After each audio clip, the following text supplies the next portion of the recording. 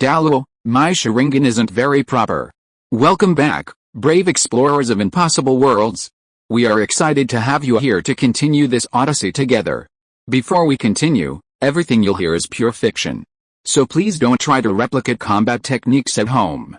This wonderful story in all its rights belong to its brilliant original author.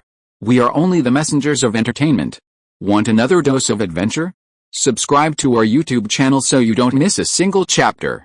And if you can't wait, our Patreon has exclusive surprises you'll love. Chapter 101 Threat. Sitting opposite Yichu was Du Guyan, head bowed, eating slowly and deliberately, without picking up any food, though her bowl was already quite full. Douluo silently served food to his granddaughter. Seeing Yichu devouring his meal, he couldn't help but glare at her coldly. Yichu noticed Douluo's gaze and stopped eating. Douluo slightly shook his head, gesturing for Yichu to serve his granddaughter. Even the 9-section jade pendant on his shoulder seemed to open its little mouth, flicking its tongue in a threatening gesture towards Yichu. Understanding the threat in Douluo's eyes, Yichu looked at Du Guyan, who was silently eating with her head down. She felt conflicted. She wasn't anyone to him. Her chopsticks hovered, unsure whether to extend or retract. Seeing Yichu's chopsticks still motionless, Douluo's eyes sharpened. Whoosh! The 9-section jade snake darted onto Yichu's thigh with lightning speed. Damn it! Yichu shuddered, cursing inwardly, feeling the sharp fangs brush against him. If he were bitten, he'd be badly injured, if not killed. Cold sweat broke out on his back. Douluo glared at him, as if giving a final warning. He glanced at Du Guyan, who was silently eating. Yichu had no choice but to steel himself, reach out his chopsticks, and pick up a piece of green vegetable from her bowl. Seeing the green vegetable suddenly appear in her bowl, Du Guyan froze, her brows furrowing as she looked up at Yichu. I don't like this, Ahoha, I'm sorry. Feeling the little one's sharp teeth beneath him, Yichu tried to make his smile natural and bright. How about? I take it back, Yichu asked tentatively, and seeing no reaction, slowly reached out his chopsticks. With a click, she knocked the chopsticks away. Yichu stared at her blankly. Her green eyes quietly watched Yichu. Yichu continued to smile until he felt his face was about to freeze, at which point Du Guyan finally looked away. Thank you, he lowered his head and put the dish in his mouth, his voice slightly soft as he thanked her. Feeling the slippery, cold thing leave, Yichu finally breathed a sigh of relief and wiped the cold sweat from his forehead. Douluo also gave him a satisfied look. That old guy, Yichu gritted his teeth and forced a smile at him, wondering if he should return the favor later. Just as he lowered his head to continue eating, Du Guyan's chopsticks reached out and left a fishball in his bowl. This was the dish Yichu had picked the most times. When Yichu came to his senses and looked at her in surprise, she had already lowered her head. Only lower than before, her hand holding the chopsticks seemed to have gripped too tightly, turning slightly white. Glancing at Douluo beside him, Yichu saw an even more satisfied smile spread across his old face. If the atmosphere weren't so tense, Yichu thought he'd definitely let out another strange, cackling laugh. Cursing the old monster in his mind, Yichu lowered his head and continued working. As he looked down, Du Guyan also looked up at the opportune moment, glancing at him with a touch of color in her eyes and a complex expression.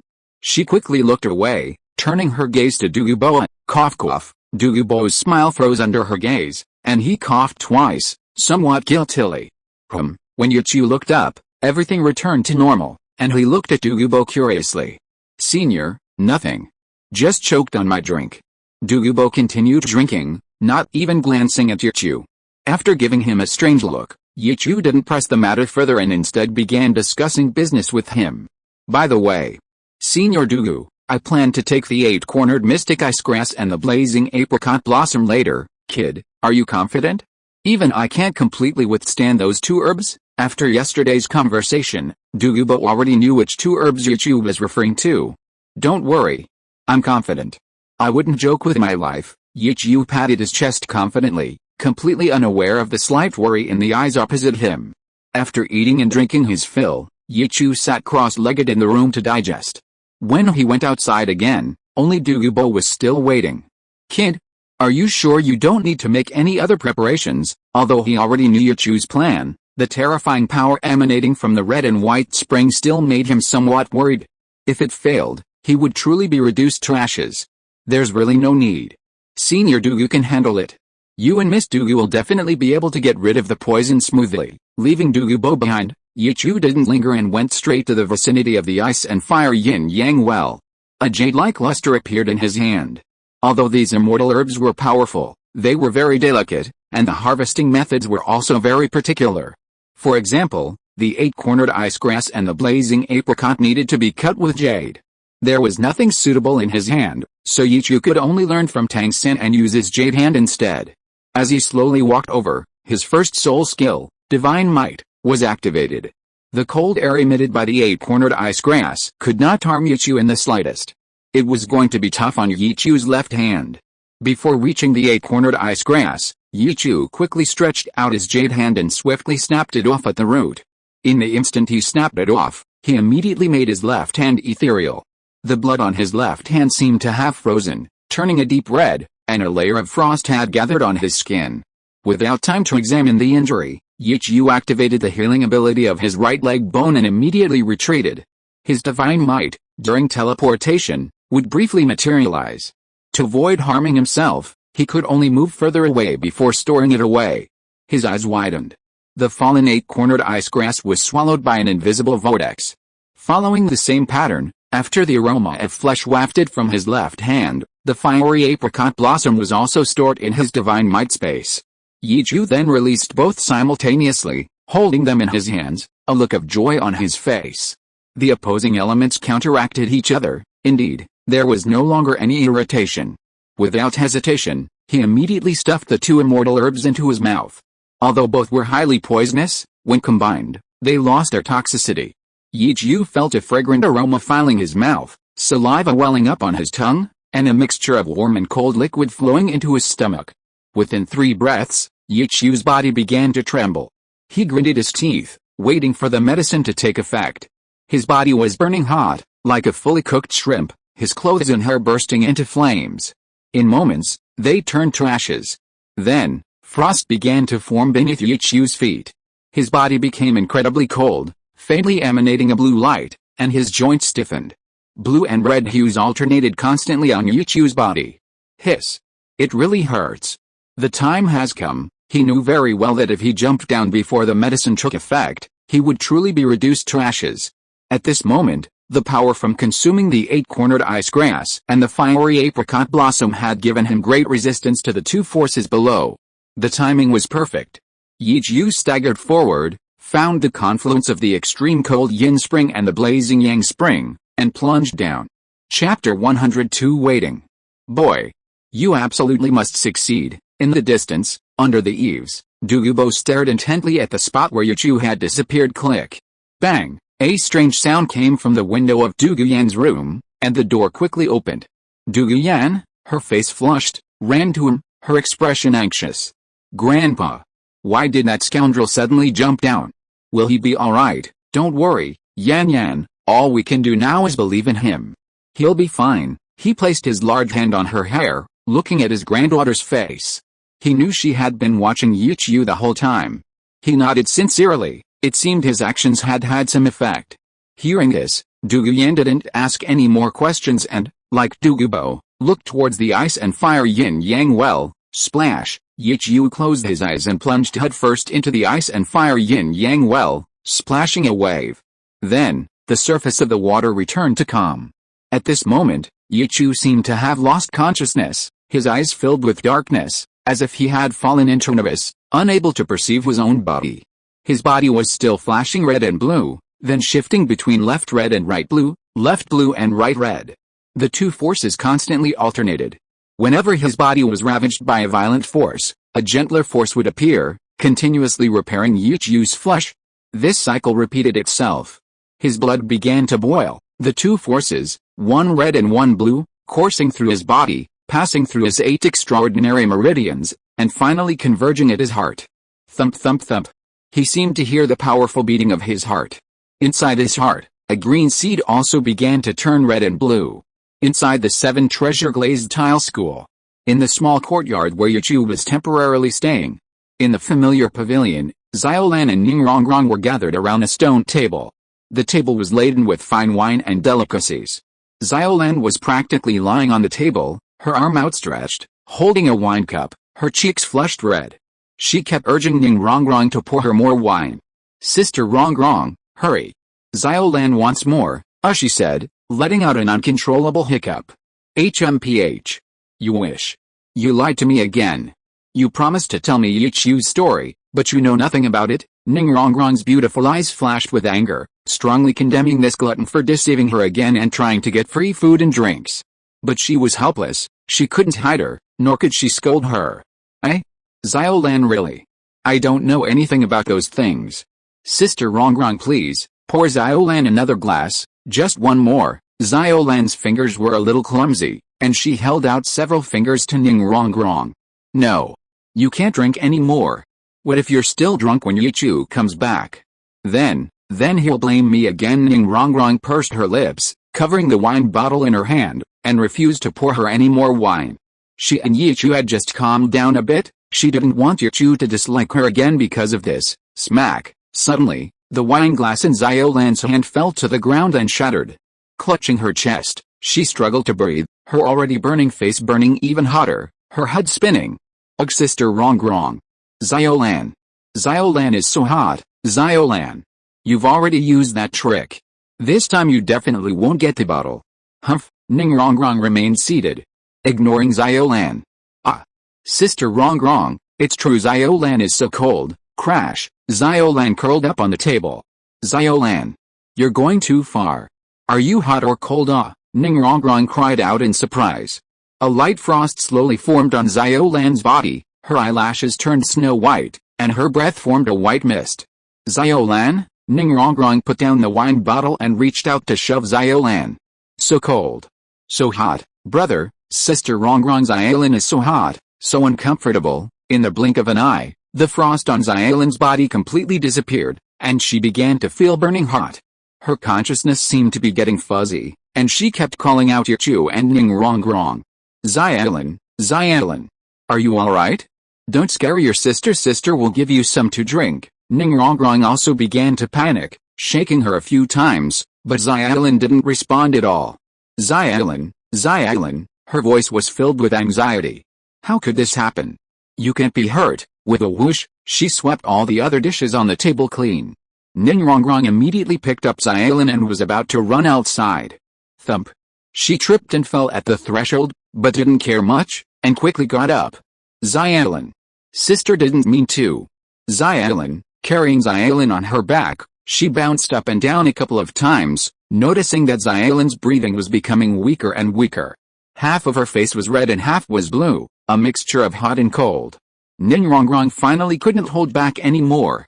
Her eyes welled up with tears, and she gritted her teeth as she ran outside again, her voice trembling with sobs as she cried out, "Help! Grandpa Sword, Grandpa Bone, Daddy! Please save Xiaolan!" Why? She ran and cried all the way. The passing disciples were thrown into panic, and the clever ones immediately ran to inform Ning Fengzi and the others. Time flew by, day and night alternated. Yichu had been inside the ice and fire yin-yang well for a day and a night. There was still no movement from the spring. Douluo had been standing under the eaves for a long time, his body straight, like a javelin, waiting quietly. Douluo, on the other hand, was in the room, sitting at the table by the window, her hands supporting her chin, staring intently outside, dark circles already appearing around her eyes. Inside the 7 treasure glazed tile school, Ning Rongrong hadn't slept all night, personally taking care of Xiaolan by the bedside. At this moment, Xiaolan's symptoms had subsided, except for a spindle-shaped green leaf that occasionally appeared between her brows, with red and blue light flowing across it. "Water," Xiaolan whispered, and Ning Rongrong carefully fed her the warm water that had been prepared beforehand. Ning Fengzi, having finished dealing with sect affairs, took a break and walked in from outside. Sword Douluo followed behind him. "Rongrong, you can leave this kind of thing to the servants. Go and rest." "Yes. Rongrong, I've already checked on this little girl. She should be fine." Both of them urged Ning Rongrong to rest for a while. But Ning Rongrong ignored them and gently wiped the sweat from Xiaolan's forehead. "No, I must see Xiaolan is better before I can rest easy." After a moment of silence, Ning Rongrong looked up at Ning Fengzi again. "By the way, Dad, is there any news about Yichu?" I've already sent people to Xiandao City to look for Yichu. I think we'll have news soon. That's good. Hearing Ning Fengzi's answer, Ning Rongrong lowered her head, her eyelashes trembling slightly, tears glistening in her eyes. She was a little afraid of Yichu's return. If he came back and saw Xiaolan like this, would he hate her to death? Sigh, Ning Fengzi sighed softly, looking at his haggard daughter. He felt a pang of heartache, but also a sense of relief. His spoiled and willful young lady had finally learned to take care of others. But he felt mostly awkward. She was supposed to be his little darling, but now she was being worn by someone else. How could a father not be angry? Fengzi. Found her. At this moment, Bone Douluo rushed in from outside. Uncle Bone, how is it? I found it. According to the ancient records, this little girl is very likely because her martial soul has mutated. Bone Douluo held a piece of ancient, decaying animal hide and handed it to Ning Fengzi.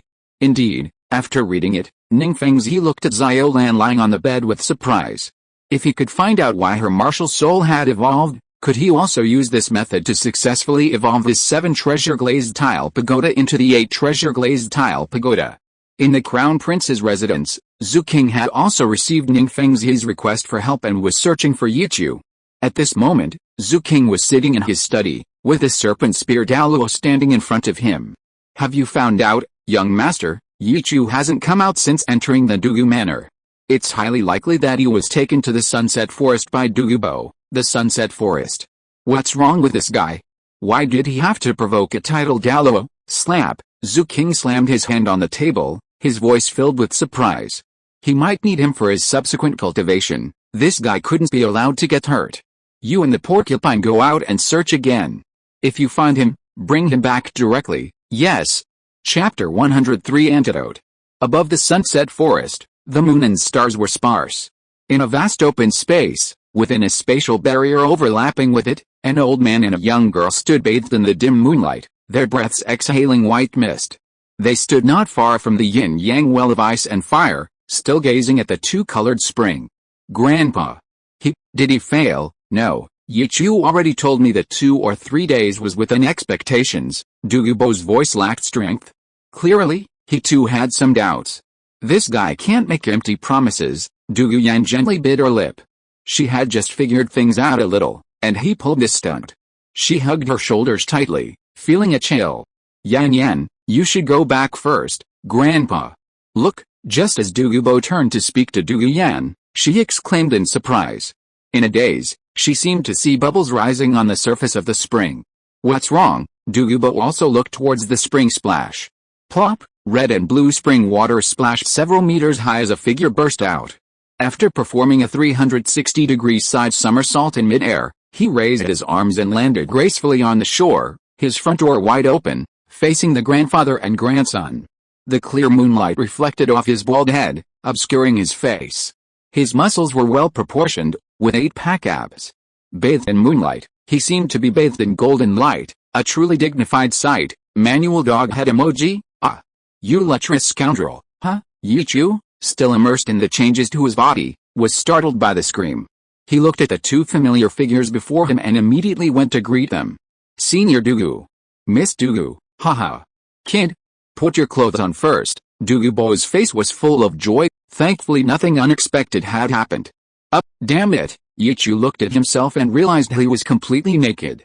After this ordeal of tempering his body with ice and fire, his physique had become impervious to heat and cold, and he didn't feel the chill at all.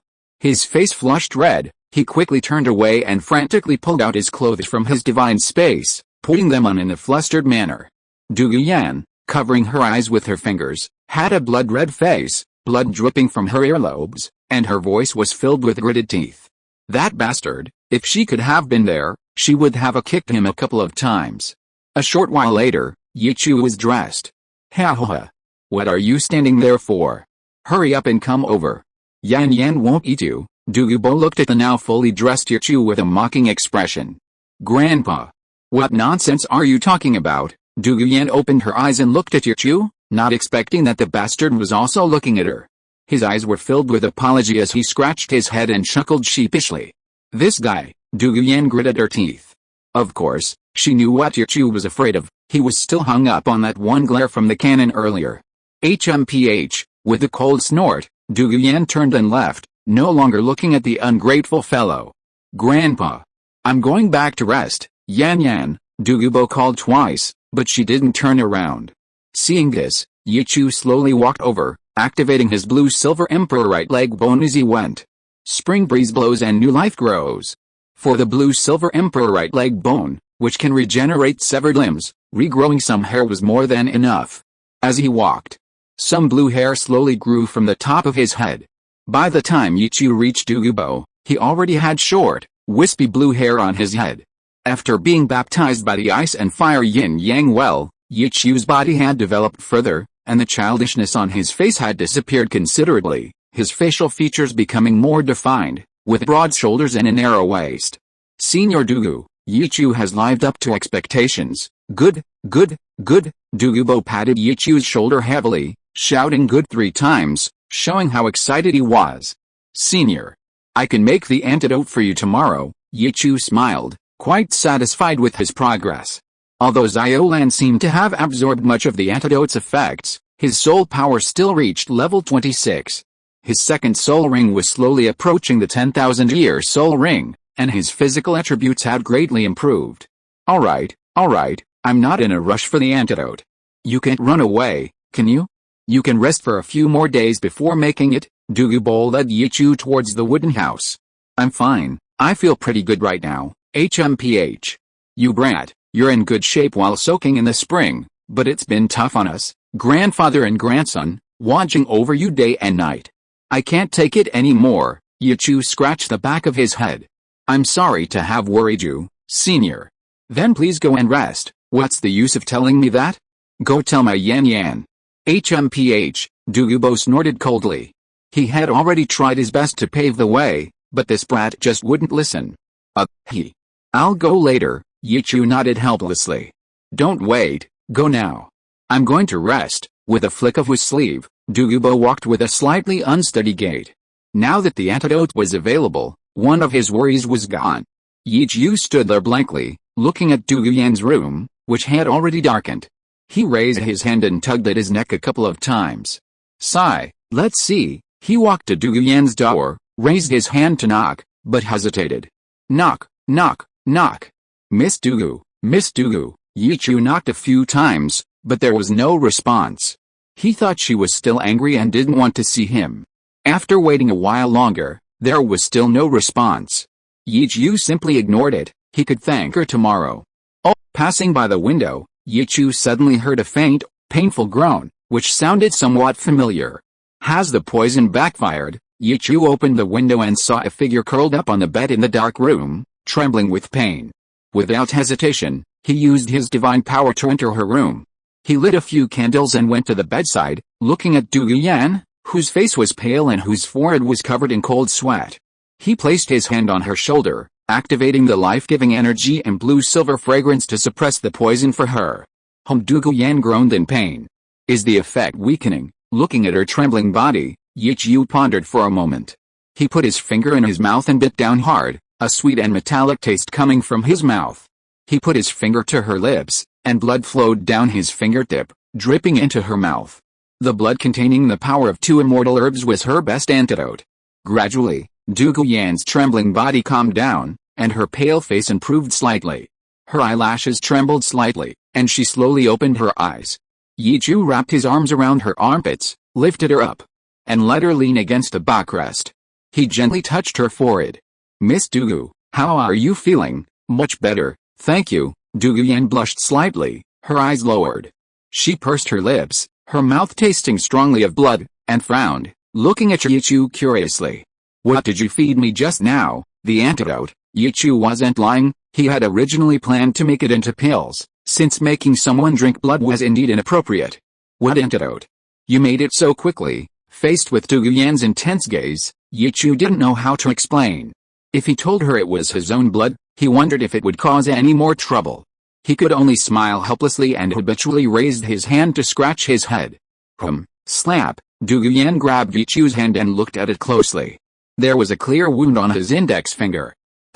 This, Miss Douluo, this antidote, it what? Douluo frowned, looking coldly at Yichu.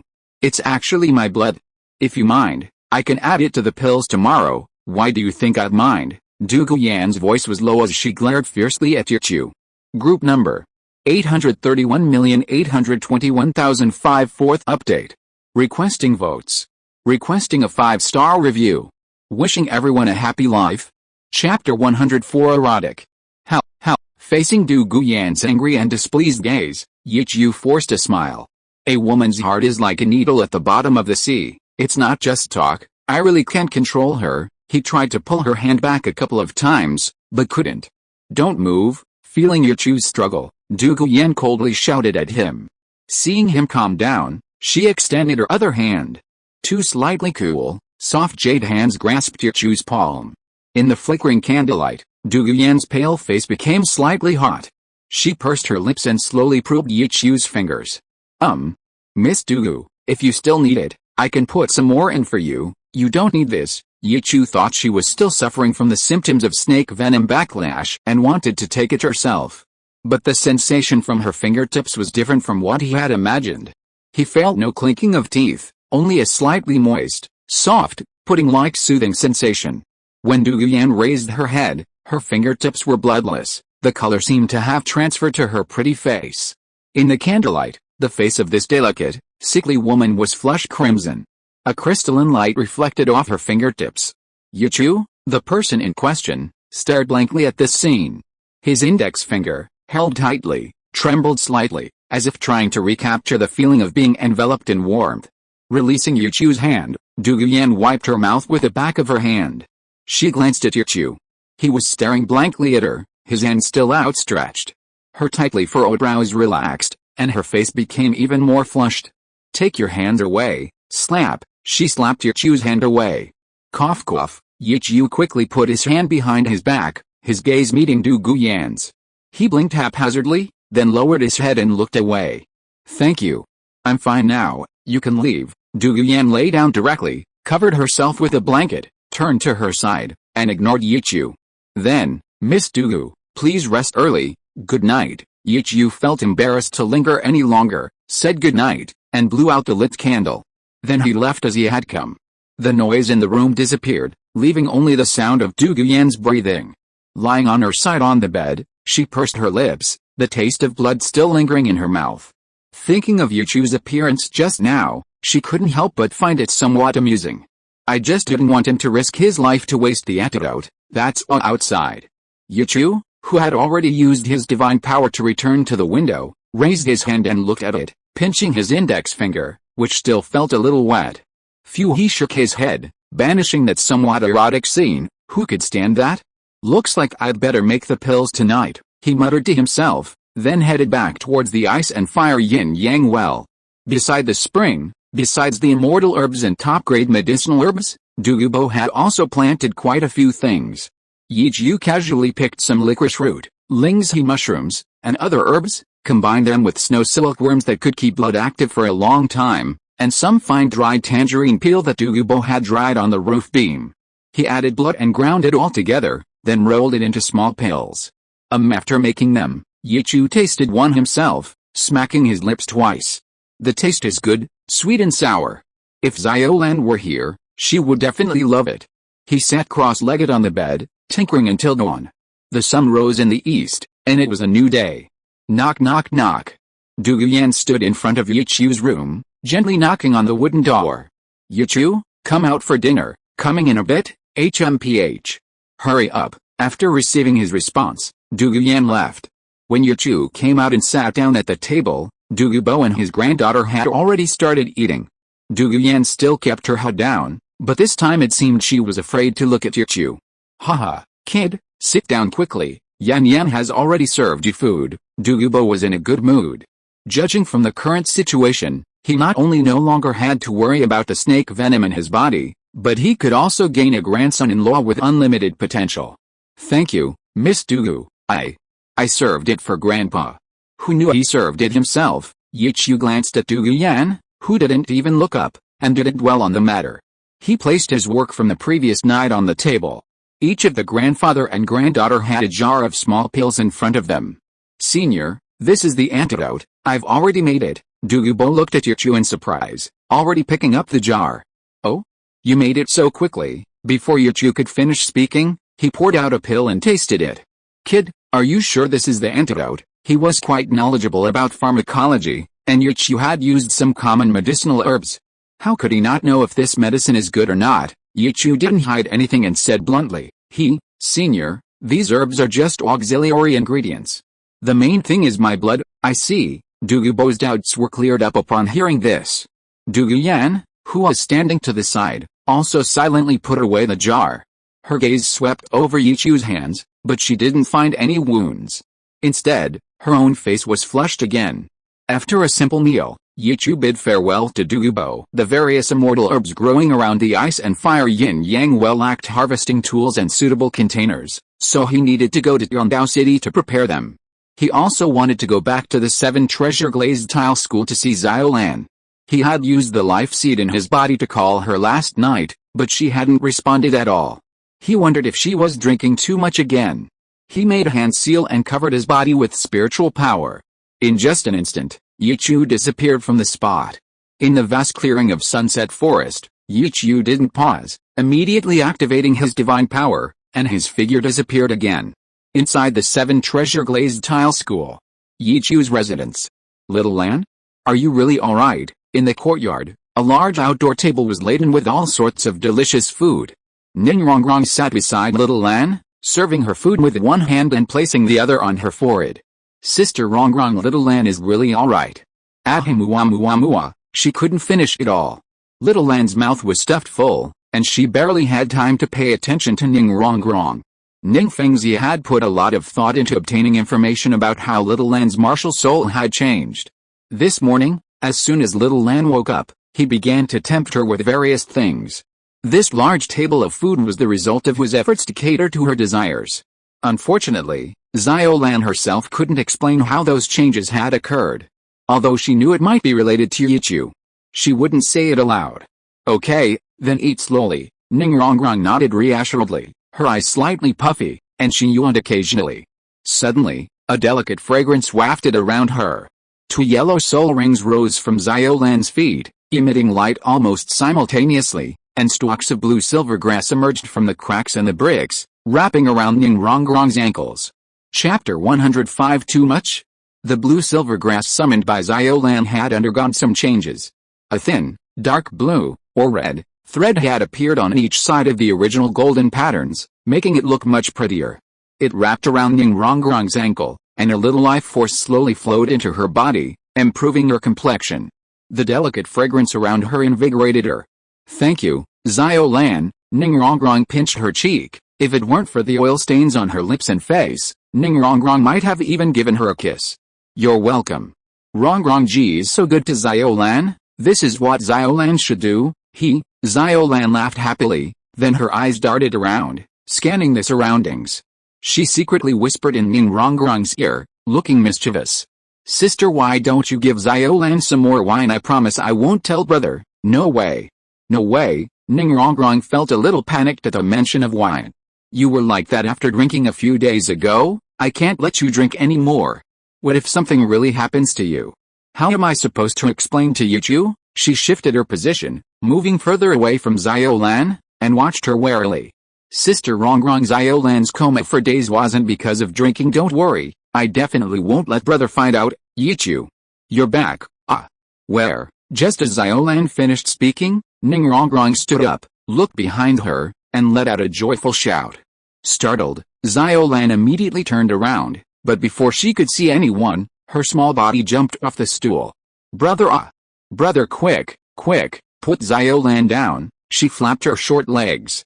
Yichu chuckled coldly, grabbing her by the back of her collar and lifting her high. What did you just say? Brother didn't hear you clearly. Yichu looked coldly at the glutton in front of him. If this continued, she'd really spoil him. I was just joking with Sister Rongrong. Brother, let go of Xiao Lan. No. Xiao Lan will never do it again. In her desperate struggle, Yichu still gave her a few flicks on the head to teach her a lesson. Ouch, it hurts. As soon as he put her down and sat her back on the stool, Xiao Lan covered her red forehead and started sobbing softly. Yichu ignored her and looked to the side at Ningrongrong, who seemed a little uneasy. Miss Rongrong, Didn't we agree not to let Xiaolin drink alcohol? Ning Rongrong clutched the hem of her clothes, gritted her teeth, and didn't dare to look at Yichu. I'm sorry, huh? Yichu tilted his head and looked at her strangely, a little surprised that she actually apologized to him directly. He also noticed that Ning Rongrong's condition didn't seem very good at the moment. Her hair was a little messy, and she had dark circles under her eyes. Curious, he asked, what happened? I gave Xiaolin some alcohol earlier. She only woke up this morning. Ning Rongrong didn't hide anything and told the whole story, her voice breaking with tears. I really didn't mean to. Brother, don't blame Sister Rongrong. She's been taking care of me for days at this crucial moment. Xiaolin was still reliable, tugging at Yichu's clothes and speaking to Ning Rongrong. Yichu looked at the two of them strangely. He hadn't expected that when he jumped into the ice and fire yin-yang well, Xiaolin would actually faint, even alarming Ning Fengzi and the others. Oh, cough cough, Yichu cleared his throat. Actually, it's not your fault that Xiaolin was like that, really. Ning Rongrong looked at Yichu with teary eyes. Of course it's true, why would I lie to you? Yes, I knew it. It definitely wasn't the alcohol. Xiaolin ran to Ning Rongrong's side, took her hand, and shook it. You still dare to talk back? Yichu glared at Xiaolin, who was still up to no good. Sister Rongrong, help me! Xiaolin immediately shrank behind Ning Rongrong. PFFD Ning Rongrong watched the interaction between the two and burst into laughter through her tears, almost blowing snot bubbles. Yichu, don't worry, I promise I won't give Xiaolin any more alcohol. It's good that you keep your word. Yichu gave her a disapproving look. I promise. Ning Rongrong wiped her tears with her sleeve, raised her little hand, and promised Yichu. Shaking off Xiaolin's bitter face, she walked towards Yichu. Yichu, want to eat something together? No need, I've already eaten. You guys eat. No. I want my brother to stay with me. Xiaolin rushed over, quickly forgetting about not having any alcohol, and grabbed Yichu's hand. Brother, you haven't spent much time with Xiaolin in ages. Don't worry, I should be able to play with you a lot these next few days. Yichu ruffled Xiaolin's hair. He hadn't really spent much time with her in a while. Great. Come on. Help me and Sister Rongrong peel shrimp, okay? Yichu didn't refuse and was pulled by Xiaolin to sit at the dining table, where Xiaolin sat in his lap. Ning Rongrong also sat down next to Yichu, looking at his profile, and suddenly realized that Yichu seemed to have become even more handsome. A faint smile appeared on her face, but unfortunately, it didn't last long before Xiaolin ruined it. Brother, why do you smell like a girl? Xiaolin leaned against Yichu, pouting, looking at him angrily, the knife and fork in her hands clattering loudly. Have you been spending time with other girls these past few days? No way. Yichu denied it outright. Why would he go out to spend time with girls? He was clearly doing important business. Really? Yichu shoved the peeled shrimp into her mouth with a hint of annoyance. Ning Rongrong, standing to the side, also stopped smiling, leaned close to Yichu's neck, sniffed, and indeed smelled the girl's unique fragrance. She looked already somewhat haggard, but now appeared even more dejected, poking unhappily at the bowl in front of her. Here, Miss Rongrong, you should eat some too. Yichu placed the peeled shrimp in her bowl, suddenly noticing something was wrong. What's wrong? Nothing. Ning Rongrong turned her face away, wanting to get angry but suppressing it. Yichu looked at her strangely, thinking she hadn't rested well and was emotionally unstable. He reached out and wiped Xiaolin's clothes a couple of times. Brother, don't go too far. Alright, your clothes are already dirty anyway, it's fine. Xiaolin glared at Yichu, clenching her teeth tightly. Yichu ignored her, grabbed Ning Rongrong's wrist, and sent a cool and warm breath over it. Chapter 106 The Essence of Tea. Feeling the warmth of Yichu's hand on her wrist, Ning Rongrong's slight annoyance, before it could erupt, crumbled under Yichu's actions. Yichu's use of the Blue-Silver Emperor's soul skill seemed far more effective than Xiaolin's. In just an instant, Ning Rongrong's complexion regained its color, becoming rosy and radiant. She slowly lowered her head, unsure of what to do, her pearly teeth gently biting her chopsticks. Thank you, it's nothing. Thanks to you for taking care of Xiaolin. You should rest for a while after you finish eating. As she nodded gently, Xiaolin couldn't stand that anymore. Why should she wipe her hands on her, getting herself dirty, just to please her? She glared at Yichu, who was still looking at Ning Rongrong, then poked her head under Ning Rongrong's lowered head. He brother. Rongrong's face is so red, as if discovering something unusual. Xiaolan poked Ning Rongrong's tender face with her finger and said to Yichu. Xiaolan. You're talking nonsense. Startled by her words, Ning Rongrong raised her head coquettishly, her beautiful eyes gleaming as she glared at Xiaolan. Yichu clearly saw the blush on her face, the color seemed to escape from her cheeks, spreading downwards until her neck was tinged with pink. Yichu? She glanced up at Yichu, then immediately looked down again, lowering her head once more. Brother-sister Rongrong isn't pregnant, Yichu frowned, picking up a piece of pastry and stuffing it into Xiaolan's mouth. Just eat your food properly, why are you saying so much? Ning Rongrong glanced at Xiaolan out of the corner of her eye, feeling a mixture of anger and regret. If only she could have said it. She rolled her eyes at Yichu, this blockhead, a hint of resentment in her eyes. Ahem, Yichu noticed Ning Rongrong's gaze and coughed awkwardly twice. Holding her delicate hand with one hand and chopsticks in the other, he added food to her bowl. Brother seeing Xiaolan about to speak again, Yichu didn't even look at her and stuffed another piece of pastry into her mouth. He didn't care about the tears squeezing out from the corners of her eyes. Miss Rongrong, you've worked hard taking care of Xiaolan, eat more, pfft. Ning Rongrong nodded, and seeing Xiaolan staring at her intently in Yichu's arms like a hamster, she couldn't help but giggle. HMPH. Serves you right for being so talkative. Saying that, she picked up the pastry and was about to imitate Yichu and stuff it into her mouth. Xiaolan swallowed hard, shaking her head repeatedly, trying to cry for help, but no sound came out. Miss Rongrong, let's not. Don't hurt her. Yichu saw Xiaolan's tearful and pitiful appearance and stopped her. HMPH. Then I'll let her go. A hint of slyness tinged her eyes as she pulled away from Yichu's hand, quickly intertwining her fingers with his again. Noticing Yichu's gaze, her earlobes flushed, but she didn't let go, lowering her head and silently eating the food Yichu had placed on her plate. When Yichu looked away, a smug smile spread across her lips, and the food in her mouth seemed even more delicious. Hey, quickly drink some water and swallow it. Although a little uncomfortable, Yichu didn't pay much attention to his hand being held. He held a cup in his other hand and brought it to Xiaolan's lips. Glug glug, I'm going to suffocate. With a mournful face and pouting lips. She looked at her brother, who had forgotten his sister for the sake of a pretty boy, but dared not say another word. All right. Don't be angry, kiss, rarely. To prevent her from causing trouble, Yichu proactively touched Xiaolan's forehead. The sacrifice was considerable, but the effect was indeed very good. He brother is the best. She covered her forehead, her expression changing in the blink of an eye. She threw herself into Yichu's arms, wriggling her soft body and nuzzling him. Remembering how Ning Rongrong had tried to bully her earlier, she suddenly smiled mysteriously. She glanced at Ning Rongrong with faint smugness, her eyes revealing a hint of provocation. Seeing this, Miss Ning frowned and turned to look at Yichu. Yichu was also looking at her. Ning Rongrong suppressed her shyness, her eyes filled with spring-light and expectation, and she leaned her face slightly closer.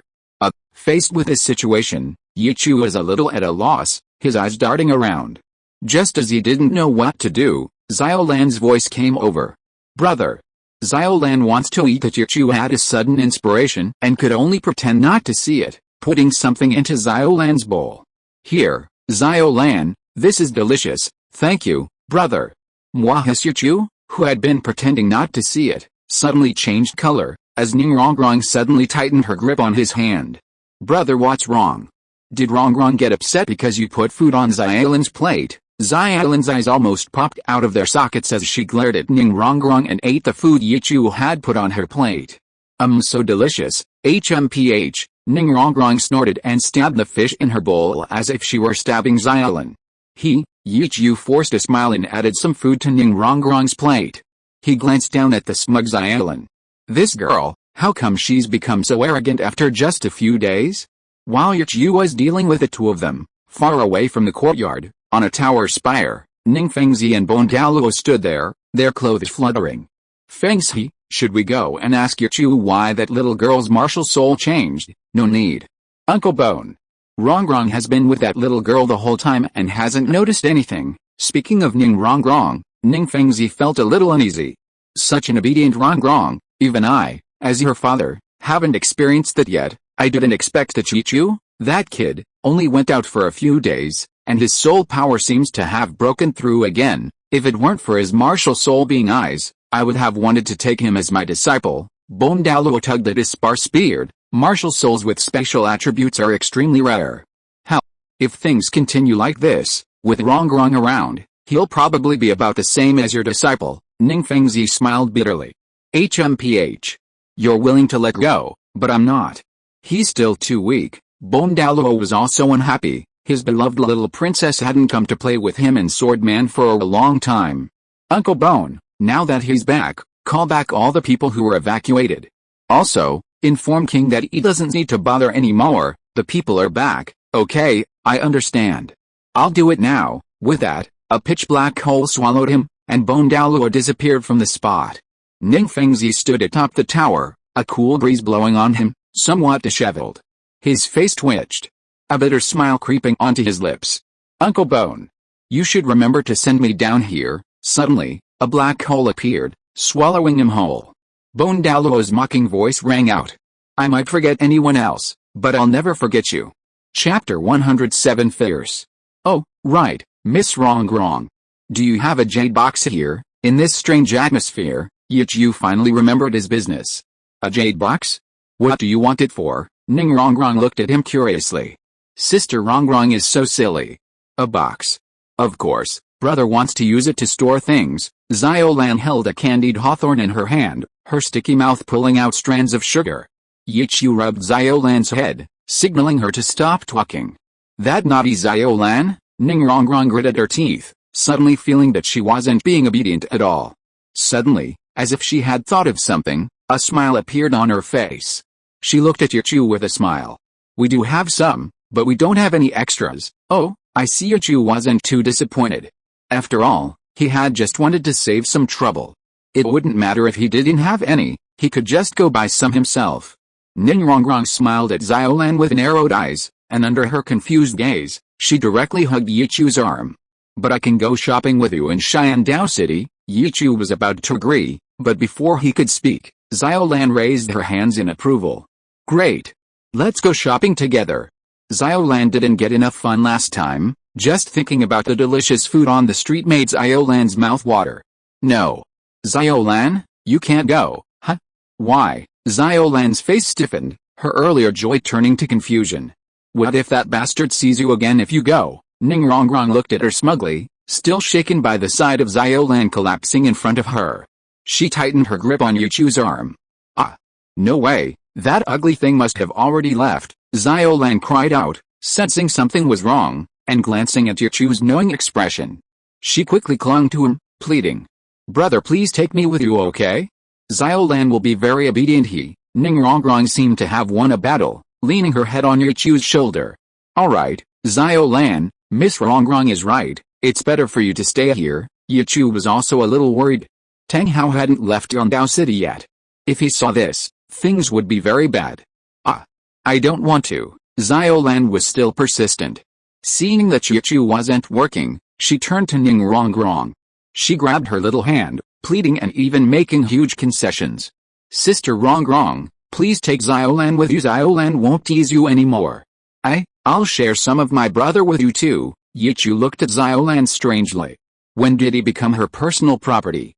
She was already dividing him up. Hearing Xiaolan's condition, Ning Rongrong's eyes lit up, then she frowned. Although the condition was very tempting, she didn't want the little bit Xiaolan shared with her. She, Miss Ning, would fight for it herself. No. I'll listen to Yichu. She pulled her hand back, smiled at Yichu, and ignored her. Sister Rongrong.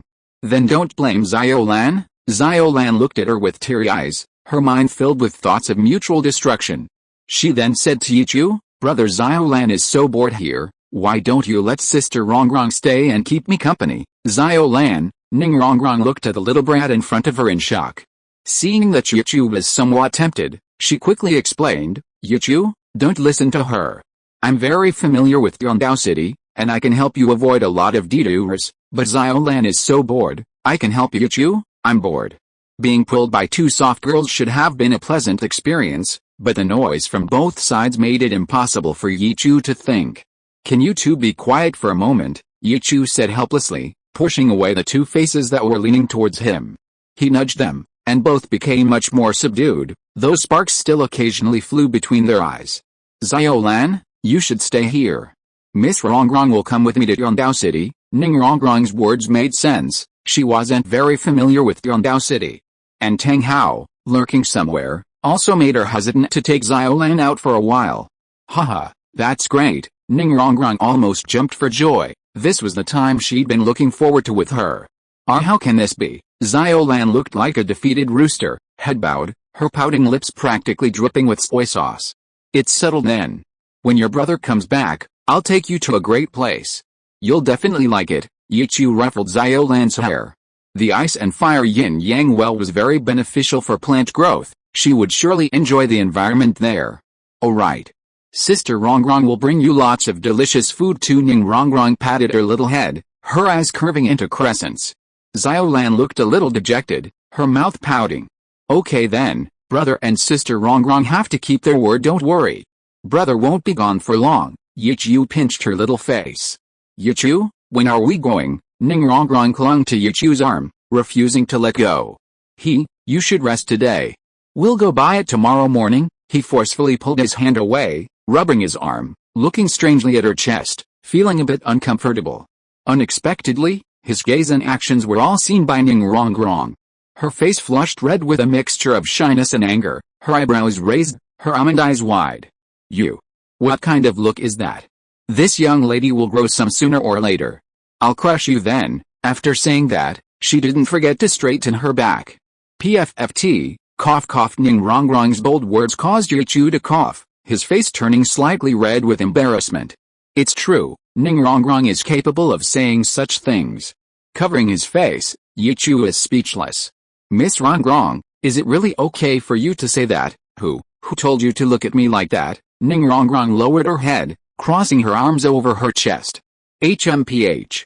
You guys eat, I'm going to rest. With a cold snort, she walked towards her room. Smack. She slammed the door shut, leaned against it, and touched her chest.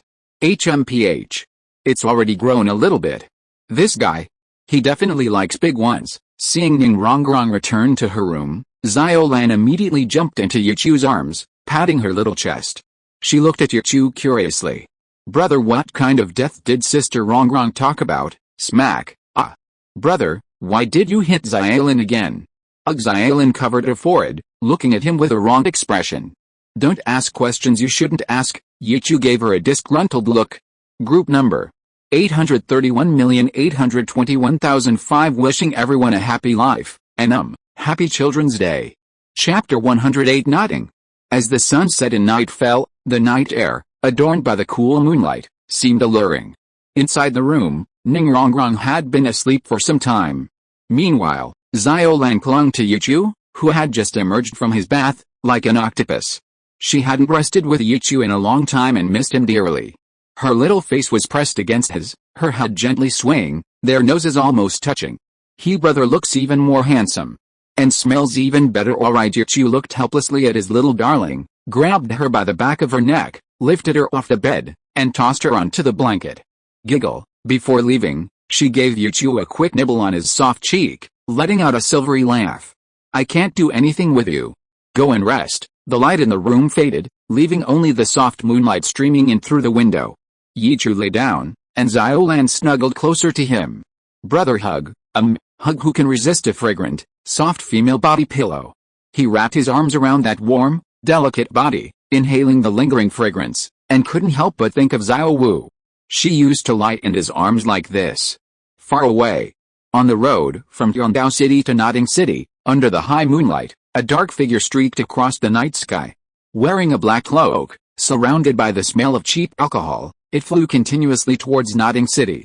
Nodding City, inside the junior academy, outside dormitory 7. Two figures flashed. First soul skill, waist bow.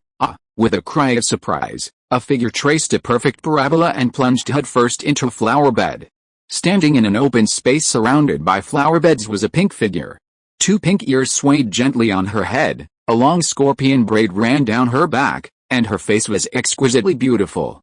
The bundle in front of her was already taking shape, and a fluffy little tail adorned her lower back. Her legs, clad in white stockings, appeared even longer and more slender. Tang San, you're so pathetic. She stood with her hands on her hips, calmly looking at the sunken flower bed, her eyes devoid of any emotion. Cough cough, a cough came from inside, and a thin, dark-skinned boy slowly stood up. He had some scrapes on his face, a bruise on his lip, and clutched the spot where he'd been kicked in the chest, looking somewhat suffocated. He simply smiled at the girl's mockery. It's because Xiao Wu, you're too strong, HMPH. Don't give me that. Let's fight again. Xiao Wu beckoned to Tang San with her finger, two yellow spirit rings bobbing up and down beneath her feet. Her crimson eyes scanned his left and right sides, seemingly considering which side to kick next. Tang San was about to agree when a hoarse voice stopped him. Hey Tang San.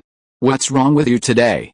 Why aren't you in my room yet? Not far away, Yu Xiaogang walked towards Tang San with a zombie-like face. They had already agreed that Tang San would come to his room to study every night, but he'd stood him up several times already. What happened to the saying a teacher for a day is a father for life? Is this how Tang San treats his father?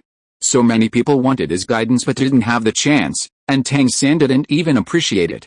His cloudy eyes stared intently at Tang San. Ah, teacher. I was sparring with Xiao Wu. Sparring? Seeing Tang San's injuries, Yu Xiaogang was even more furious. Look at you. Is this how you spar? You always end up all injured. He glared at Xiao Wu, pointing a finger at her. And you? You hit too hard, teacher. It's not Xiao Wu's fault, it's all because I'm not strong enough. Tang San quickly ran to his side and lowered his hand from Xiao Wu's. You idiot. Are you out of your mind? He was the one who wanted to spar with me, and you've taught him to be such a useless piece of trash. Even Sister Xiao isn't willing to play along. Humph, Xiao pouted, put away her martial spirit, and ignored his expression, heading back to her dormitory. Anyway, there's plenty of time and opportunity to deal with Tang San later. You bastard. Hearing Xiao dare call his student a piece of trash, Yu Xiaogang felt insulted. He roared, his face turning ashen with rage. This hurt him even more than being called trash himself. The word trash was his Achilles heel. Xiao-san. Go, give her a good beating, let her see if the person I taught really is trash. What are you standing there for? Go now. Seeing Tang San still standing there, Yu Xiaogang roared, his face contorted with rage. Teacher, let it go. Xiao was just saying that out of anger. She's usually quite nice, Tang San pleaded with Yu Xiaogang in a low voice. If anyone else dared to speak to Xiao Wu like that, they'd be taught a lesson. You're going to be the death of me. Yu Xiaogang raised his hand, then lowered it again. He wasn't Tang San's biological father after all. Tang San was, after all, the child of Haoshan Douluo. Most of the time, Yu Xiaogang had to suppress his anger and didn't dare to go too far. Tang San followed Yu Xiaogang to his room, Yu Xiaogang still somewhat angry. HMPH. I really don't know what kind of bewitching potion she gave you, I don't know either. Tang San shook his head blankly, but his eyes were resolute. He only knew that when he first saw Xiao Wu, he felt a sense of kinship with her. And a feeling of destiny. Without much thought, he picked up the theories Yu Xiaogang had compiled and began to study them, but he soon became drowsy. The pain in his body made him feel sleepy. Yu Xiaogang, who was about to take action, seemed to hear something. Outside the window, a dark figure flashed by. He rushed out and into a grove of trees. Your Majesty Haoshan, Yu Xiaogang bowed, facing the figure in the black cloak. What happened to Xiao-san's injuries? This person was Tang Hao. Ever since Yin committed suicide in front of him, Tang Hao had felt something was amiss. He had searched Yongdao City for quite some time but found nothing. Helpless, he had to accept reality again, and disheartened, he returned here. Your Majesty, he was injured while sparring with that girl named Xiao Wu, Yu Xiaogang confessed truthfully. Xiao Wu, hearing that Xiao Wu was responsible, the cold voice softened considerably. Tang Hao paused for a moment, then asked the question that concerned him most. How's their relationship? It's alright, I guess. Xiao Wu often asks Xiao-san to go shopping, but it easily interferes with her cultivation. Oh, and Tang San also often spars with her, I see. Seeing Tang Hao nod, Yu Xiaogang was somewhat displeased. How could his disciple, his future half, be so disrespectful to him?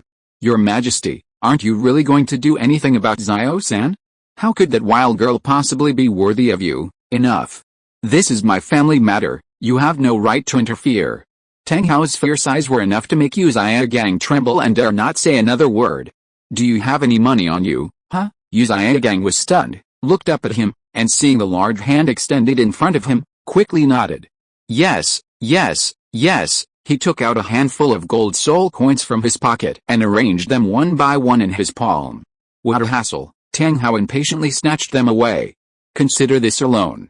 Take good care of Xiao-san while I'm gone. Before Yu Gang could respond, he vanished.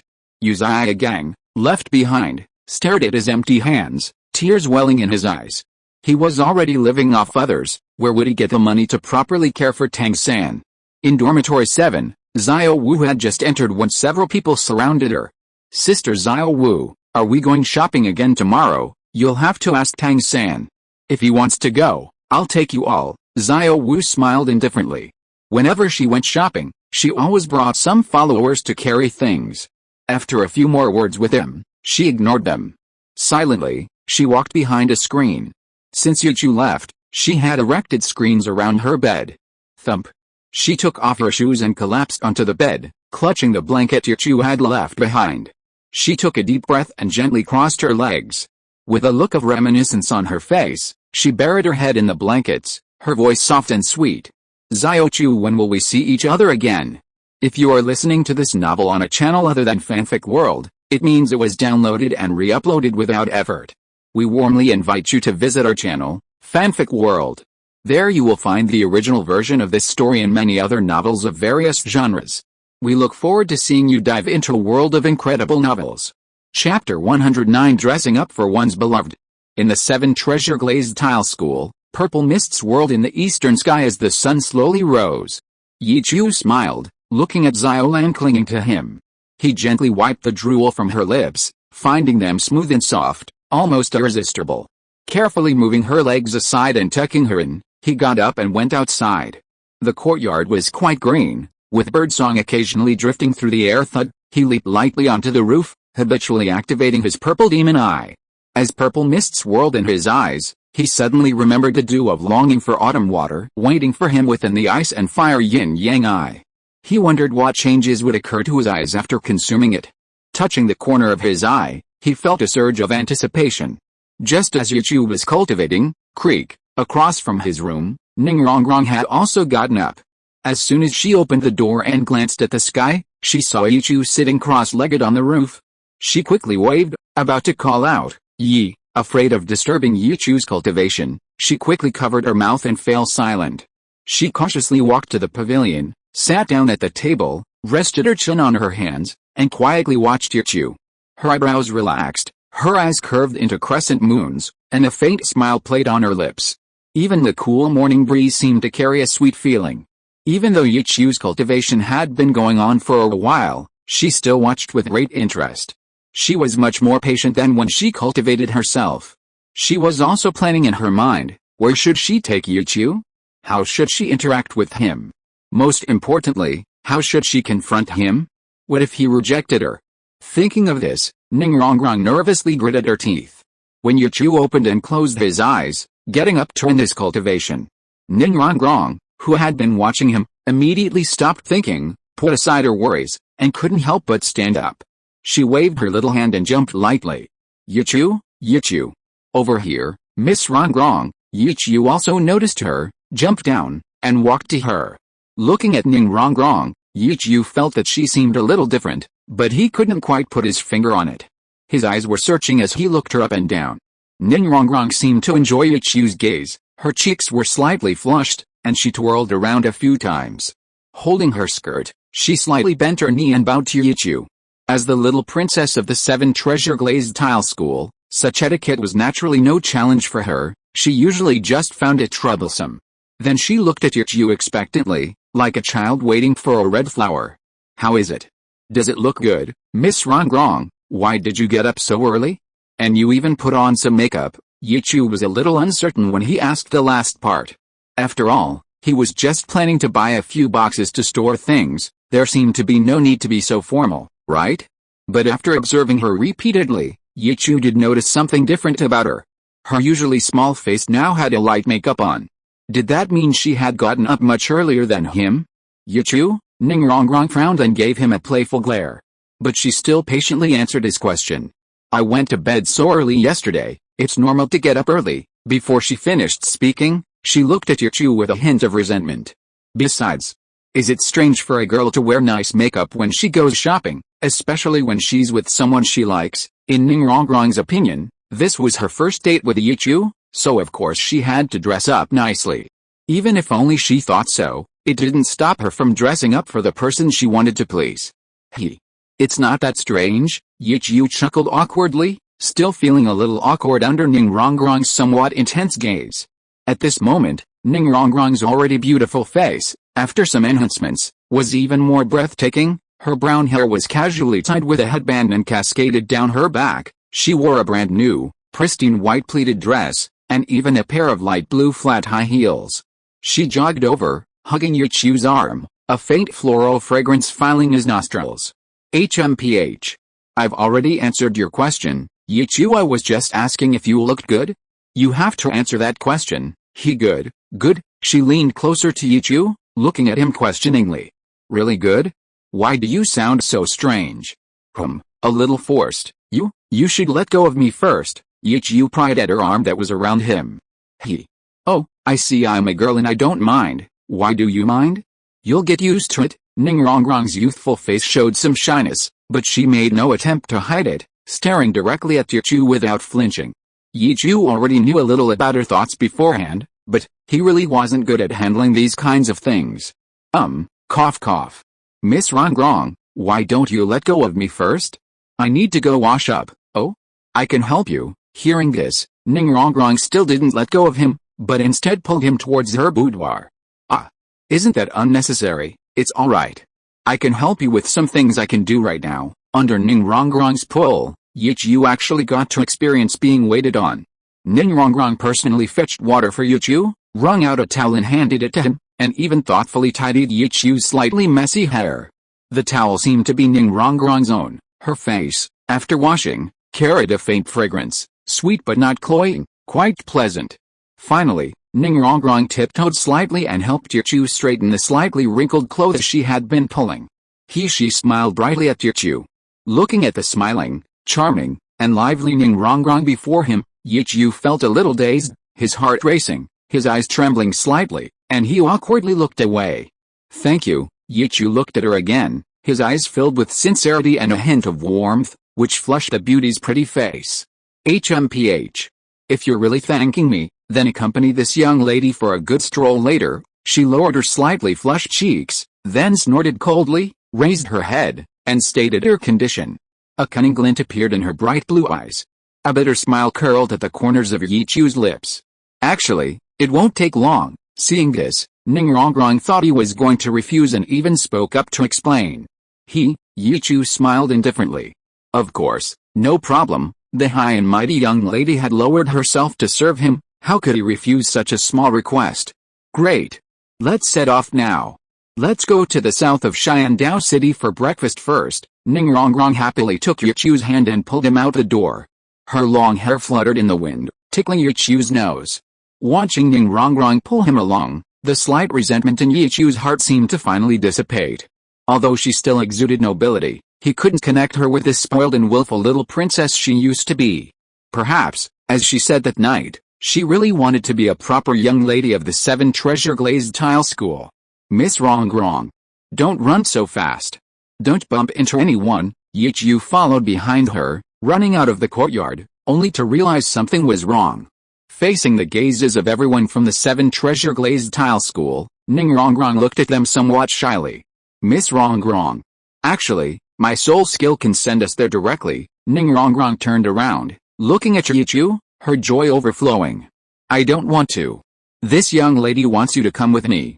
Her skirt billowed in the wind, her long hair danced in the breeze, her face beamed with a charming smile, her voice was clear and melodious, and Yichu was hanging behind her. Running in the morning breeze and under the rising sun, Yichu, under the watchful eyes of everyone, ran together out of the 7 treasure glazed tile school's gate. Chapter 110. The Scumbag's Truth Revealed. However, they hadn't gone far outside when Ning Rongrong, a support-type soul master, began to tire. She bent over, supporting herself on her knees, panting heavily, but still holding on to Yichu's left hand tightly. She straightened up, wiped the sweat from her forehead with her sleeve, and glanced at Yichu out of the corner of her eye, hesitant to speak. "Why aren't you running anymore?" Yichu pretended not to notice, looking at her teasingly. The indescribable stares from the sect had made him extremely uncomfortable. HMPH. This young lady can't run anymore. Seeing Yichu's gloating expression, she frowned. The first part of her words was firm, but the latter part softened, her gaze fixed on Yichu with a hint of expectation and pity. What's wrong?" Yichu Ningrongrong snuggled closer to Yichu, resting her head on his shoulder. Her small mouth peeked into his ear, her soft voice carrying a warm breath that flushed his earlobes. "How about you carry me, huh?" Yichu looked at her in surprise, tilting his head, trying to distance himself from her. This girl, she just said she wanted to walk there together. Is it not okay? Seeing that he didn't react, Ningrongrong lowered her head in disappointment. "Alright." Yichu smiled helplessly and had no choice but to squat down and let her climb on top of him. Yay! Hearing that he agreed, Ningrongrong immediately let go of Yichu's hand, jumped up, and wrapped her arms around his neck. Apart from being rather thin, her proportions were quite good, and carrying her didn't feel heavy. So fragrant. As soon as Ningrongrong was on Yichu's back, she smelled a faint fragrance, and her fatigue seemed to ease a lot. She sniffed lightly and slowly buried her head in Yichu's neck. Feeling the warm breath pressed against his neck, Yichu moved, feeling a little uncomfortable. A pang of regret shot through him. He shouldn't have used that fragrant soul skill. As they walked, Ningrongrong's muffled voice reached Yichu's ears from around his neck. "Yichu, why did you use Iolan's soul skill?" Ningrongrong wasn't stupid, she'd already suspected it. Yichu paused, his face turning serious. "Miss Rongrong, this doesn't seem to concern you, does it?" "I don't want to talk about it. I didn't ask you to tell me." She thought Yichu was angry, so she tightened her arms around his neck, trying to peek at his expression. Unfortunately, her neck wasn't long enough. She could only forcefully turn Yichu's face towards her, looking at him intently. "I just wanted to say I'd keep your secret." Too close. Yichu's pupils dilated slightly, their red lips and white teeth almost touching. "I'm serious. Don't be angry, okay?" Ningrongrong's lips touched Yichu's as they did so. Oh, this time, Yichu really couldn't take it anymore and nodded blankly. "Why is your face so hot?" Nothing. Yichu turned his head away and continued on his way. Walking on the road, after a long silence, Yichu's face turned a little red. Not from being tired, but from being teased. Yichu really couldn't stand it anymore. "Ningrongrong, don't mess around. So are you angry with me or not? You're not even talking to me." "No. Why would I hide from you if I was angry?" Ningrongrong's red lips were close to Yichu's ear, occasionally pursing her lips, and then gently biting him. "Don't call me Miss Rongrong anymore. Call me Rongrong. Or I'll bite you more than once, okay? Rongrong, stop playing around, or I'll really throw you away." In the end, Ningrongrong didn't actually let Yichu carry her to Xiandao City. In a small grove outside Xiandao City, ripples appeared in space, and a transparent vortex appeared, revealing Yichu and Ningrongrong. "Yichu, I didn't expect your soul skill to be so powerful, even more amazing than Grandpa Bones." Ningrongrong gently wiped the sweat from Yichu's forehead. Yichu, however, stared intently at Ningrongrong with dead fish eyes. His face and ears were covered not only with some crimson lipstick marks, but also with some teeth marks. Looking at her handiwork, Ningrongrong's face turned red, as if she had been drinking. "Rongrong, little."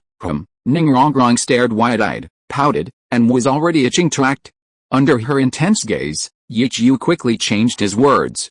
"Rongrong, can you get down now?" "No. The kiss I gave you earlier was payment. You have to carry me into the city." "What payment? You were the one who wanted to buy me." "Yeah, that's right." Ningrongrong nodded with a smile. She quietly looked at Yichu, silent for a long time. Had all her previous preparations been enough? She suppressed the struggle in her eyes, then pressed her face against Yichu's, her voice becoming somewhat low, her gaze filled with resentment. "Yeah, did you notice? I've been the one taking the initiative all day, so when will you scumbag, take the initiative too?" Hearing Ningrongrong's words, Yichu froze. Even when Ningrongrong vigorously rubbed his cheek, he didn't react at all. His azure eyes glanced at the jade-like face beside him. Ningrongrong also stopped, quietly meeting his gaze. Looking at Yichu's increasingly calm eyes, for some reason, she suddenly felt a little panicked. Miss Rongrong, you should know that I've already. Yichu's calm voice had barely escaped when Ningrongrong hurriedly covered his mouth. Enough, enough. Stop talking, her voice was buried in Yichu's shoulder. I don't want to talk about this anymore. Then, Miss Rongrong, would you like to get down first? No, Ningrongrong stubbornly clung to Yichu's neck, refusing to let go. I don't want you to call me Miss Rongrong, I don't want you to take the initiative, okay? Anyway, I just want you to carry me. Ningrongrong's voice was tinged with tears. Yichu also felt that his shoulder seemed to have become a little damp. Yichu also felt a little depressed. He seemed to be a scumbag after all. No initiative, no rejection, no responsibility. He had almost fulfilled all three of these principles. He was silent for a while, feeling the warmth emanating from Ningrongrong on his back. Scenes from the past flashed before his eyes. Since she met him, she seemed to have cried many times. Miss Rongrong. I need. Ouch! A sharp pain shot through her shoulder as soon as she finished speaking. This time, she held back, her voice turning noticeably colder. I already said. Call me Rongrong. Also, I don't want to talk about this anymore. We're going into the city now. Immediately, okay, Rongrong. Yichu nodded woodenly and slowly walked towards the gates of Xiandao City. Actually, what he wanted to say was that he needed some time. Group number 831,821,005. Welcome to join the group to discuss. Wishing everyone a happy life. Chapter 111 Caught in the Act. This matter definitely needs to be handled properly. It's not just Ningrongrong, but also Zhu Xiuqing. She's in a difficult position too. The scene of their parting is still vivid in his mind. He doesn't want to become the next Cheng Jia. Looking up at the sky, he realized they'd been delayed on the road, and it was getting late. Yichu started walking without saying anything more. Carrying the now calm Ningrongrong, he silently entered Yongdao City. The city was already bustling with activity. The sounds of various vendors' cries could be heard from afar. Rongrong, do you still want to go to the south of the city for breakfast? No, thank you. I have no appetite. Ningrongrong spoke weakly, her small arms wrapped around Yichu, quietly leaning against his back. She was furious. She hadn't expected that this bastard Yichu would try to distance himself from her. She had been so good to him. Just thinking about it made her tears well up.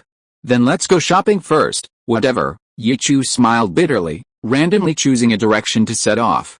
Wrong, go right. She said she wouldn't bother Yichu, but seeing him go the wrong way, she still corrected him. Of course, Yichu thought it would be better if she didn't pull his hair. Thank you, Yichu grinned. He was met with silence. Yichu knew he hadn't been very kind, so he could only force a laugh and silently walk to the right. Before long, under Ningrongrong's less-than-friendly guidance, Yichu found what he needed. The strange looks he received from those around him didn't bother him much. Carrying a pretty girl on his back, constantly wandering between shops, was indeed a bit unusual. Ningrongrong, however, was well aware of what they were looking at. She kept her head down, hiding her flushed, tear-streaked face. Seeing the red lipstick marks and a few bite marks on Yichu's face, she was displeased but didn't point them out. Yichu, after his unpleasant exchange with Ningrongrong, had also forgotten about the marks on his face. Just as he was about to leave Xiandao City, he suddenly remembered that he had a little foodie at home. Hearing the sound of a candied hawthorn vendor nearby, Yichu stepped forward. Old man, how many candied hawthorns do you have left? I'll take them all, young master. As Yichu was buying candied hawthorns, not far from him, two young women were walking hand in hand on the bustling street. One wore a pale yellow dress, a black veil on her face, long silver hair, and light blue eyes. The other had rather strange hair color, purple hair mixed with some green, and even her eyes were green. She wore a black outfit. These two were Yerlingling and Duguyan, who had just come out of the ice and fire yin-yang well that morning. Yanzi, you seem to be in a good mood today. You even asked me to go shopping. Smoothing a strand of silver hair that had fallen by her ear, Yerlingling looked curiously at her best friend beside her. Yes, I do feel much better. Duguyan's face was no longer as pale as before, and she had regained a lot of color. After taking the pills left by Yichu, Her pain had basically disappeared, and she believed that she would recover to normal soon. The sort of death hanging over her head had disappeared, and her mood naturally improved. Is it related to that guy Yichu? Yi Lingling continued. Yichu? Upon hearing this name, a complex look flashed in Du Guyan's eyes. Her fingertips touched her red lips, and the last remaining paleness on her face was suddenly replaced by a surge of color. Then she nodded. It is indeed because of his help, Hey Yanzi. Why are you blushing? You haven't fallen for him, have you? Yi Lingling was also somewhat surprised. Du Guyan, who is usually indifferent to any man, actually blushed just from hearing a name. Lingling. What nonsense are you talking about? Humph, how could I be so easily swayed? Du Guyan immediately suppressed her shyness and glared at Yi Lingling beside her. Really not? Someone practically threw themselves at you before, like a little wife, being led away hand in hand, wasn't that right? Ma Yannian, a teasing smile curled at the corner of her lips beneath the veil, as she looked at her with amusement. Lingling, huh? Before Du Guyan could respond, Yi Lingling's gaze passed over her and landed on a blue-haired boy. Yichu? Du Guyan noticed the surprise in her eyes, but smiled faintly when she heard the name she called out. Lingling, I'm not a child, you can't fool me like that, it really is him. Yi Lingling rolled her eyes at her speechlessly, then smiled slightly. He seems to be carrying a pretty girl on his back too. Look, Yi Lingling tugged at Du Guyan and turned around. Only then did she believe that Yi Lingling hadn't lied to her. Not far ahead was indeed the figure of that lecherous man. Du Guyan only glanced at Yichu before her gaze was drawn to the girl on his back, her brows furrowing instantly. Yi Lingling, however, didn't notice the small expression on her face and pulled her towards Yichu. Gurgle. Yichu, who had just put the candied hawthorns he bought into his divine might space, suddenly heard a noise behind him. Gurgle. Just as he was wondering, another sound rang out. This time, Yichu heard it clearly. It turned out to be the sound coming from Ning Rongrong's stomach on his back. Rongrong, are you hungry? Nonsense. No way. Gurgle. As she spoke, the stomach kept making noises, and Ning Rongrong, whose face was already flushed as she responded to Yichu, felt even more embarrassed. Yichu chuckled, taking out 2 strings of candied hawthorns he had just bought from his divine might space. Rongrong, have some candied hawthorns. No. Ning Rongrong kept her head down, her voice muffled. Did you just say you had no appetite?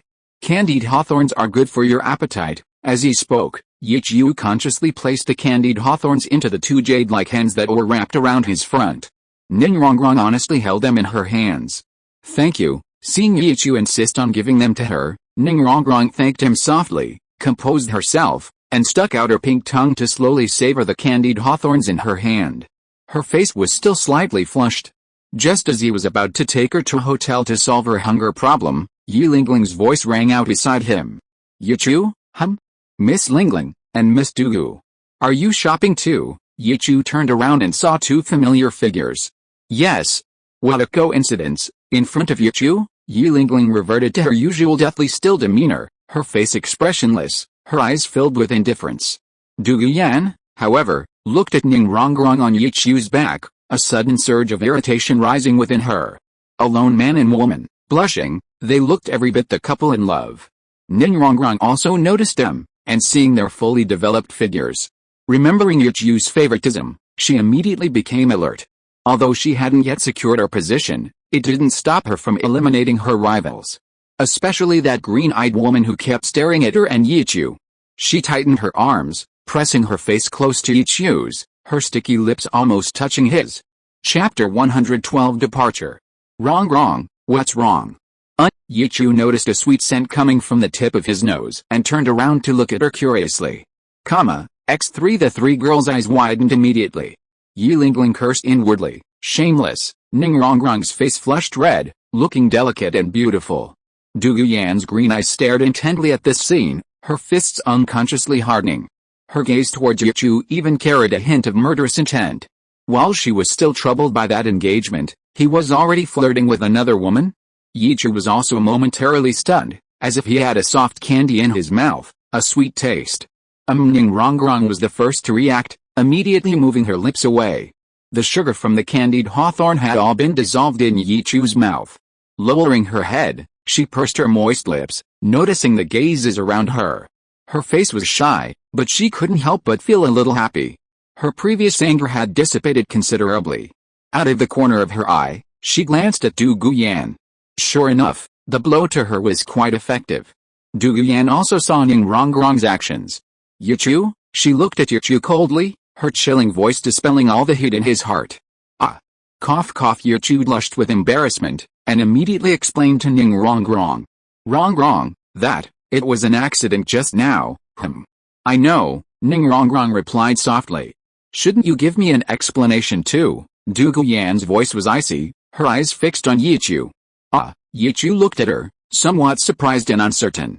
He opened his mouth, but didn't know how to speak. Yi Lingling also noticed that her best friend beside her was acting strangely, and looked at her strangely. Why should she explain to you when the young couple is having a little tiff? Yanzi, are you alright? Taking her arm, Yi Lingling then noticed that Du Guyan was clenching her fists, and her hands were trembling. It's nothing. Du Guyan exhaled a breath of stale air, shook her head, and a self-deprecating smile appeared on her lips. She knew very well the true nature of her engagement with him. Could it be that Yanzi really has taken a liking to this guy? Yi Lingling hadn't expected that her joke seemed to have come true. Ning Rongrong glared angrily at Yichu, not understanding where this bastard had gotten himself into this mess with a woman. Yichu, aren't you going to introduce me? Yi Lingling, seeing the awkward atmosphere, had no choice but to speak up to ease the tension and, incidentally, to gather information for her good friend. Yichu had barely begun to speak when Ning Rongrong interrupted. My name is Ning Rongrong, and I'm from the 7 Treasure Glazed Tile School. And who are you two? Facing others, Ning Rongrong showed no fear, perched on Yichu's back, her voice clear and her expression slightly arrogant. You're Ning Rongrong? The young lady of the 7 Treasure Glazed Tile School. Du Guyan looked at her in surprise. This didn't seem to match the rumors. What happened to the little devil? HMPH. What? Don't I look like one? Not at all. Yi Lingling also spoke up, looking at Yichu with some curiosity. How could he have climbed up the giant tree of the 7 Treasure Glazed Tile School? Suddenly, she noticed the lip print and teeth marks on Yichu's cheek. This look seemed somewhat familiar. After a moment's thought, Yi Lingling remembered. Her eyes scanning back and forth between Yichu and Ning Rongrong. So it was you last time too. What last time? Ning Rongrong looked at her strangely. She clearly didn't remember her at all. Miss Lingling, what's wrong? Yichu also looked at her strangely, wondering why she was looking at him and saying those inexplicable things. Du Guyan followed Yi Lingling's gaze. Her already unpleasant expression turned even more unpleasant, and she glared at Yichu through gritted teeth. You lecher. Ning Rongrong finally realized where they were looking and quickly reached out to wipe Yichu's face. Rongrong, what are you doing? Yichu shook his head, avoiding Ning Rongrong's movements. Lingling. Let's go. After giving Yichu another cold look, Du Guyan pulled Yi Lingling away. Yanzi.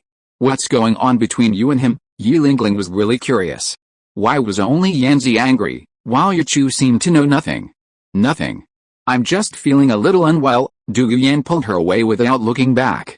Yichu stood there, watching Du Guyan's back, feeling puzzled. Could she have taken that old man's engagement seriously? Rongrong, what are you still doing? She slapped away Ning Rongrong's hand that was rubbing her face. There are still some teeth marks on it. Yichu then remembered. No wonder those people kept staring at him. Yi Lingling's memory is really good, she even remembers the teeth marks clearly. He looked at Ning Rongrong speechlessly. What are you looking at? I've lost out big time. Humph. Scumbag, he glared at Yichu angrily. Ning Rongrong glanced curiously in the direction the two women left, then stopped talking and continued eating her candied hawthorn. After Yi Lingling and Ning Rongrong's commotion, Yichu didn't want to go to a restaurant anymore. He carried Ning Rongrong and walked towards the outskirts of the city. Yichu. Who are those two? After finishing her candied hawthorn, Ning Rongrong whispered in Yichu's ear. Du Guyan, the granddaughter of poisoned Douluo. Yi Lingling, the successor of Nine-Heart Begonia, hissed as soon as she finished speaking. A sharp pain suddenly struck her shoulder again. Why did you bite me again? Ning Rongrong pouted. Nothing. Just annoyed, she glared at Yichu resentfully. Why had this bastard provoked someone else again? And his identity wasn't simple. She had just smelled the girl's scent on Yichu when he returned yesterday. It was from that Du Guyan. So, he went out on business to find women. What a bastard. Leaving the city gate, The two arrived at the small grove they had visited before. Without causing any further trouble, Yichu used his divine power to smoothly bring Ningrongrong back to the small courtyard. Brother, as soon as they appeared in the courtyard, a blue figure rushed over and threw herself into Yichu's arms. Sister Rongrong, seeing Ningrongrong on Yichu's back, Xiaolan greeted her. Hey, Sister Rongrong, are you crying again? I'm not. Releasing Yichu, Ningrongrong climbed off his back, covering her face, somewhat embarrassed. She glanced at Yichu, snorted coldly, and ran back to her room, still feeling a bit awkward. Brother, what happened to Sister Rongrong? Did you bully her? Seeing Ningrongrong run away, Xiaolan naturally took over Yichu's neck, hanging on him. I guess so. Yichu smiled wryly, hugging her small waist and nodding gently. Without giving her a chance to ask more questions, Yichu directly took out a bunch of candied hawthorns. Here. I brought you something delicious. Great. Xiaolan looked at the shiny candied hawthorns, gave Yichu a kiss, then broke free from his embrace and hugged the candied hawthorns in Yichu's hand. Tomorrow, brother will take you to a great place. He ruffled her soft hair. Okay. Wherever brother goes, Xiaolan will go. In the room, Ningrongrong, who had been leaning against the door, suddenly turned pale when she heard Yichu say that he was going to take Xiaolan away. Chapter 113 Proof. Knock knock. That night, Yichu knocked on Ningrongrong's door. She hadn't left since returning home that day, spending the entire day eating only candied hawthorns in Xiandao City. Yichu was carrying a food box. Beside him, Xiaolan cupped her hands into megaphone shape and softly called into the room. Sister Rongrong, time to eat. Here's Xiaolan's favorite sweet and sour pork ribs and candied hawthorns. Ah! Brother, Xiaolan cried out in pain, clutching her head and pouting at Yichu, wondering why he had hit her on the head. Yichu looked at her irritably. What did her eating have to do with what she liked to eat? Go pack your things for tomorrow. Xiaolan doesn't need to pack anything. Yichu glared at her. Okay.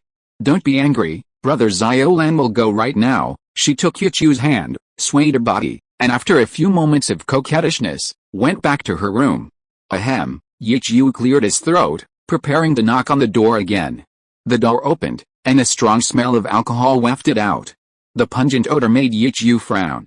Ningrongrong was dressed the same as during the day, but her eyes were swollen, suggesting she had been crying for a long time. The tear tracks on her face hadn't dried yet.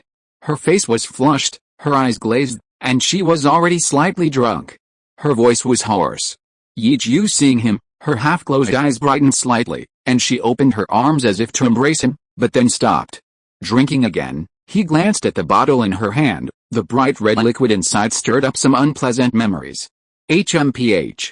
What's it to you? Ningrongrong pouted, turning her head away, seemingly not wanting to see Yichu, but her eyes were already squinting at him. Speak, what do you want from me? To bring you food. Aren't you hungry, Yichu? You're not allowed in. Without her permission, Yichu grabbed her face, pushed her aside, and walked straight into the room. Just as he was about to put the food box on the table, he found there was no room for it. The table was covered with empty wine bottles she had drunk from. Get out. I'm already full. Ningrongrong ran over and grabbed Yichu's arm, trying to push him out.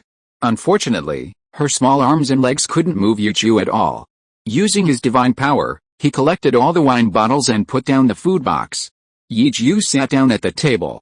Since you're full, let's talk. What's there to talk about? Ningrongrong shouted angrily, slamming the wine bottle heavily in front of Yichu. Bang! Some of the wine splashed from the bottle mouth onto Yichu's face. Yichu didn't react at all, raising his head and staring intently at her. They stared at each other. Ningrongrong's eyes shifted from initial fierceness to stubborn defiance, and then to panic and confusion. Slowly, tears welled up, and she blinked pitifully, tears starting to flow uncontrollably again. Afraid that Yichu would be angry, she hurriedly tried to wipe them away with her sleeve. I'm sorry, I didn't mean to. Haha, it's alright. Yichu found it somewhat amusing. He hadn't blamed her. He grabbed her hand and pulled her to sit on the stool next to him. As soon as she sat down, she raised her hand as if to hide him, but then couldn't help but slump onto the table, sobbing. You bastard. You cheated. Why do I always have to do it? Looking at this little devil who should have been fearless, Yichu fell silent. I'm sorry. I don't want to hear that. Ning Rongrong looked up at him, her eyes filled with tears. Yichu reached out and wiped away her tears, his voice softening considerably. What do you want to hear? Ask, I'll answer, okay. Ning Rongrong sniffled, stopping her sobs, and looked at him seriously. You still hate me, how could I? Yichu couldn't bring himself to hate her now.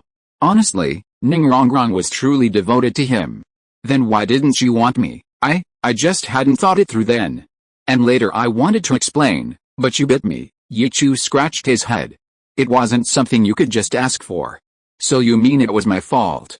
You're lying to me, right? Her voice rose from low to high. Ning Rongrong grabbed his collar, her beautiful eyes flashing with anger, glaring at him, tears streaming down her chin. She spoke with a pitiful, tearful voice. I haven't thought it through. I haven't figured out why you're in such a hurry to sever ties with me. Why you even want to leave the 7 treasure glazed tile school. What sever ties? I'm just taking Xiao Lan to cultivate. Don't you know her personality? She definitely can't stay still, so I'll definitely bring her back to see you often. My soul skill is very fast. Hearing Yichu's explanation, Ning Rongrong's eyelashes trembled slightly. She blinked, staring blankly at him, even her crying almost stopping. Really? Seeing Yichu nod heavily, Ning Rongrong let go of him, feeling a pang of bitterness in her heart. She had actually cried for so long because of this. And drunk so much alcohol. It's all your fault. She viciously pounced into Yichu's arms, her fangs already bared.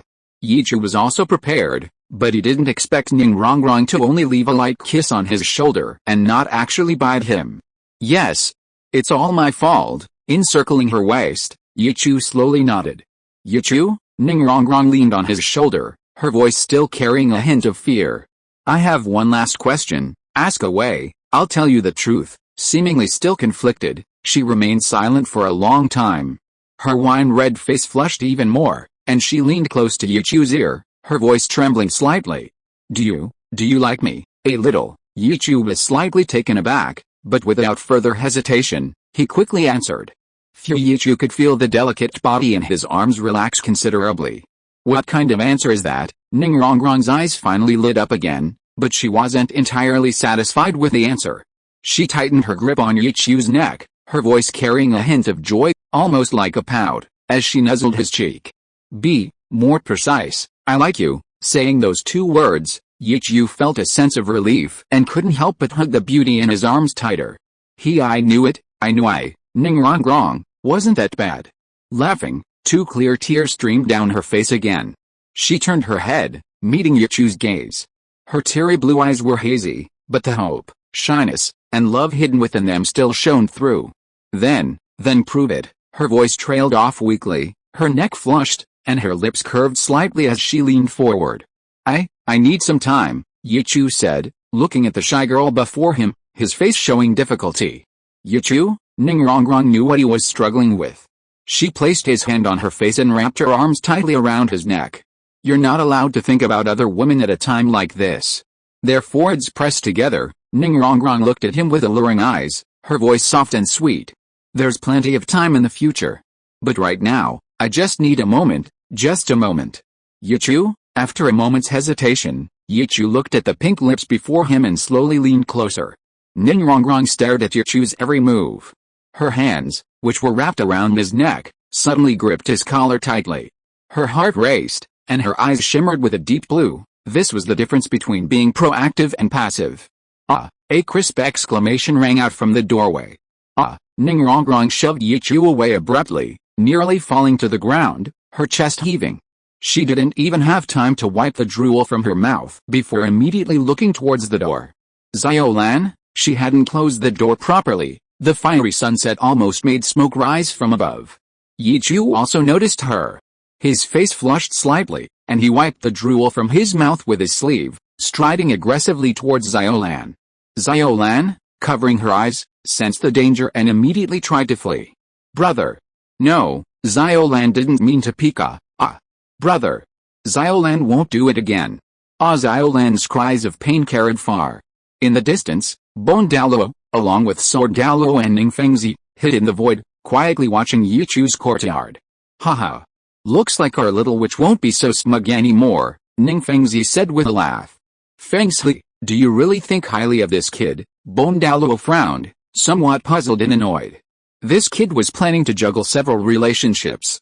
Uncle Bone, you'll find out later, Ning Fengzi smiled mysteriously. HMPH. If I don't appease him, I'll chop him down, Sword Douluo snorted coldly, his sword twirling in the air with a beautiful flourish. In the courtyard, Xiao Lan's wails quickly subsided. Yichu didn't do anything to her, just held her in his arms and pinched her fair cheek.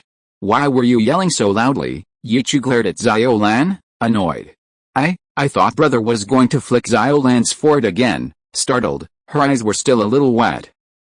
She noticed a slightly metallic taste in her mouth, the taste of blood. Wrong, are you alright? Yichu had just turned around when, bang, the sound of the door closing answered him. I'm fine. Leaning against the door, Ning Rongrong touched her lips, which bore teeth marks. She had actually bitten them. Her eyes were resentful, but her face held a smile. That damned little blue. Humph. And that blockhead, he bit so hard. Yichu? She called out again. I'm here. What's wrong? Outside, Yichu also walked to the door, looking at the dark figure on the door frame. Ning Rongrong covered her pretty face, feeling embarrassed, but she still had to speak. Facing the door, she seemed to have regained the manner of their first meeting, her voice clear and slightly domineering. Yichu. No matter what, I've already stamped your seal. If you dare to abandon me later, I'll have Grandpa Sword and the others castrate you. Yichu. Do you hear me, huh? You just said you only wanted one time, Yichu? Bang. Hearing this, Ning Rongrong roared and forcefully opened the door. In the distance, Sword and Bone Douluo exchanged a glance, somewhat eager to act. Yichu.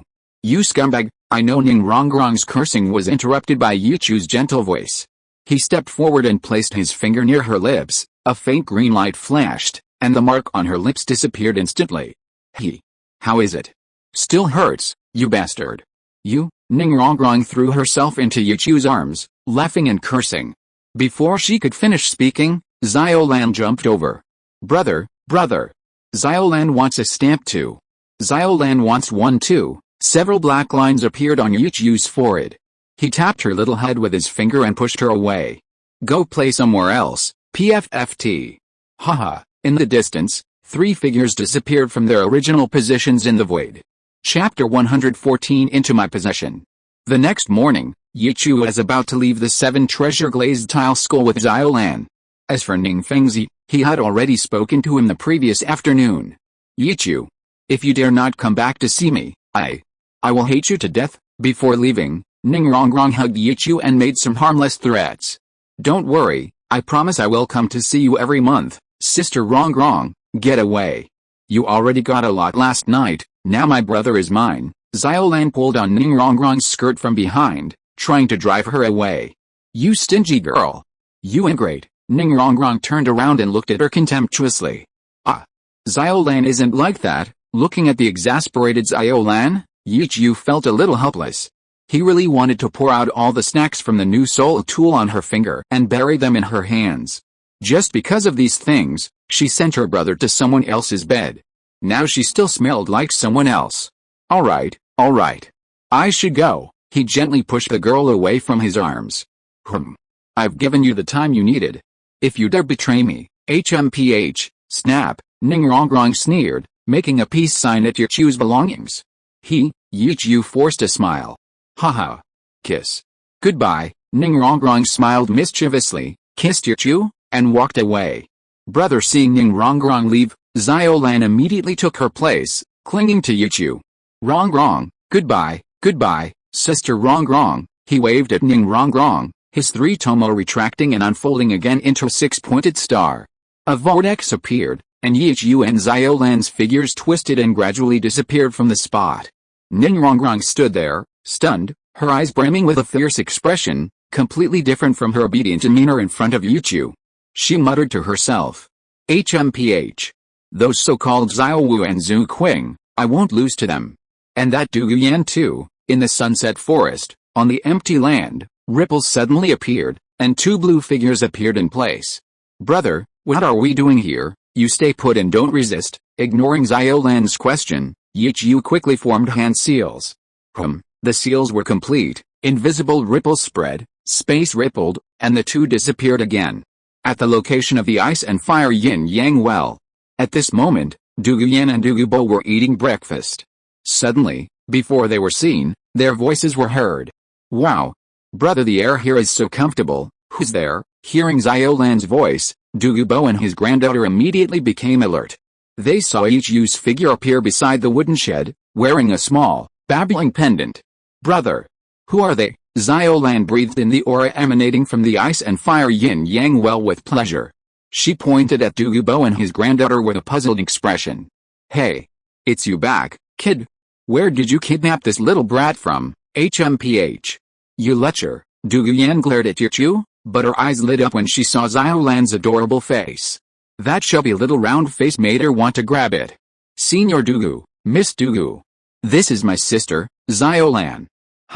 Senior, what happened to you? Yichu, having just introduced them, noticed that Dougubo looked rather disheveled. His green hair was a bit messy, and his gray robe was torn in several places. Haha. Nothing, just had a fight with a sissy. I see. Hearing the sissy, Yichu already knew who it was. Seeing Dougubo still laughing heartily, it seemed he had the upper hands in the fight. Let's not talk about that. Just thinking about him makes me nauseous. By the way, I didn't know you had a younger sister. Have you eaten yet? Would you like some? Sure.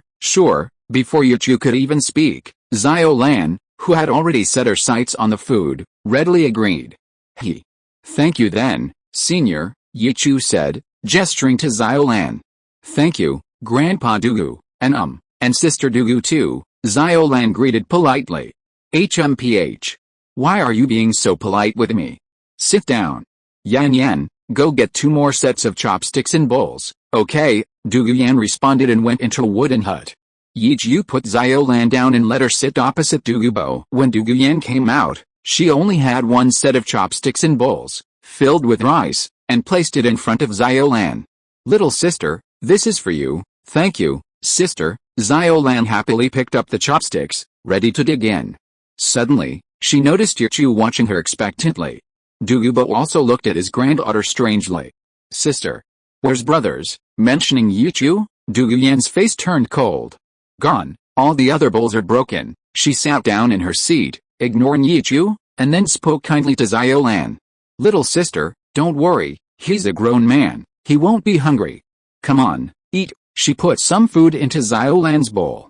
Seeing Xiaolan's questioning gaze, Yichu chuckled dryly, glancing at Douguyan across from him. She was probably still angry about yesterday. He ruffled Xiaolan's hair. It's okay. You eat.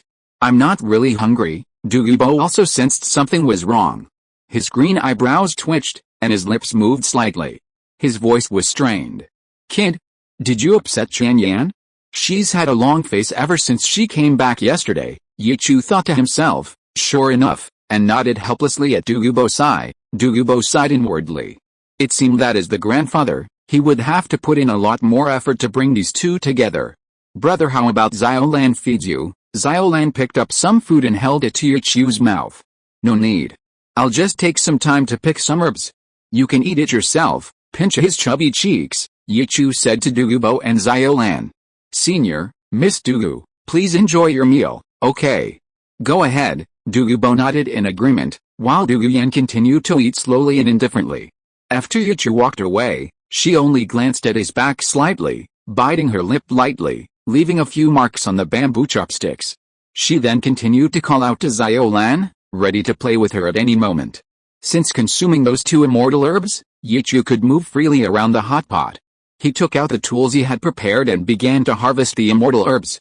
Yichu collected all the familiar herbs he recognized, including the fragrant silk immortal herb, the heartbreaking red of longing, the extraordinary chrysanthemum reaching heaven, and the snow-white swan's kiss. Afterward, Yichu sat cross-legged before a seemingly unremarkable herb. This herb was entirely emerald green, but what was particularly remarkable was that in its center were 3 snow-white leaves, with a few crystal-clear dewdrops between them. This was a support-type immortal herb, the dew of longing. Although it didn't help increase soul power, for Yichu, it was crucial to whether he could use the kaleidoscope for an extended period. Its effect on increasing pupil power was undeniable. In the original story, Tang San used it to successfully break through to the mustard seed realm with his purple demon eye, and at that time, he saw through Xiao Wu's true form. Without much hesitation, Yichu plucked it, and with a gentle flick of his wrist, a few drops of dew fell into his mouth. Closing his eyes, he fully activated his purple demon eye, and purple light occasionally spilled from his eyelids. Chapter 115 Three-Leaf Windmill. Purple light spread, and within a few dozen breaths, Yichu felt a stinging pain in his eyes. Blood-red light began to appear in his eyes, flashing and alternating with the purple light. While Yichu was still absorbing the autumn water dew, Xiao Lan had finished eating and was about to run towards him. "Little Lan. It's a bit dangerous there, you shouldn't go." In just the time it took to eat a meal, Xiao Lan and Du Yan had become somewhat acquainted. "It's alright, sister, Xiao Lan really likes the atmosphere here." In the time it took to explain, Xiao Lan was already close to Yichu. Du Yan looked at her in surprise, not expecting Xiao Lan to be unaffected by the ice and fire yin-yang well. Du Bo also looked at her strangely, but still instructed Du Yan, "Yan, you should go and check it out, just in case something unexpected happens." "Understood, Grandpa." After taking the pill made from Yichu's blood, Du Yan had developed some resistance to the aura of the ice and fire yin-yang well. She immediately followed behind Xiao Lan and came to Yichu's side.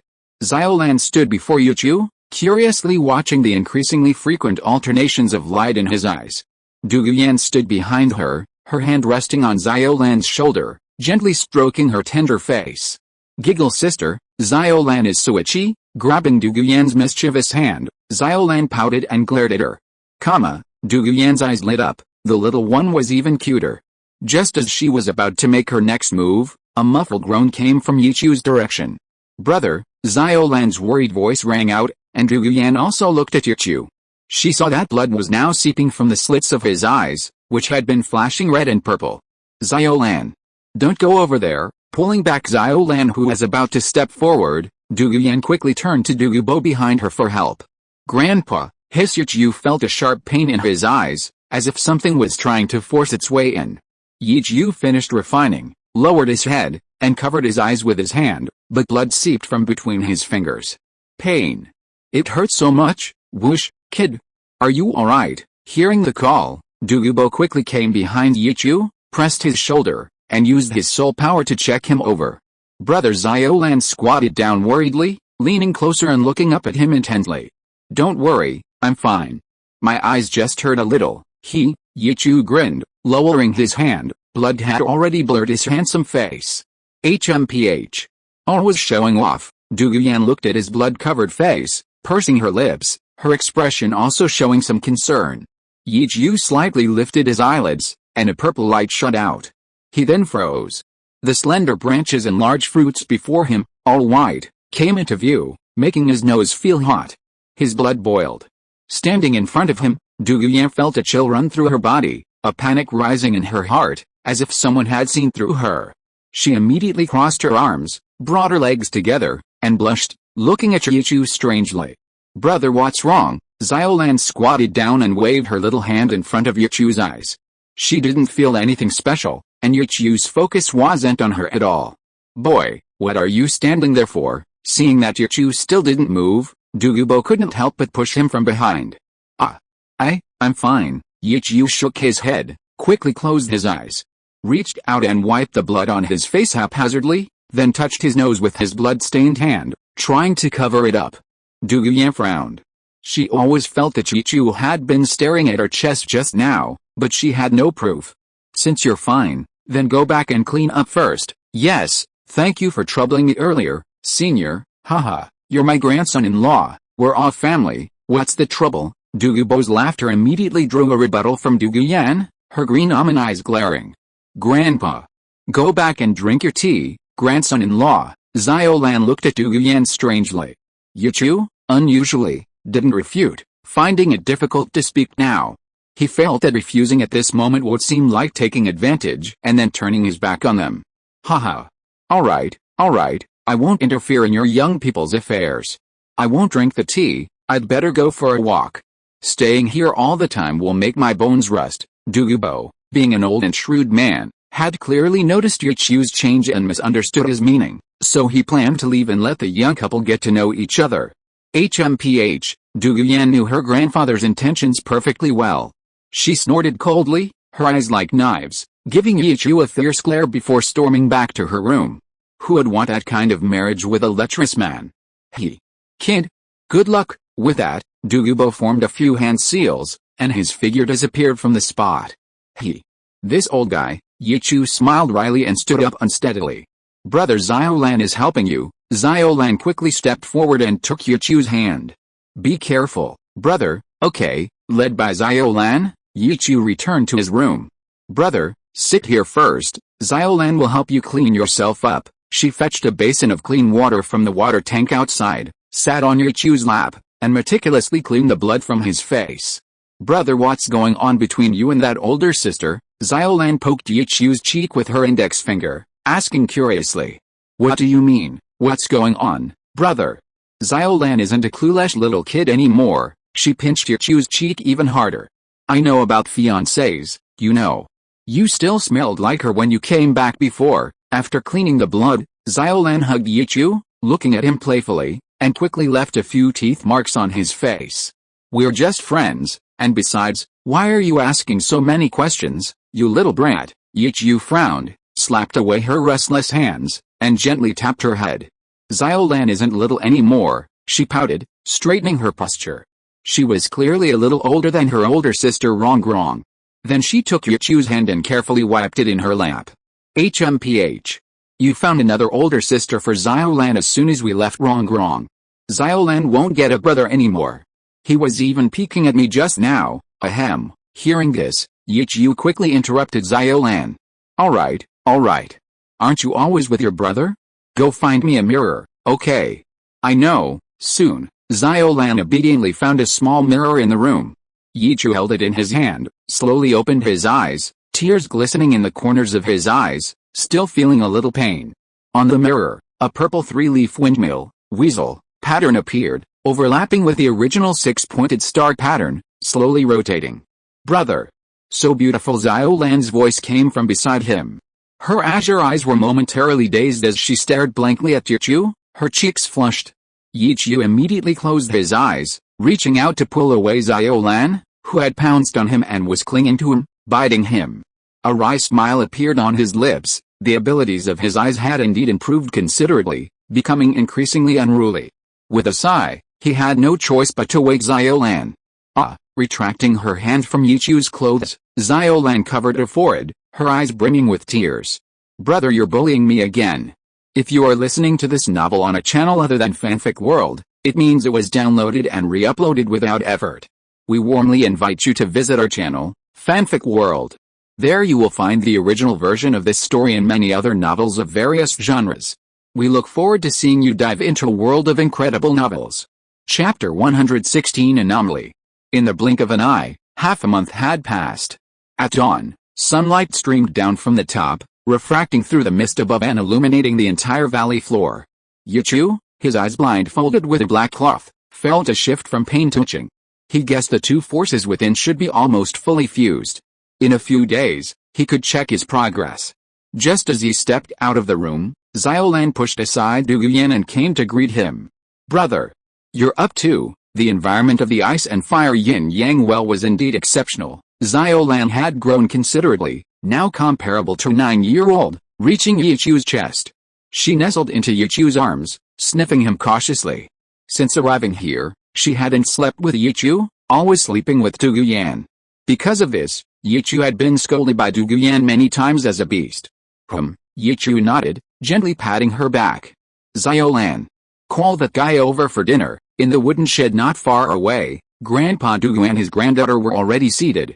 Okay, Sister Yan Yan, Xiaolan responded, then took Yichu's hand. Let's go, brother. The two girls had slept together for so long and were quite familiar with each other, their address becoming much more affectionate. Good morning, Grandpa Du. Good. Haha, even the eccentric and unpredictable Du doted on Xiaolan.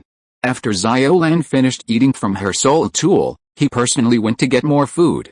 Yichu followed her to the table, and Xiaolan obediently served him rice and vegetables. Du Yan watched, her teeth itching with envy. Kid, how's your self-created soul skill research going? Not bad, I should be able to master it quickly once my eyes recover, Yichu chuckled. For the past half-month, he hadn't really cultivated his soul power, but rather focused on familiarizing himself with it and gaining more precise control. He was putting his previous ideas into action. That's good, I'll have a good look at it then. Douluo stroked his long green beard. Don't worry, you won't be disappointed, Sister Yan Yan. Move that dish over a bit, brother likes it. Xiaolan can't reach it. Xiaolan tugged at Douluo Yan's clothes and pointed to a delicacy on the corner of the table. Okay. I know, Douluo Yan reluctantly moved the plate over. Thank you, Sister Yan Yan. Xiaolan also added some food to Douluo Yan's bowl. Yichu suddenly felt that this girl's affection was well worth it. After the meal, Douluo left as usual. Yichu was pulled by Xiaolan to wander around one side of the ice and fire yin-yang well. She was already starting to feel bored. Brother, when will your eyes get better? Xiaolan misses Sister wrong, don't worry, it won't be long. Yichu could only try to comfort her. In the distance, by the wooden house, Douluo Yan stood alone, looking in the direction of the two, wanting to go forward, but hesitating. Seeing that she was alone, Xiaolan extended an invitation to her. In her heart, this older sister was quite nice, except for pinching her cheeks and talking bad about her brother when she slept. Sister Yan Yan. Come and play with me. Seeing Xiaolan waving at her, and glancing at Yichu who still had a smile on his face, Douluo Yan slowly walked over. Sister Yan Yan, let's take a walk together. Xiaolan held Yichu's hand in one hand and Douluo Yan's hand in the other. Miss Douluo, how is the snake venom in your body? It's alright. According to Grandpa. In about half a year, I should be able to consider hunting for my fourth spirit ring. Douluo Yan's voice was calm as she kneaded Xiaolan's small hand, her eyes occasionally sweeping over Yichu and the two ice coffins in the ice spring. It's just that the spirit bone that stores the venom is still unsettled. After obtaining the fourth spirit ring, the venom might relapse. Sister Yan Yan, don't worry about that. Brother will definitely help you. Xiaolan is right, brother. Xiaolan looked at Yichu with a grin. Yes. I'll do my best, Yichu nodded, smiling gently. Then thank you. Douluo Yan didn't take it too seriously. In her opinion, although Yichu, as a great soul master, had good combat power, soul bones, especially those with matching attributes, weren't something you could just get whenever you wanted. The three chatted casually, getting closer and closer to the ice and fire yin-yang well. Sensing the heat permeating the air, Yichu couldn't help but remind her, Xiaolan, don't get too close, Miss Douluo won't be able to stand it. Yes, Xiaolan knows, Xiaolan replied, leading the two around a corner. They headed back towards the wooden house. After spending some time with Xiaolan, Yichu returned to his room to continue trying out his idea.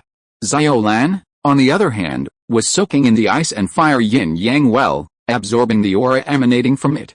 Her clothes were just illusions, so there was no need to worry about them getting damaged. Due to the toxins in her body, Douluo Yan didn't need to cultivate anymore. Instead, she sat under the eaves, resting her chin on her hand, deep in thought. Inside the room, Yichu traced lines in the air with his fingers, his soul power condensing at his fingertips. Wherever his fingertips traced, a thin thread of soul power remained, but it dissipated quickly. In Yichu's view, if he could project his soul power outwards, he would be halfway to creating his own soul skill. With a mysterious heaven skill and Yichu's decent mental strength, his control over soul power was already extraordinary, making this step relatively easy. Did I break through? A sudden sensation of alternating hot and cold sensations came from Yichu's chest. Gusts of soul power surged from a green seed, coursing through Yichu's body. His soul power instantly broke through to level 27. Something's not right. Yichu clutched his chest. The breakthrough had been over for quite some time, but the seed of life within his heart still seemed to be trembling. Brother, Xiaolan, outside, Xiaolan and Douluo Yan's exclamations came one after the other. What's going on? Yichu immediately reacted and rushed outside. Snap, the door opened, and a wave of intense heat or freezing cold rushed in. Haha. Great, Little Blue has grown a little more. Noticing the changes in her body, Little Blue, immersed in the yin-yang well of ice and fire, cried out happily. However, she didn't notice a green leaf mark about to emerge from her forehead, its surface constantly shifting between red and blue. What's going on? Little Blue quickly realized something was wrong. Her body was still absorbing the power within the yin-yang well of ice and fire. Suddenly, two threads of power, one blue and one red, appeared in the water, trying to wrap her up. Let go of Little Blue. Little Blue wants to get out. Suddenly, Little Blue struggled like a drowning person. Ah! Brother! Little Blue uttered her last cry before being tightly enveloped by the red and blue power, slowly floating above the yin-yang well of ice and fire. In a daze, Little Blue seemed to hear some ancient and weathered voices. Divine power. This is the scent of divine power, Little Blue. Douluo, who was some distance away, also noticed the anomaly and quickly ran towards it. Sensing the sudden surge of energy from the ice and fire yin-yang eye, Yichu immediately tore off the black cloth covering his eyes. As soon as he opened his eyes, he felt a slight itch, and his eyes were filled with tears. What on earth is going on? Yichu's voice trembled slightly. Above the ice and fire yin-yang eye, a blue and red sphere with a diameter of about 2 meters was floating. Chapter 117 Ice and Fire Dragon Soul. The sphere was still slowly expanding, like the yin-yang well of ice and fire, with red and blue clearly separated, each occupying half. Yichu. Xiaolan is inside. Seeing Douluo about to rush over, Yichu stepped forward and pulled her back. If that power spread, she wouldn't be able to withstand it. Don't go. I'll handle this. Yichu activated his Sharingan, immediately entering the six-pointed star state. The purple three-leaf windmill, originally overlapping with the six-pointed star and the same size, had shrunk considerably and was almost embedded in the six-pointed star. Yichu could clearly feel that his eye power had increased significantly, and using the Sharingan seemed much easier. How could this be? I can't see through it. He was stunned in surprise.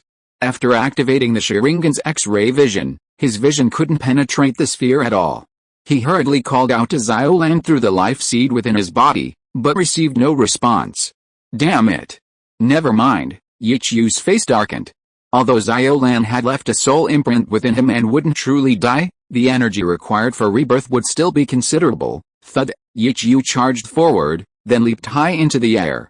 Susanu, in mid-air, blood-red ribs enveloped him, a thick arm extending from behind, fist raised high. He slashed down fiercely at the red hemisphere. Boom! A loud explosion resounded, invisible ripples spreading outwards, evaporating and dispersing the surrounding mist. A heat wave swept over, scorching Yichu's skin until it turned bright red, even causing the surrounding Susanu to show signs of shattering. How could this be? Yichu groaned, staring in shock at the strange, motionless sphere before him. This level of heat far exceeded that of the fiery apricot blossom.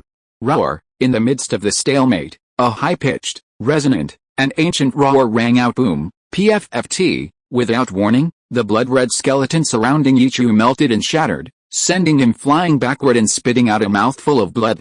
Yichu? Douluo exclaimed, rushing to catch him. I'm fine. Yichu used the flight ability of his blue-silver emperor right leg bone to stop his backward flight, while the healing abilities of his soul bone and soul skills also activated. What happened? Little Blue's soul skills are all unusable. Yichu's expression grew serious, and he became somewhat anxious. Suddenly, two completely opposite auras of pressure descended upon the entire valley.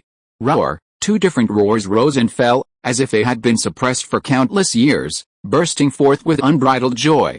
Yichu. What kind of soul beast is that? Douluo pointed to the enormous sphere that had expanded to a diameter of 3 meters. On the sphere, a dragon-shaped soul beast was coiled on each of the red and blue halves. These are the remnants of the Ice Dragon King and the Fire Dragon King. Yichu stared blankly at the two dragon-shaped soul beasts above. No, they should be called divine beasts.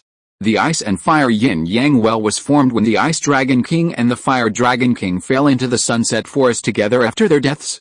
Yichu had originally planned to explore it later, never expecting them to appear at this time. The phantoms of the Ice and Fire Dragon souls only appeared for a moment before disappearing into the sphere. Not long after, HMPH, Yichu let out a muffled groan. Two colors of light flickered and alternated at his chest, as if something was about to burst out of his body.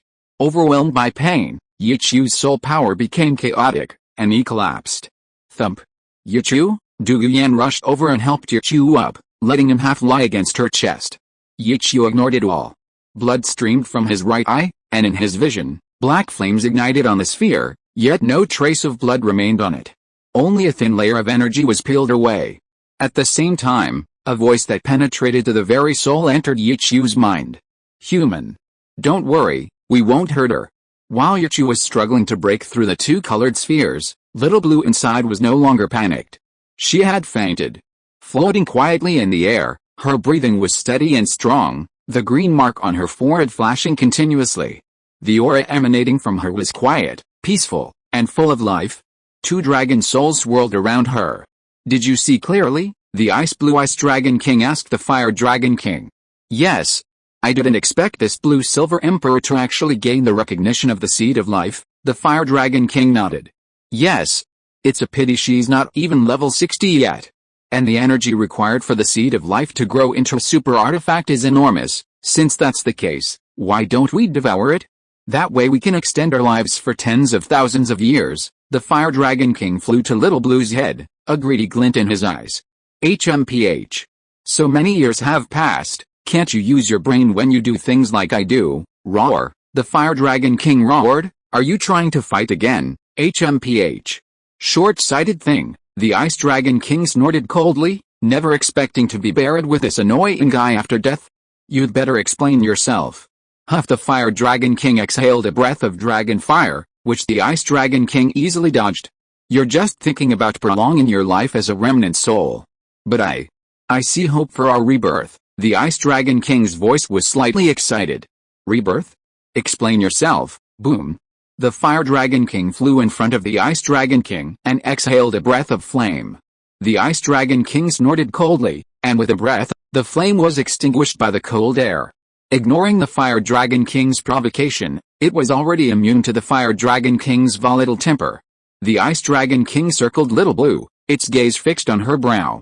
In this lower realm, there's probably no one but the two of us who can fully activate the seed of life. The ice dragon king grew increasingly excited as it spoke. We can become the foundation for the seed of life's growth. To re-enter the god realm. Even to rely on it to rebuild our origins. Its gaze returned to the fire dragon king, its words carrying a deeper meaning. Therefore, I will sacrifice myself to the seed of life, to lend her a helping hand. Are you insane? Sacrifice? If she dies prematurely, both of us will be doomed. Doomed? Hell, the ice dragon king sneered. What difference is there between us lingering here for 10,000 years and simply vanishing? No. The risk is too great. Just as you said, the resources needed for the seed of life to grow are simply too vast. Haha, when did you become so cowardly? The ice dragon king looked at it mockingly. I'm not being cowardly, I'm just waiting for the right opportunity. Besides, those guys in the god realm aren't fools.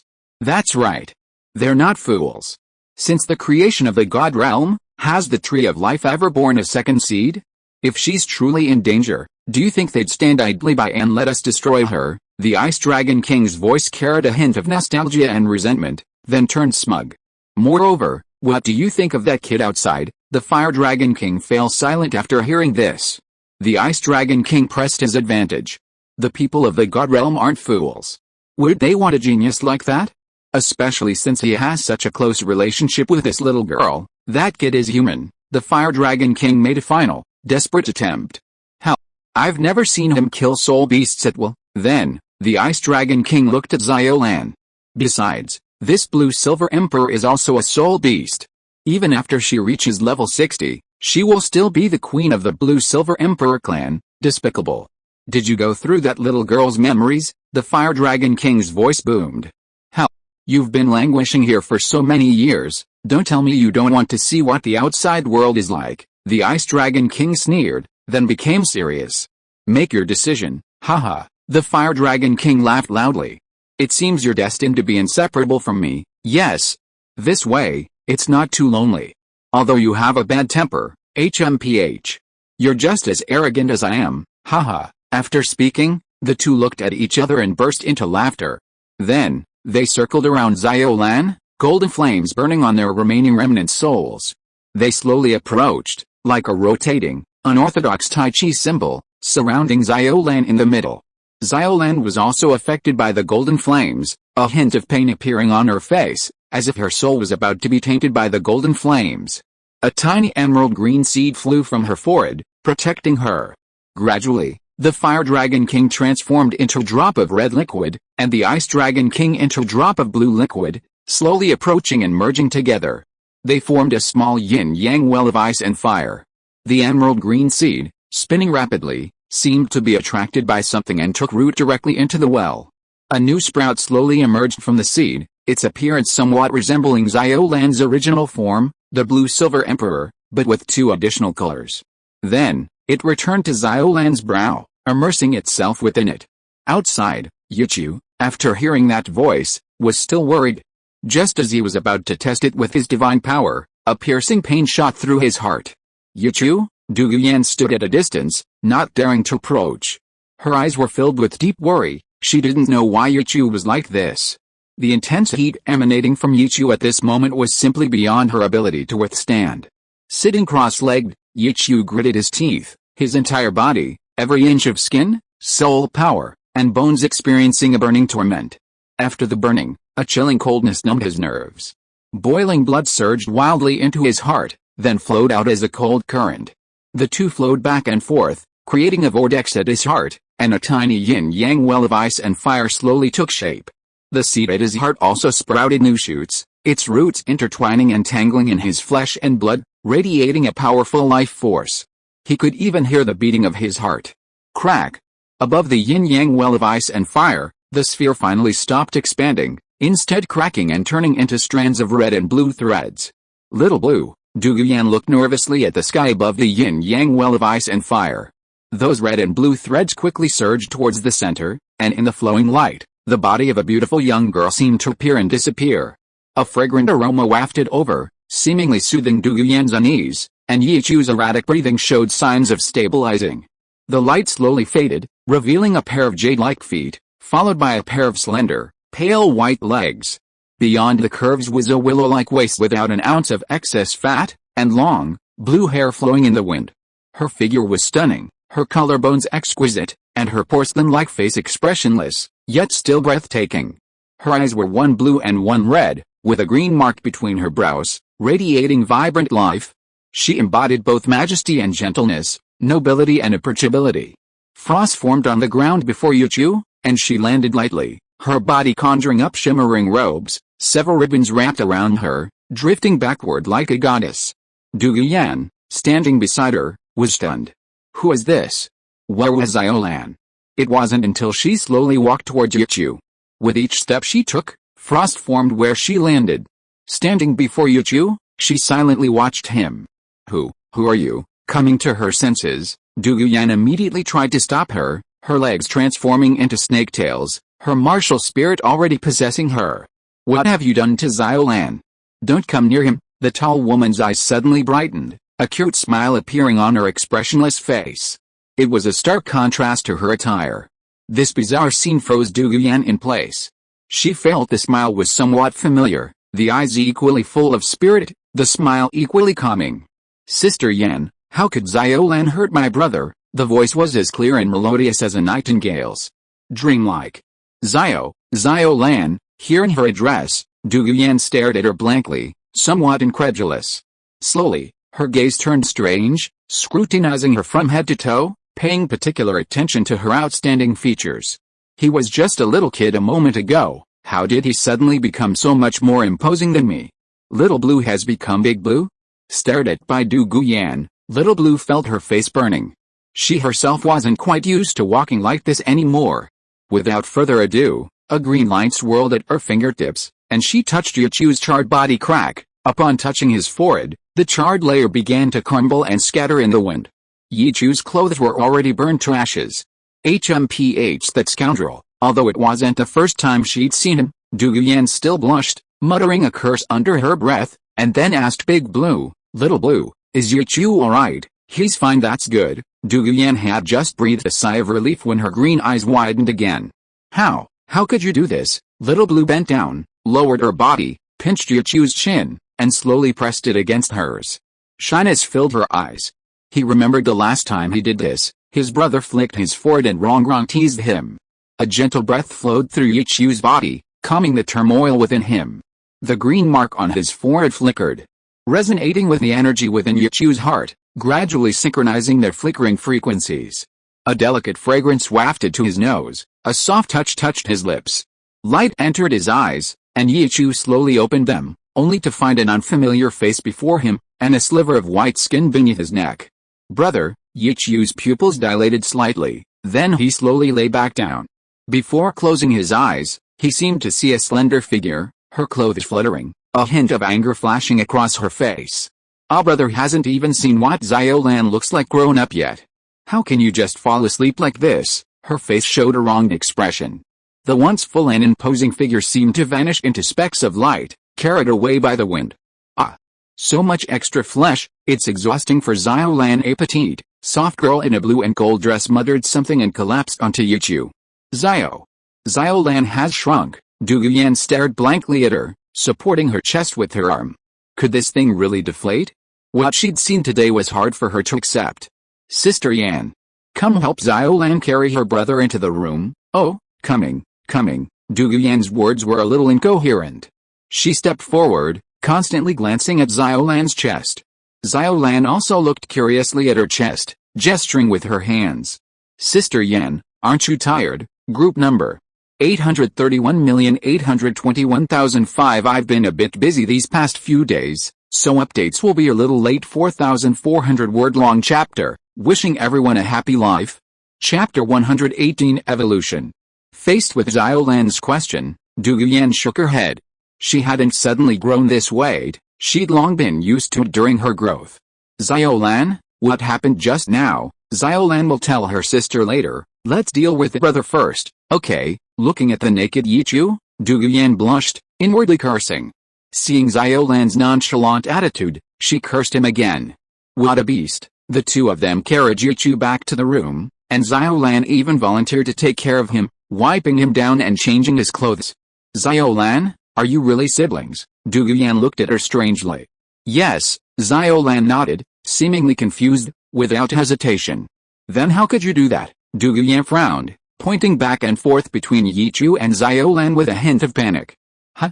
What? It's kissing and sleeping together. Du Yan's face showed embarrassment. Xiaolan then seemed to wake from a dream, realizing what Sister Yan meant. She quickly waved her hands to explain, it's not what Sister Yan thinks, my brother and I aren't blood siblings, not blood siblings? How you? Hearing this, Du Yan finally breathed a sigh of relief.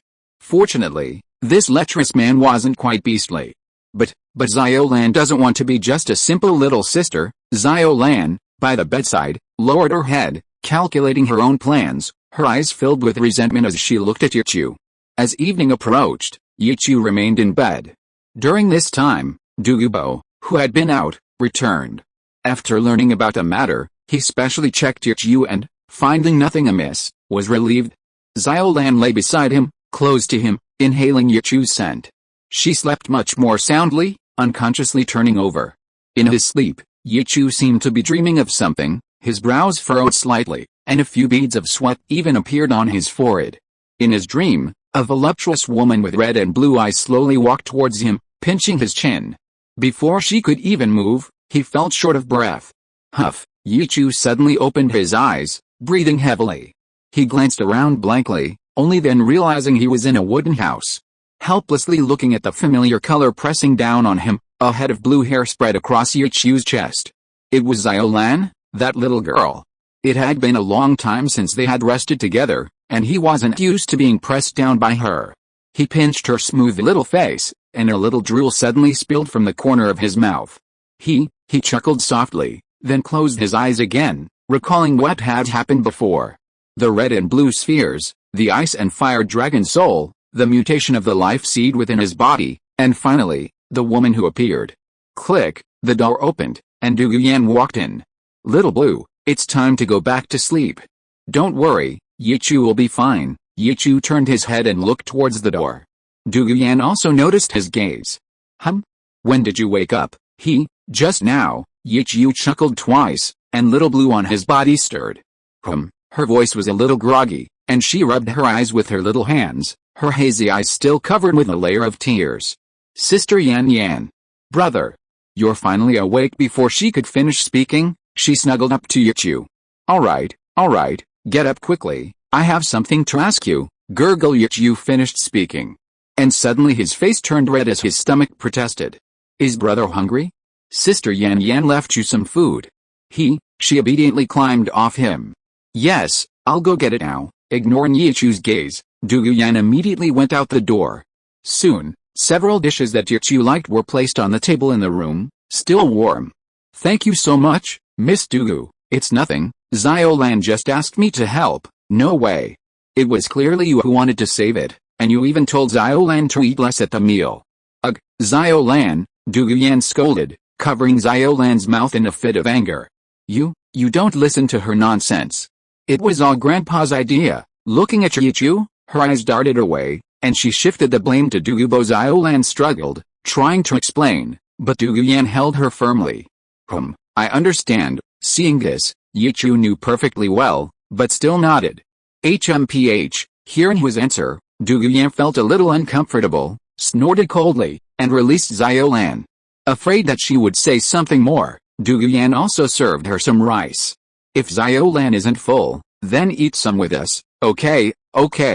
Sister, eat with me too. Tempted by the delicious food, Xiao Lan forgot about that little matter.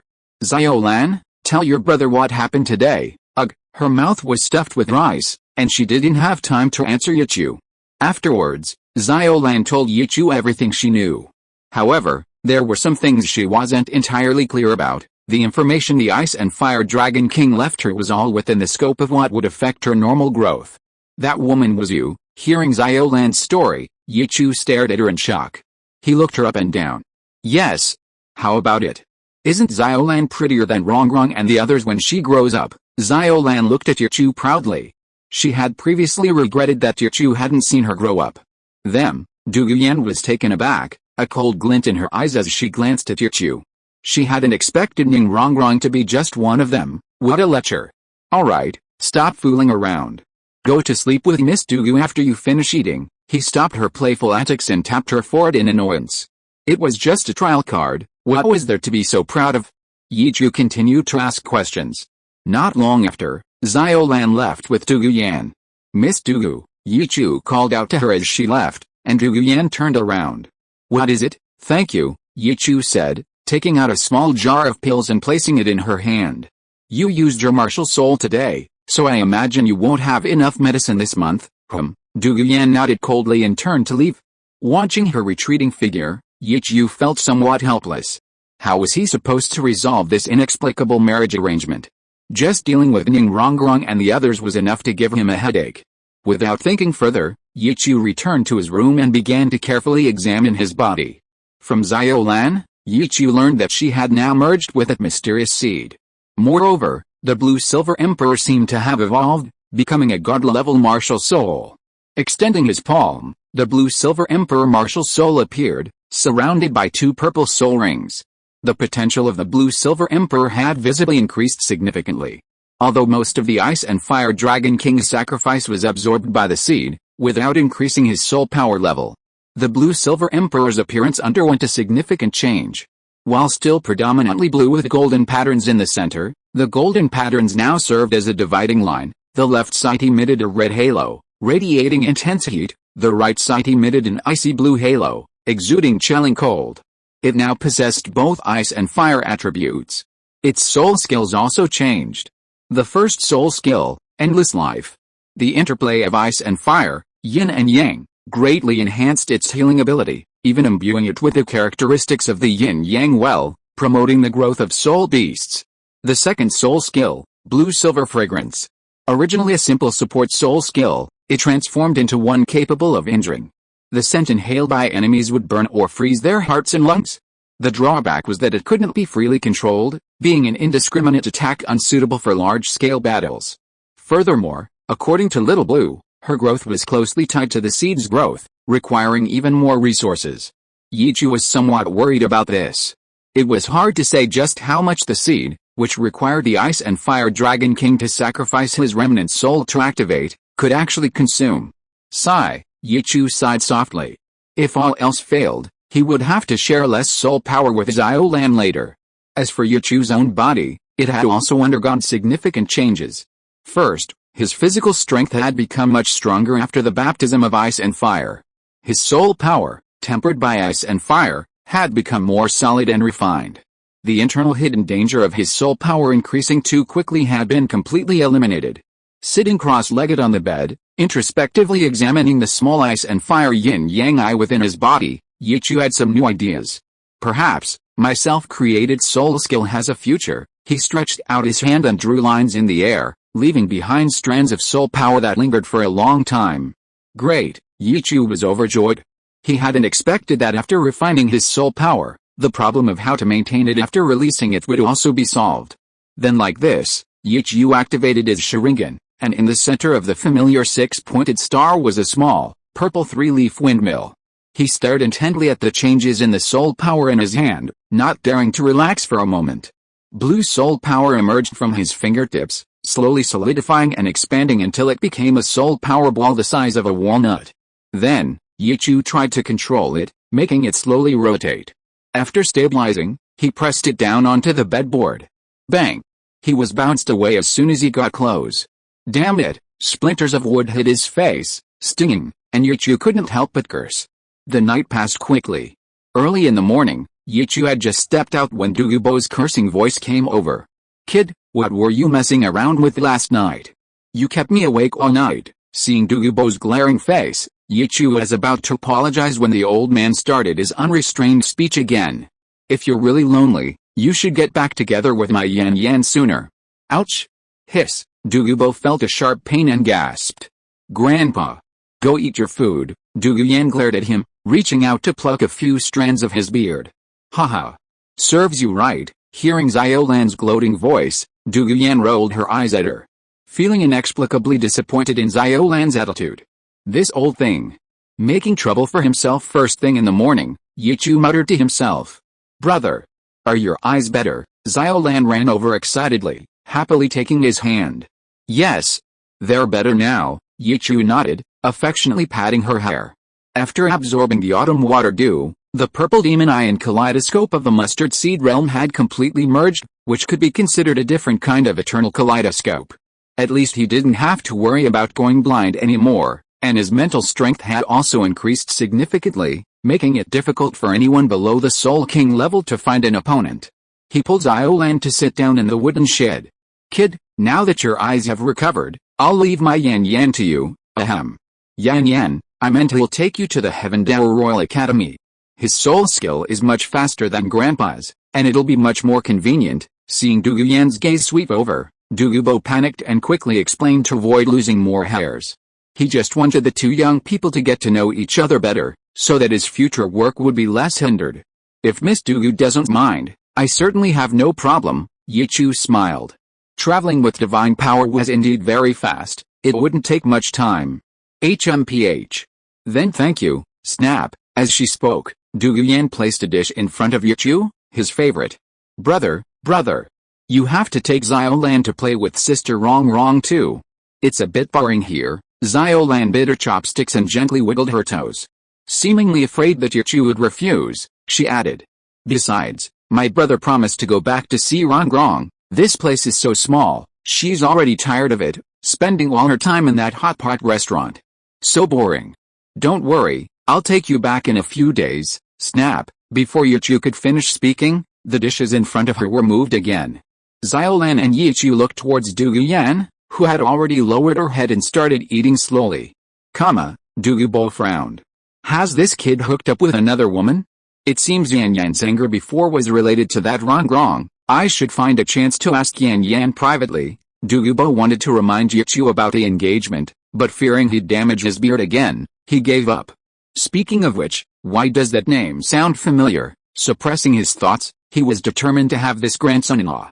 So, kid, what were you tinkering with last night? I tried it out last night, and I've already made some initial progress with my self-created soul skill. Yichu put down what he was holding. Oh? So fast? Let me see. Hearing this, Douluo also looked up at Yichu. Okay, Yichu nodded. Hearing this, Douluo also looked up at Yichu. Yichu stretched out his index finger, aimed it at the wooden stake next to him, and a blue halo appeared at his fingertip. A ball of light the size of a peanut shot out. Bang! It hit the wood, leaving a small dent half an inch deep. This won't do. Douluo only glanced at it and shook his head. But this is still just the beginning. Yichu nodded. The current power is still too weak, it needs a lot of improvement. By the way, Soul Masters should prioritize cultivation. Don't spend too much time on these things, lest it hinder your cultivation. Don't worry, Senior, I understand that, Yichu deeply agreed. Any soul skill requires sufficient soul power as a foundation. Alright, let's eat. Yan Yan is going to training today, could you take her there for me later? Wishing all readers taking the college entrance exam the best of luck. Wishing everyone a happy life. Update note, actually, the daily updates are roughly the same. Sometimes there are 2 chapters, each with over 2,000 words, sometimes one chapter has over 4,000 words. Chapter 119 Half a Year. Sunset Forest, the rising sun casting a purple glow in the east. Within the ice and fire yin-yang secret realm, Yichu sat cross-legged on the roof of a wooden structure, cultivating his purple demon eye. Although the threat of blindness had been eliminated, this eye training method still enhanced his spiritual power, pupil power. Yichu, aren't you ready yet? Come and eat. From afar, Douluo, who had just heated up the food, called out to Yichu. Yes. I'm done, coming right now. Yichu finished his practice and leaped down. By the time Yichu arrived, Douluo had already served him his food. Thank you, Miss Douluo. Alright. Eat up, I'm tired of hearing you say thank you. Douluo held her bowl, her voice no longer cold. Her green eyes darted upwards, giving him a disdainful look, before casually adding some food to Yichu's plate. Then she ignored him and began to eat on her own. Time flew by, and more than half a year had passed since their encounter with the ice and fire dragon soul.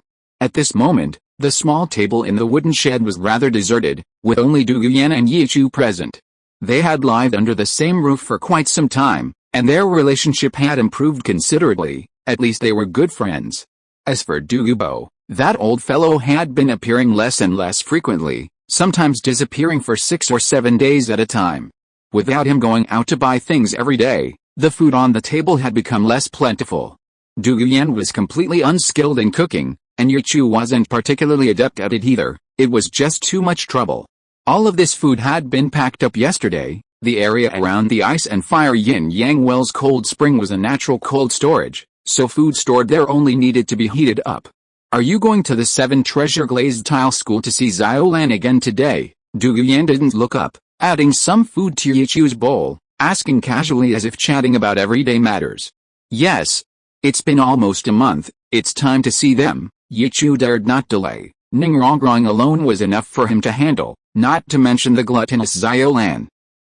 Douluo frowned, giving Yichu an unfriendly glance. I didn't ask you about that 7 treasure glazed tile schools, young lady. HMPH. When are you planning to bring Xiao back to keep me company? Douluo snorted coldly and continued. Being with Yichu, this blockhead, for so long was really boring. All he did was cultivate all day. Her sleeping habits had been spoiled by Xiao, and without Xiao, she didn't sleep as comfortably. Yichu couldn't help but laugh awkwardly. I'll try to persuade her, HMPH. You always say that, but Xiao hasn't come back many times. Am I not good to her? Douluo poked at her bowl, feeling somewhat resentful. Yichu continued to laugh awkwardly, wanting to comfort her but not knowing what to say, so he simply added some food to her plate. There was nothing he could do. Xiao had a gluttonous nature. The 7 treasure glazed tile school was wealthy and powerful. Miss Ning could get whatever she wanted with a wave of her hand. Xiao must be eating her fill every day. After breakfast, Yichu was about to escort Douluo to the Heavenly Dower Royal Academy. Since taking on this job, he had never missed a single trip to pick her up. The 2 figures disappeared from the ice and fire yin-yang well secret realm and appeared in a vast open space in the sunset forest. Yichu habitually grabbed Douluo's wrist, his low-grade eternal kaleidoscope appearing in his eyes, a blood-red hue tinged with purple. Douluo quickly lowered her head. Having learned her lesson, she dared not look Yichu in the eye again.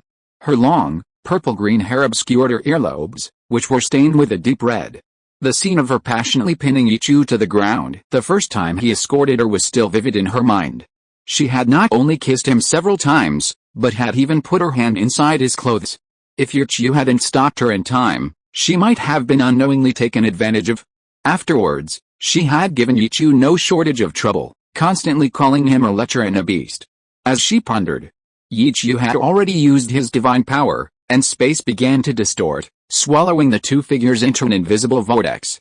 When they reappeared, they were already at the place where they first met, the grove of trees surrounding the royal fighting team's training ground. Space fluctuated, and the two figures appeared there, not yet standing still. A silver-haired girl with a veil on her face, who had been waiting there for a long time, came to greet them. She affectionately took Douluo Yan's arm. "Yanzi, you've finally come, Lingling." Douluo Yan smiled sincerely when she saw the newcomer. "What's wrong with you?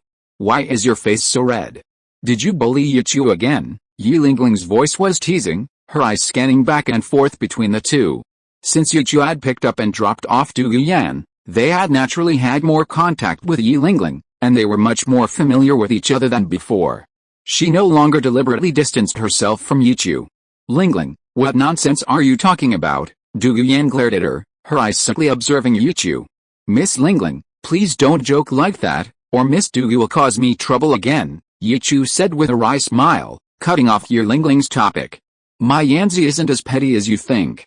"Right, Yanzi." As soon as she finished speaking, Yi Lingling's eyes turned strange. She suddenly noticed a hint of anger on her best friend's face. "HMPH. I'm too lazy to argue with you. You should go and be with your little lover. Lingling, let's go." Douluo Yan's voice was somewhat cold, dissatisfied with Yichu's answer. She wasn't going to target him because of a joke. She wasn't the same person she used to be. She grabbed Yi Lingling's arm and pulled her away. "Miss Douluo, wait a moment, what? Is there anything else?" Douluo Yan looked at him curiously. Yichu stepped forward, took her hand, and placed a small jar in it. "This is the antidote I made last night. Don't you like sweets? I specially added some sugar. Remember to take it on time. I'll come to pick you up again tonight." "Okay, I know." Douluo Yan nodded gently, her voice softening considerably. Her soft hand felt a tingling sensation as Yichu held it.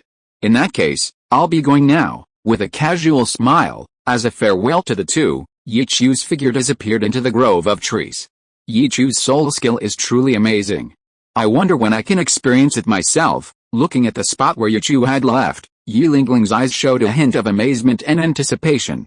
Then she turned to look at Douluo Yan, who was still staring blankly at the small jar in her hand. "Speaking of which, Yanzi, are you and him still not making any progress yet? He's always cultivating, he basically never chats with me or anything." "Wait, what progress could there be between us?" Halfway through her sentence, Douluo Yan snapped out of her daze, her face flushed, and she glared at Yi Lingling. "Oh? Is that so? But speaking of which, I didn't expect Yichu to be so sweet. He even made your medicine sweet," Yi Lingling teased her. "Don't you feel anything, Yanzi?" "HMPH. That kind of womanizer, I don't care for him." Douluo Yan snorted coldly, her face red. "Really?" Yi Lingling looked at her seriously, as if trying to see something in her eyes. All right. Let's not talk about this anymore, let's hurry up and go. Teacher Qin Ming and the others are getting impatient." Douluo Yan didn't want to say anything more about this topic. She pulled Yi Lingling and walked towards the training ground in the middle of the grove. Chapter 120 Snitching. Inside the 7 treasure glazed tile school, in Yichu's former residence, 2 figures, one in blue and one in green, chased and played around in the courtyard. "Little Blue, why are you secretly drinking again? I'm going to tell Yichu and he'll teach you a lesson." Ning Rongrong, panting, stood with her hands on her hips, glaring at Little Blue standing on the stone table in the pavilion. She had clearly promised Yichu that Little Blue wouldn't touch alcohol again, but this glutton had actually followed the scent to the wine cellar. "Sister Rongrong, if you dare tell brother, Little Blue will tell everyone about you wetting the bed." Little Blue's face flushed, holding a pot of bright red fruit wine, defiant in the face of Ning Rongrong's threat. "Ah, you dare." "I didn't. Anyway, you're not allowed to tell Yichu." Hearing Little Blue's words, a blush rose to Ning Rongrong's fair skin, and she stammered. She should have known better than to let Little Blue sleep with her. If Yichu knew that she had dreamt of doing intimate things with him, how could she face him? Even now, thinking about the scene in her dream made her blush. "Ah, brother," the previously smug Xiaolan suddenly cried out in panic, the wine bottle in her hand arcing through the air before landing in the flower bed. Ning Rongrong hadn't recovered yet. Then, She heard the voice she had been longing for behind her. Rongrong, what are you doing there, Yichu? Ning Rongrong turned sharply, the figure that often appeared in her dreams overlapping with the figure before her. He was still dressed familiarly, in a close-fitting outfit, with shoulder-length blue hair, and a faint smile on his fair and handsome face. Yichu! You've finally come to see me again. With a joyful cry, Ning Rongrong rushed over, throwing herself into Yichu's arms, burying her face in his faint fragrance. Dreams are nothing compared to reality. Yichu, I miss you so much yet. I miss you too. Yichu returned the hug, gently encircling her waist. Brother Xiao Lan ran to Yichu's side, her outstretched arms lowering again, looking at him guiltily, her mouth tightly shut. She dared not speak again. Ning Rongrong, nestled in Yichu's arms, sniffed around, suddenly catching a faint scent that didn't belong to him. She looked up, frowning and glaring at Yichu. You really missed me, of course. Yichu nodded without hesitation. Then why do you smell that woman scent on you? He sniffed. No, there's also a fainter scent. Well, I ran into Miss Lingling when I went to see Miss Douluo. Holding her slender waist, Yichu looked down at her, confessing truthfully. I don't care. We clearly agreed before that you wouldn't smell like other girls when you came to see me. You keep saying you missed me, so why don't you take my words to heart? Ning Rongrong wrapped her arms around his neck, looking at Yichu with a resentful expression, her cheeks slightly puffed out. I just wanted to see you as soon as possible. Yichu's mind raced, and he finally managed to come up with a passable answer. He simply didn't have the habit of showering early in the morning. Seeing that Ning Rongrong was about to say something more, Yichu, somewhat afraid of her sour tone, had no choice but to speak first. By the way, what were you and Xiao Lan doing earlier? At this, Ning Rongrong's face immediately flushed, remembering Xiao Lan's earlier threat. And you, why are you standing so far away from me this time? Yichu looked at Xiao Lan, strangely observing this girl who was completely different from the clingy one before. Suddenly, he frowned. Did you do something bad? Xiao Lan didn't. I didn't do anything bad. Sister Rongrong can vouch for Xiao Lan. Xiao Lan waved her hands haphazardly, looking at Ning Rongrong with pleading eyes, a hint of pitifulness and pleas for mercy. Sister Rongrong. Is what she said true? Yichu released Ning Rongrong from his arms, casting a probing gaze at her.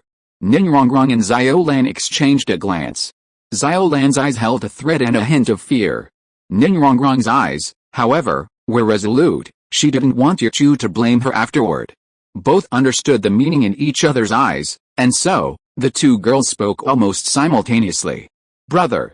When Sister Rongrong was sleeping, Xiao Lan, I'll never buy you anything to eat again. Ning Rongrong's face flushed red, her anxious voice speaking faster than Xiao Lan's, killing Xiao Lan's idea of taking them both down. Turned against by Ning Rongrong, Xiao Lan's expression fell, glaring at her hatefully. Sister Rongrong is so cunning. Ning Rongrong glanced triumphantly at Xiao Lan, then tattled on her to Yichu. Brother Xiao Lan will never dare to do it again. Finally, the farce ended with several screams from Xiao Lan. Yichu and Xiao Lan sat under the pavilion. Xiao Lan was still covering her bright red forehead, a few tears welling up in her eyes, and she sat down to the side in a huff. Alright, stop pretending, brother didn't use much force. Yichu looked at her amusedly. I'll rub it for you, okay? Yichu reached out, a green light flashing in his hand, and the redness on Xiao Lan's forehead disappeared in an instant. Seeing that she was still sullen, Yichu spoke again. How about this? You tell brother what you didn't finish saying earlier. What happened to Sister Rongrong while she was sleeping? Hearing Yichu's words, Xiao Lan's eyes lit up, and she glanced around, not seeing Ning Rongrong, before happily nodding. Leaning close to Yichu's ear, she whispered, Brother Xiao Lan wants to tell you something. When Sister Rongrong is sleeping, she paused mid-sentence, her voice becoming slightly guilty. She forced a smile, then quickly looked away. Haha, Sister Rongrong calls your name when she's sleeping. Yichu, what are you two talking about? It turned out that Ning Rongrong had come over, holding a small plate, looking at Xiao Lan with a half-smile. Nothing, I was just comforting her. Yichu patted Xiao Lan's head. I hope so. Ning Rongrong gritted her teeth, her eyes filled with a strong sense of threat as she looked at Xiao Lan. Then she smiled brightly at Yichu. Here. Try some of the new pastries I learned to make. Xiao you have some too, thank you, Sister Rongrong. Feeling a little guilty at Ning Rongrong's kindness, Xiao swallowed a piece of pastry, her eyes narrowing into crescent moons. All the unpleasantness in her heart vanished.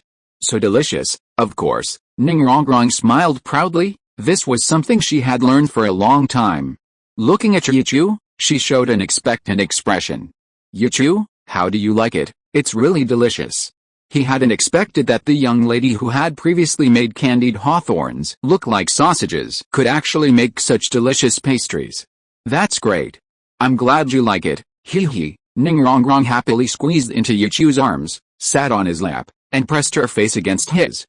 Came Xiao wailing from the side. Sister Rongrong, you already hugged brother. It's Xiao turn to hug him. By the way, how's your self-created soul skill training going?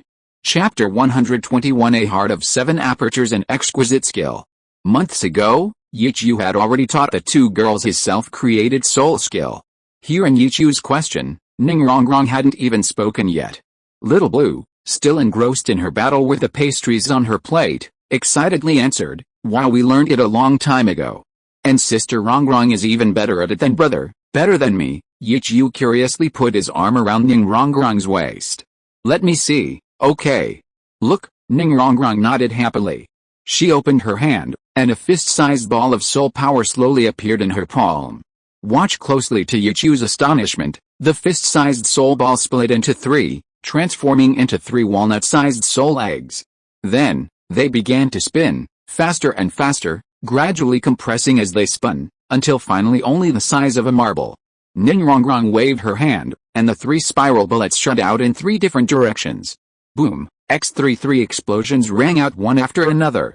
In the corner of the courtyard, a small pit, about 6 or 7 centimeters deep and the size of a palm, was left on the marble floor.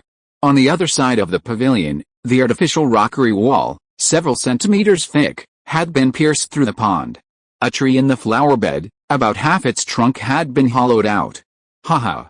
How about that? Isn't this young lady amazing? Ning Rongrong nodded with satisfaction, then wrapped her arms around Yichu's neck. She tilted her head slightly, like a child seeking praise. Indeed very amazing. Yichu withdrew his surprised gaze and pinched her cheek. Want to learn? I can teach you. Holding Yichu's face, Ning Rongrong leaned closer to him, her blue eyes filled with affection, growing more and more fond of him with each glance. Teach me? Really? This 7-aperture exquisite heart is a closely guarded secret of the 7 treasure glazed tile school, isn't it, eh? Yichu, you actually know about the 7-aperture exquisite heart? Yes. I've heard of it, Yichu nodded. He had already remembered it when Ning Rongrong split the soul sphere into 3. The 7-aperture exquisite heart is a technique that allows one to multitask, enabling the 7 treasure glazed tile school to unleash multiple soul skills at once while simultaneously supporting multiple teammates. The 7 treasure glazed tile school's method of multitasking is divided into 7 levels: 2 apertures of dividing heart, 3 apertures of controlling heart, 4 apertures of constant heart, 5 apertures of dispersing heart, 6 apertures of wishful heart, and 7 apertures of exquisite heart. As for the first aperture, let's not discuss it. Brother. It's alright, Sister Rongrong has already taught Xiao. At this moment, Xiao also stretched out her hand, and a fist-sized soul ball appeared in her hand. Then, to Yichu's astonishment, it split into 4. Look! Xiao is even better than Sister Rongrong. Yichu was stunned for a moment, and gave Ning Rongrong a strange look. Ning Rongrong was also a little embarrassed, and lowered her head slightly. It was too embarrassing. She had been cultivating for so long, and yet Xiao, a novice, had caught up with and surpassed her. I will work hard to cultivate in the future, You don't need to worry too much. Xiaolin's personality might make her cultivate this very quickly, Yichu comforted her in time. Xiaolin hadn't been a human for very long, and her mind was relatively simple. With no distractions, it was understandable that her progress was faster than Ning Rongrong's. However, it was rare for Ning Rongrong to have the idea of working hard to cultivate, so Yichu was happy to accept it. But you really should work harder on your cultivation. Xiaolan's cultivation has surpassed yours by quite a bit. In the past 6 months, Yichu and Xiaolan's cultivation levels haven't increased much. They've only recently broken through to level 29. Every time Yichu cultivates, He can feel the seed in his heart trying to take a bite, but even after eating, it doesn't grow, it's still just sprouting a new bud. Ningrongrong is only level 24 now. Yes, oh, Sister Rongrong, you have to work hard, Xiaolan patted her little belly, agreeing contentedly. Ningrongrong rolled her eyes at her, wondering how she cultivated. She clearly spends all her time eating, drinking, and having fun, yet her cultivation is higher than hers. Ignoring the smug Xiaolan, Ningrongrong swayed her body coquettishly, whispering sweet nothings, completely forgetting that she was still sitting on Yichu's lap. Okay, I understand. I'll try my best, and I'll help you a lot on the future. Don't move around. Yichu frowned, hugged her waist, and made her stop fidgeting. Seeing Yichu's embarrassed look, Ningrongrong laughed happily. So, are you going to learn the 7 aperture exquisite hard or not? Learn. Of course I'll learn. But does sect leader Ning know about this? Yichu certainly wanted to learn. After all, he still had the blue-silver emperor martial soul, which he would definitely be able to use in the future. Don't worry, I've already talked to Dad. As long as you don't spread it around, it'll be fine. After saying that, Ningrongrong got up, grabbed his arm, and was about to pull him towards the training ground. Wrong. Before she could get up, Yichu called out to her. What's wrong? In the future, you shouldn't casually teach this kind of thing to others. Especially a guy named Tang San. Yichu suddenly remembered that Tang San would also obtain the cultivation method of the 7 aperture exquisite heart from Ningrongrong with the help of the Grandmaster. Then I might as well give her a heads up now. What are you talking about? You're not just anyone, and what is this Tang San you're talking about? Why would I teach him? Ningrongrong looked at Yichu strangely, but she had already silently memorized the name. HMPH. This guy must be Yichu's enemy. I'm just giving you a heads up. So you don't get fooled. Yichu took her hand and squeezed it. HMPH. Who do you think I am? Not everyone deserves this kind of treatment from me. She shook hands with Yichu, rolled her eyes at him, and then straddled his lap, looking at him resentfully. Speaking of fooling me. Someone was just deliberately trying to dodge the question and change the subject. I'm not stupid, don't think I don't know.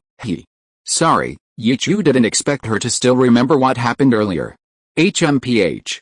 I'm not really blaming you for coming to see me, how could I not be happy? But you have to make it up to me. Ningrongrong's face flushed slightly, and she stared intently at Yichu. Compensation? How? Just like that, before Yichu could finish speaking, his mouth was sealed with a kiss, tasting a sweet flavor that lingered on his tongue.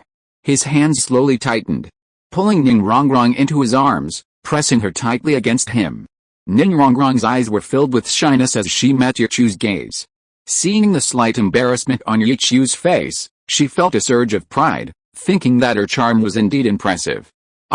Sister Rongrong, you've stolen food again. Xiaolan anxiously tried to pull Ningrongrong away. The sun gradually set, and Yichu's figure walked into the courtyard through the gate. Yichu, you're back, brother. The two who were eating immediately noticed him. Xiaolan was incredibly fast, rushing to Yichu in an instant, jumping onto him, her arms around his neck, and her legs around his waist. Haha. Xiaolan finally got it. Yichu hugged her small waist, smiling helplessly. Almost every time Yichu came back to see Ningrongrong, Ningfengzi would invite him to dinner, chatting about this and that, sometimes even with the Zoo King present. If it weren't so late, he might have been kept for quite a while longer. Ningrongrong stood to the side, glaring resentfully at Xiaolan.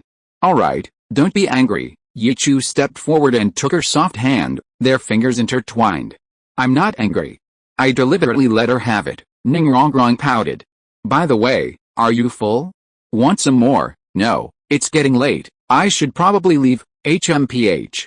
Why not stay a few more days? Ningrongrong tugged at Yichu's arm unhappily. Senior Douluo asked me to take care of Miss Douluo. I can't just leave her there alone, can I? HMPH. That stinky woman, although she hadn't met her many times, she had already begun to dislike Douluo Yan. Brother, why are you leaving already?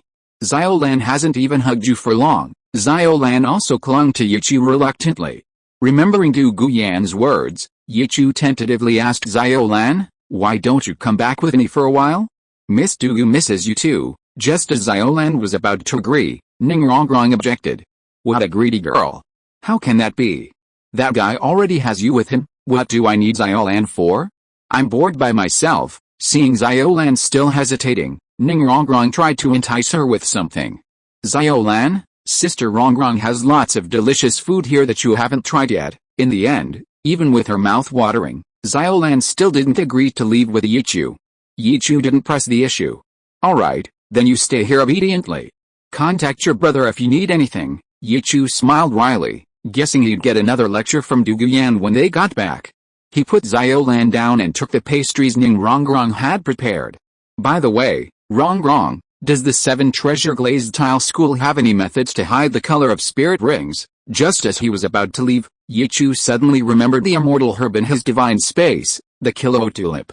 If Ning Rongrong were to take it now, she could definitely break through to level 30, but with him around, her third ring certainly wouldn't just be a 1,000-year spirit ring. A little concealment was necessary, otherwise, if someone with ulterior motives found out about Ning Rongrong and the other's abnormal spirit ring configuration, wouldn't that cause trouble? A method to hide the color of spirit rings? What do you need that for? Ning Rongrong looked at him curiously. That's a secret for now. Yichu brushed a stray strand of hair behind her ear. But I promise. When you find it, I'll give you a gift. You'll definitely love it. HMPH. What's with all the mystery? Ning Rongrong pouted. Ah. Brother, Xiaolan wants a present too. You've already eaten yours. Yichu glared at her, annoyed. He had tried giving her some top-grade herbs, but it was basically like throwing meat buns to a dog, gone and never to return. They were all secretly swallowed up by that seed of life. Ah, seeing the disappointed Xiaolan, Ning Rongrong covered her mouth and chuckled. Don't worry, I'll definitely keep an eye on things, okay? In that case, I'll be going. Just as Yichu was about to activate his martial soul, Ning Rongrong pounced on him and kissed him on the cheek, leaving a red lip print. Alright. And Xiaolan too. Xiaolan followed suit, leaving a little drool and a lip print on her other cheek. Alright. You can go now. A sly glint flashed in Ning Rongrong's eyes as she urged Yichu on. Goodbye, brother. Say hello to Sister Yan Yan for me. Although he found Ning Rongrong's change in attitude strange, Yichu didn't think much of it. Okay. Goodbye then. As soon as she finished speaking, her eyes turned red with a hint of purple, a vortex of divine power appeared, and she disappeared before the two women. Little Blue. You did a good job. I'll take you to Xiandao City for a big meal tomorrow. Sister Rongrong, are you alright? Little Blue didn't do anything. Little Blue looked at her strangely. It was so strange. Not only did she teach her how to do makeup, but she was also going to take her out for a big meal tomorrow? What's wrong? Can't I be in a good mood? Ning Rongrong happily rubbed Little Blue's tender face. She wanted to keep Little Blue under her thumb so that she would have an advantage when facing others. HMPH. Ning Rongrong, am not someone to be trifled with. When Yichu reappeared, he had already arrived at the grove where he had met Yilingling that morning. Looking around, he didn't see Du Guyan. His ears twitched, and he heard a lot of noise coming from the training ground not far away. Still training, Yichu jumped around in the grove and soon arrived at a tree on the edge of the training ground, looking at the arena in the center. Up there, Du Guyan was fighting Yu Xianheng. Purple poisonous mist filled the stage, preventing Yu Xianheng from getting close enough to attack. He could only dodge, and defeat was inevitable. Yilingling, who wasn't paying much attention to the battle on the stage, noticed Yichu. At the same time, someone else also noticed him. It was Qin Ming, the leader of the royal fighting team. He waved to Yichu. Little brother Yichu, why are you standing so high? Come sit down and wait. Qin Ming looked to be around 30 years old, with an ordinary appearance, simple black hair, and plain clothes. A deep light occasionally flashed in his bright black eyes. He had recently become a Soul Emperor, was a graduate of Shrek Academy's first class, and was currently the second youngest Soul Emperor on the entire continent, according to the Spirit Hall's records. Unfortunately, such a genius only had a purple fifth soul ring. Becoming a titled Douluo in this lifetime would be very difficult. Teacher Qin, I was just afraid of disturbing you. Yichu jumped down from the tree and walked over. Yichu actually had some goodwill towards him. He was loyal and righteous, and a decent teacher, though the Shrek Academy imprint on him was a bit too strong. Anyway. It's almost over, no need to bother him. Let's find a place to sit, yo. Yichu. Here to pick up our sister Yan again. The more outgoing Yu Feng couldn't resist. He greeted Yichu, and the others nodded in return. Since Li often came to pick up Dugu Yan, he inevitably ran into her teachers and teammates. After witnessing Yichu's crushing defeat of Yu Xianheng, Yu Feng and the others were relatively friendly towards him. Yeah, without getting too close, Yichu nodded to Yu Feng and the others in response, then sat down next to Yi Lingling, who was further away from the arena. On the stage, seeing Yichu arrive, Dugu Yan's eyes lit up slightly, then she frowned, her gaze sharpening. Third soul skill. Azure Phosphorus Poison. Without further delay, Dugu Yan continuously unleashed her third soul skill, significantly accelerating the spread of the poisonous mist on the platform. Yu Xianheng naturally noticed Yichu as well, a hint of resentment and anger flashing in his eyes. Yichu, you're finished, Yi Lingling looked at him mockingly. This guy really didn't care about Yan Yan at all, daring to bring this thing here. Yichu looked at her strangely, unsure of her meaning. 2 chapters combined, wishing everyone a happy life. Chapter 122 10,000 Year Soul Ring. Yi Lingling glanced at him, slightly speechless. She and Yanzi had caught him red-handed so many times, yet he never learned his lesson. She didn't say anything more, turning her head away and ignoring Yichu. She just needed to wait and watch the show. On the arena, under the relentless attacks of Dugu Yan's third soul skill, purple poisonous mist filled the air, and Yu Xianheng's space to maneuver dwindled until he was back to corner of the stage. Looking at the ground behind him, Yu Xianheng knew he couldn't retreat any further. His first and third soul rings flashed, and a deep voice followed. Third soul skill, Thunderous Fury. First soul skill, Thunderous Dragon Claw. Lightning exploded on Yu Xianheng's body under the amplification of his third soul skill, and his first soul skill immediately followed. His hand was covered in a dragon claw formed from lightning. With a flick of his wrist, he reached out to grab Dugu Yan. Bang! Dugu Yan easily dodged his released thunderous dragon claw, leaving a deep crater on the arena. Half a year had passed, and Yu Xianheng had already reached level 37. However, he was still completely helpless against Dugu Yan's poison. In one-on-one combat, while the saying that control-type soul masters counter power attack and agility-type soul masters might not be entirely accurate, one thing was undeniable: control-type soul masters were indeed the most troublesome. Having missed his first attack, Yu Xianheng didn't care about anything else. He didn't want to taste the poison of the jade phosphorus serpent again. He wisely jumped off the stage.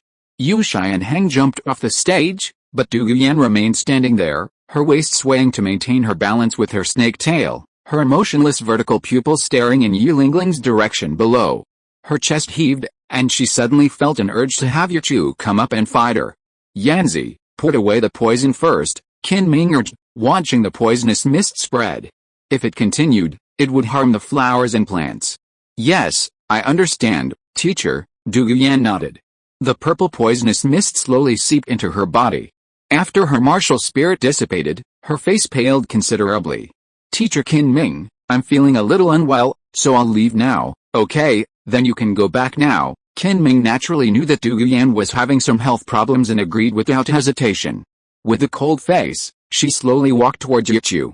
Miss Dugu, seeing her walking towards him, Yichu stood up to greet her. But Dugu Yan seemed not to see him, brushing past him and walking into the grove on her own. PFFT, seeing Yichu frozen in place, confused, Yi Lingling couldn't help but chuckle. What are you standing there for? Hurry up and follow. Okay, goodbye Miss Lingling. Yichu nodded and immediately ran into the grove. Watching Yichu rush after him, a hint of disappointment flashed in Yi Lingling's eyes. She hadn't expected Yanzi to not make a scene on the spot. Hey. I didn't even notice before, but there seems to be something on Yichu's face. Hearing Yu Feng's words, Oslo looked at Yichu, but only saw a back view. I don't know, I didn't notice either. Qin Ming also watched Yichu and Yanzi's backs with interest. He had a good impression of Yichu and had even considered bringing him into the team. His gaze swept over Yu Xianheng, whose eyes were a bit gloomy, and he sighed inwardly. If he really joined, this team wouldn't be easy to manage.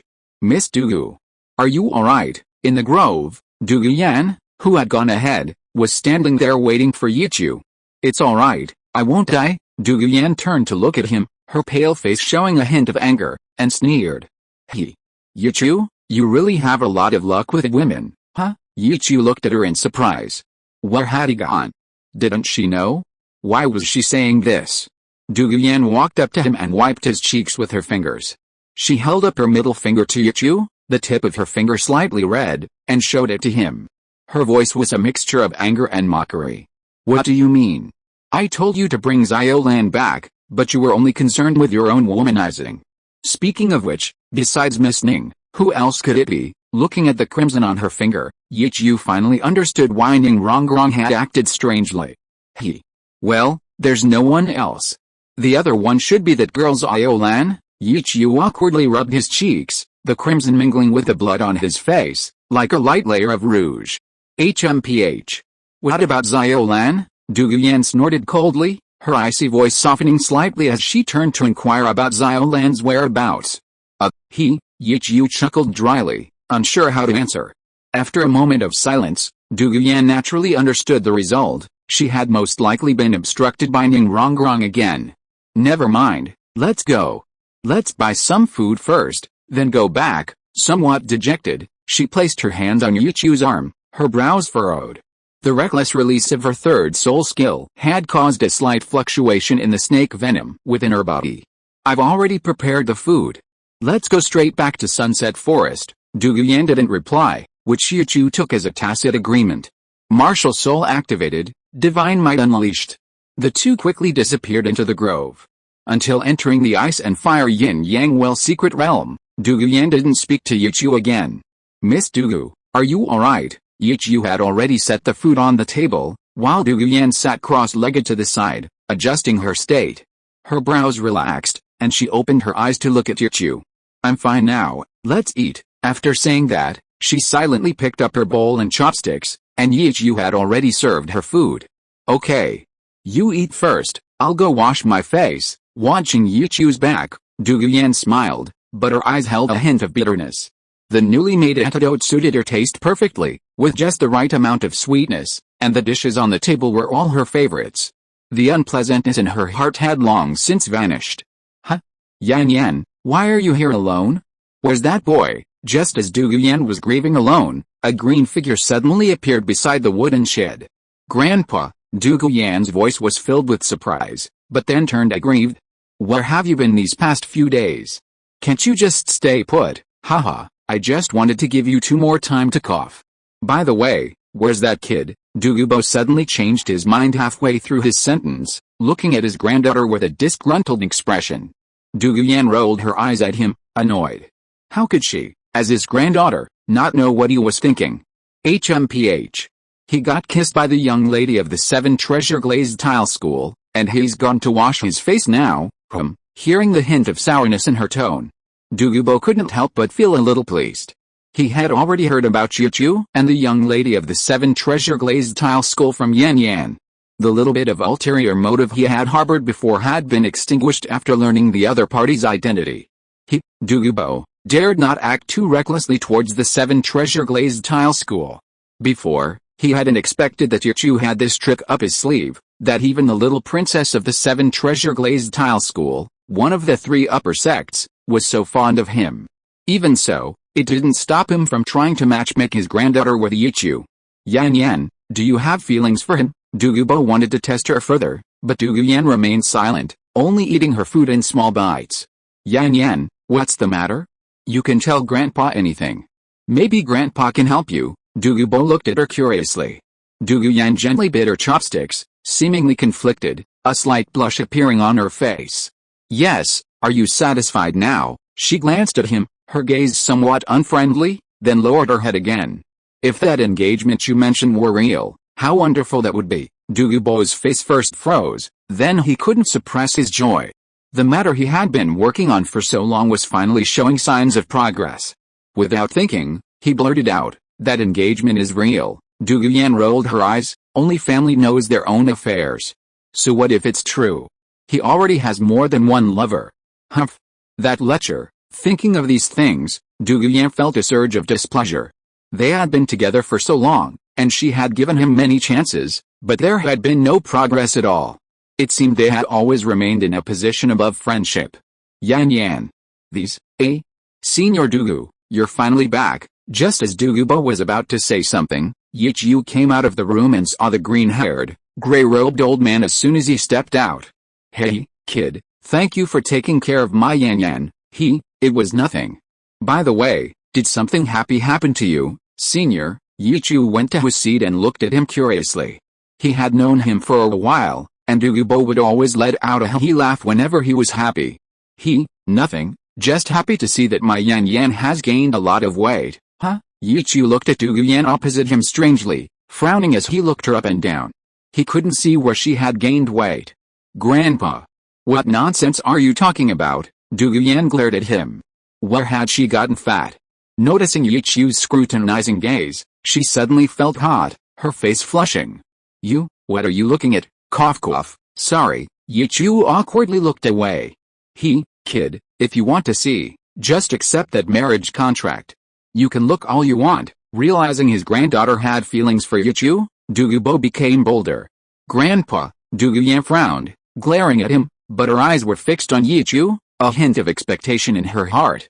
"Senior Douluo, you'd better not say such things again, or you'll lose another tuft of beard." Yichu smiled wryly, not expecting the old man to bring up this long unmentioned topic again.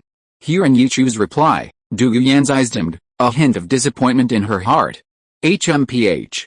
Kid, who said my Yan? Ouch!" Just as he was about to confront Douluo, he suddenly clutched his chin and cried out in pain. Caught off guard by Douluo's sneak attack, several strands of his dark green beard were plucked. "Alright, Grandpa. Stop talking." He gave her a disgruntled look, picked up his bowl, and silently began to eat. Seeing the tears welling up in Douluo's eyes, Yichu felt a little smug. "What are you laughing at? Hurry up and eat." "Humph." Hearing Yichu's laughter, Douluo became even more furious, glaring at him fiercely, her voice carrying a hint of coldness. "Oh!" Cough cough. Yichu, who was still laughing, was suddenly startled by her cold shout and almost choked on his saliva.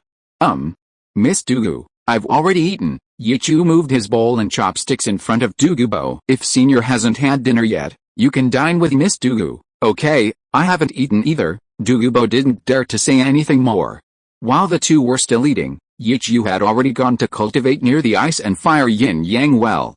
After Douluo finished eating, she quickly went into her room. Seeing the obvious distance between the two, Douluo's mind started racing. Sigh. Yan, it seems Grandpa still has to lend you a hand." Several more days passed like this, during which Douluo disappeared again. Early one morning, Yichu was still cultivating his purple demon eye. Just as he finished, a hoarse voice came. "Kid, come eat." Senior Douluo. Yichu looked over curiously, then quickly ran over. "Why is Senior Douluo back so quickly this time?" "Haha. I went out these past few days to prepare some things. The snake venom in Yan's body has been almost suppressed. It's time to hunt for her fourth soul ring." Douluo smiled mysteriously. "Hunting a soul? Yes. Today, and I'll also solve Yan's lack of a soul bone." Douluo stroked his much thinner beard. "Aren't you going to wait for me to break through to Soul Master?" "Why wait for you to break through to Soul Master? Grandpa and I are enough for soul hunting." Douluo also came out of the room, wearing a green outfit and a high ponytail, looking much more capable. "Kid, of course I know what you're thinking, but I'm also worried that if Yan improves too much, she won't be able to control the snake venom that grows with her soul power before she even absorbs the soul bone." Douluo naturally considered these things. If Yichu broke through to Soul Master, Yan's fourth soul ring age might be able to increase a little more. But there were risks involved. He couldn't be sure where Douluo's limit was, so he could only play it safe. "What are you two talking about? Why does soul hunting have to be Yichu's responsibility? And, how are you so sure you can get the soul bone?" Douluo looked at the two of them talking in riddles, her face full of confusion. "When did soul bones become so easy to obtain?" "Haha. Kid, you've been hiding it pretty well." Douluo laughed. "Let Yan see the true face of your spirit rings." "What true face?" Douluo looked at Yichu strangely. "Wasn't he just a great spirit master?" "Alright." Yichu nodded. Since he had decided to help, she would find out the secret sooner or later. Blood-red three-tomo Sharingan appeared in his eyes, 2 yellow spirit rings rose from his feet, and then he removed the disguise of his blue-silver domain. This is impossible. 10,000-year spirit rings." Douluo, who had been somewhat indifferent, suddenly exclaimed in shock. Staring at the scene before her that overturned her understanding. She saw the two yellow spirit rings under Yichu's feet flash with a white light. One purple and one black spirit rings appeared before her eyes. This kid is indeed a monster, Douluo muttered to himself. Even he hadn't expected that Yichu would have a black 10,000-year spirit ring. No wonder. Douluo stared blankly at Yichu, then glanced at Douluo. The doubts in her heart were finally resolved. Update: actually, it's about the same every day. When there are 2 chapters, each chapter has more than 2,000 words, and when there's only one chapter, it has more than 4,000 words. If you are listening to this novel on a channel other than Fanfic World, it means it was downloaded and re-uploaded without effort. We warmly invite you to visit our channel, Fanfic World. There you will find the original version of this story and many other novels of various genres. We look forward to seeing you dive into a world of incredible novels. Chapter 123 Star Soul Hunter. Yichu's second spirit ring will gradually improve along with his physical attributes. After being tempered by ice and fire, its age has already begun to approach 10,000 years. His emerald green eyes reflected one purple and one black ring. Douluo looked at Yichu with a strange light in her eyes. No wonder Grandpa always wanted to match her with Yichu. He already knew Yichu was a freak. Yichu, how did you do that? Douluo was filled with curiosity. How could a great soul master's body withstand that? Wouldn't it break? Hey, Yan, this kid's eyes can control spirit beasts to perform sacrifices, Douluo explained impatiently from the side, becoming more and more satisfied with Yichu. Control spirit beast sacrifices, Douluo's head was buzzing. Sacrifice. Although she had heard the term before, she had never dared to imagine it. Spirit beasts and humans are mortal enemies, they would never willingly sacrifice themselves to humans. She never expected Yichu's eyes to have such a heaven-defying ability. The faint echo of Xiao Lan's voice from that day still lingered in her ears. It was laughable that she hadn't taken her words seriously back then. Yes, indeed, as Senior Douluo said, so Miss Douluo can rest assured, the soul bone will be ready soon. Yichu sheathed his martial soul and smiled, nodding at Douluo. Haha. Alright, Yan, hurry up and eat, we'll set off for soul hunting soon, Douluo laughed, arranging the prepared ingredients. Okay, Douluo replied softly, suppressing her desire to learn more about Yichu, and ran to her room to retrieve the tableware. Beside the low table, watching his granddaughter's frequent glances at Yichu, Douluo stroked his beard and chuckled to himself. It seemed his preparations were almost ready to be used. Under Douluo's watchful gaze, an awkward breakfast ended. In the sunset forest, on the open land, suddenly appeared 3 figures, an old man and 2 young girls. Senior, are we going to hunt souls directly in Sunset Forest? Yichu looked around and asked Douluo. No, with you here, we don't need to waste time traveling. Let's just go to Starred Out Great Forest. The vegetation in Sunset Forest isn't as lush as in Starred Out Great Forest, and the cultivation levels of the soul beasts there are mostly between 1,000 and 10,000 years. There are also fewer types of soul beasts there, so going to Starred Out Great Forest does offer more options. By the way, you should have marked your location in Starred Out Great Forest, right? Yes, Yichu nodded. In that case, let's set off now. No problem. Yichu activated his martial soul and put his hand on Douluo's back. Senior, don't resist, understood? Douluo, standing beside him, naturally grabbed Yichu's arm. A vortex appeared, and all 3 were drawn into the divine might space. When they reappeared in the outside world, a shadow had already enveloped their heads.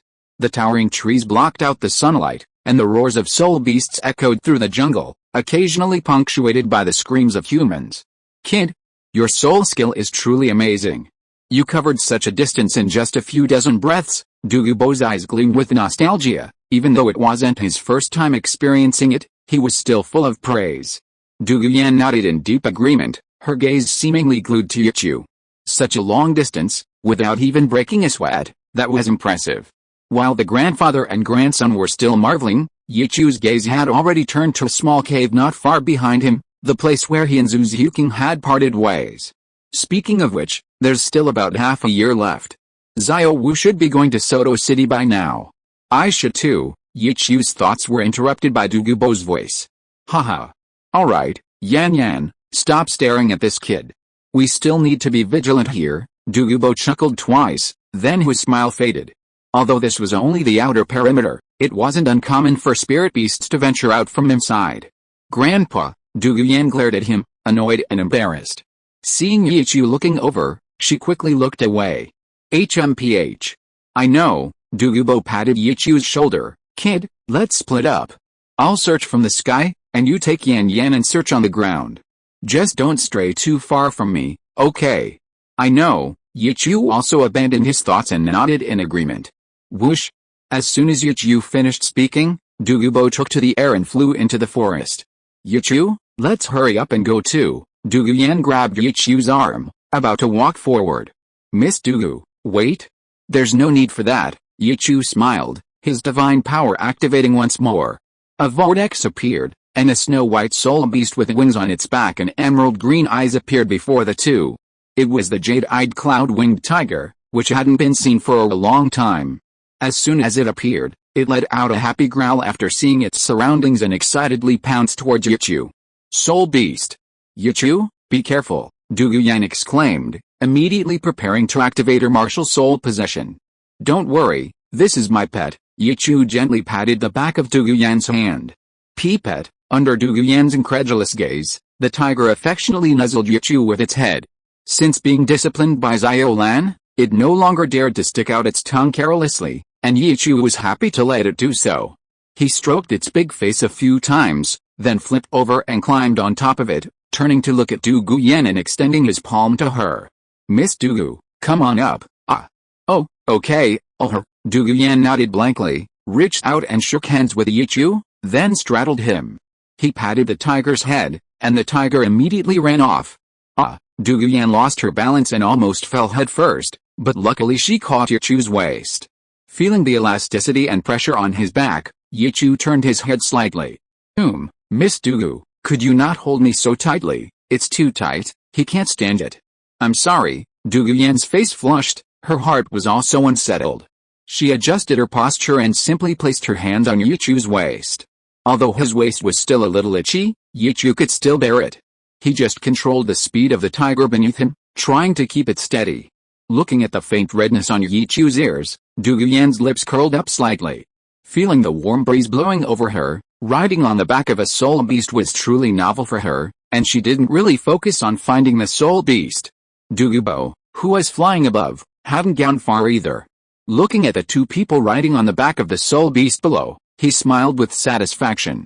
I didn't expect this kid to have such a skill. He then began surveying the jungle below, searching for a suitable soul beast. The Stardark Great Forest was vast, and patience was crucial in finding a suitable soul beast. The Jade Cloud-winged tiger wasn't fast, and Yichu controlled it to avoid unnecessary trouble while searching. Although it was midday, the vegetation provided shade, so Yichu and the other person didn't feel hot.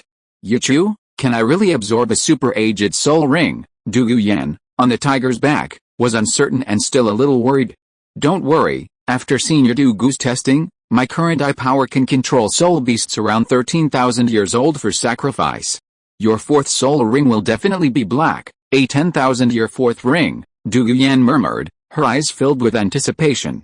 Yes, I believe you, Found it, Yichu's Sharingan flashed, and about 1,000 meters to his left, a large snake over 10 meters long was feeding. Where? Douluo looked around in confusion, but couldn't find even a trace of a soul beast. Less than 1,000 meters ahead, quickly send a signal to Senior Douluo. Yichu patted the head of the jade-eyed cloud-winged tiger, controlling it to run to the left front. Okay. I'll notify Grandpa right away. Douluo wrapped one arm around Yichu's waist, and with the other hand took out a green glass ball from her soul tool, then crushed it. The green liquid inside evaporated and spread rapidly as soon as it was exposed to the air. Speaking of which, Yichu, how can you see a soul beast that far away? Douluo came back to her senses, looking at the back of his head strangely, then suddenly remembered something, her face turned red, and she exclaimed. Yichu, can your eyes see through things? She remembered the first time she met Xiao Wu, after Yichu took a herb, the way he looked at her. The hand on Yichu's waist suddenly became a little restless. Yes, it's true, Yichu didn't notice her abnormality and spoke the truth. As soon as he finished speaking, he felt a chill run down his spine. You lecherous scoundrel, Douluo gritted her teeth and cursed hatefully, but her 9-yen white bone claw never came down. Her pretty face turned red. She had actually been seen by him. She glared fiercely at Yichu. Lecherous scoundrel. Bastard. I'll let you off this time, but I'll settle things after the soul hunt is over. Stared at by his cold gaze, Yichu felt a chill run down his spine and wanted to turn around to look at her. Miss Douluo, are you alright, bastard? Don't look at me with those lewd eyes of yours. Resisting the urge to slap him, Douluo reached out and pushed his head away. Yichu's heart skipped a beat. He finally remembered the tall, fair-skinned woman with voluptuous breasts that appeared before him after he swallowed a looking through autumn water dew. His nose instantly felt hot, and he panicked. His muscles tensed, and he dared not move rashly. While this silence fell, Douluo had already received a notification. The 9-section jade on his shoulder suddenly poked its head out, flicking out its scarlet forked tongue and hissing. Found it already? How you? I'm dying of heat. Wiping the fine beads of sweat from his forehead, Douluo, relying on the 9-section jade and following the peculiar scent in the air, quickly found Yichu and Douluo. Once they were close, Yichu put away Tiger. At this moment, Yichu and Douluo were standing on a tree about 100 meters away from a cave. The soil around the cave was dark red, still reeking of blood. Yichu stared intently at the cave entrance, his expression stiff, and cold sweat beading on his forehead. Meanwhile, Douluo stared intently at him, her face flushed, her eyes filled with a mixture of shame and anger. Boy, what's wrong with you two again? Douluo, who had just landed, saw the two of them standing motionless like breathing wood. Senior, it's nothing, I was just preventing the soul beast from escaping, HMPH. Nothing, Douluo also snorted coldly, no longer staring at Yichu. After a moment of silence, Douluo didn't want to delve into anything further. Anyway, judging from their expressions, it shouldn't be anything bad. Even if there was a conflict, so what? He had already decided to take action. The relationship had come to this point, and nothing else mattered. He secretly chuckled to himself. The most important thing now was to hunt down the 4th soul ring for Yan Yan. Boy, is that the soul beast you found? Douluo stroked his beard and pointed to the 2-foot-wide hole in the ground. It's a dragon-patterned demonic serpent, almost 13 meters long. As thick as 2 people's waists. It must be over 12,000 years old. It just finished eating, so it should be going back to sleep. A dragon-patterned demonic serpent. That's fitting. Douluo searched his memory and finally recalled the information about this soul beast. Dragon-patterned demonic serpents mainly grow long before 10,000 years old, becoming thicker and larger after that. It has an inverted triangular head and a fin tail. Its body is mainly covered in dark scales, interspersed with finer white scales forming intricate patterns. Legend says it contains traces of dragon blood and is highly venomous, preferring darkness and dampness, and is inherently violent and bloodthirsty, hence its name, the dragon-patterned demonic serpent. He glanced at Yichu and Douluo, about to suggest they try it first, but then remembered the snake venom in his granddaughter's body and had to give up. Half a year had passed, and they'd already developed a good relationship. Another harmless soul hunt wouldn't make a difference. Kid, keep an eye on Yan Yan. I'm going to cripple her right now. Yichu had already explained the sacrifice process to him beforehand. For a titled Douluo, dealing with a soul beast that was just over 10,000 years old was a piece of cake. Understood. As Douluo flew away, Yichu also grabbed Douluo's arm and retreated. Before they even reached the cave entrance, soul rings rose beneath Douluo's feet, 2 yellow, 2 purple, and 5 black soul rings leaping about. The aura of a titled Douluo spread outwards, and sounds echoed from within the cave. First soul skill, Azure Phosphorus Poison Fire. Douluo's voice was aged, yet full of vigor. The first yellow soul ring beneath his feet flashed, and he stretched out 2 fingers, from which an emerald green tongue of fire shot out and disappeared into the cave.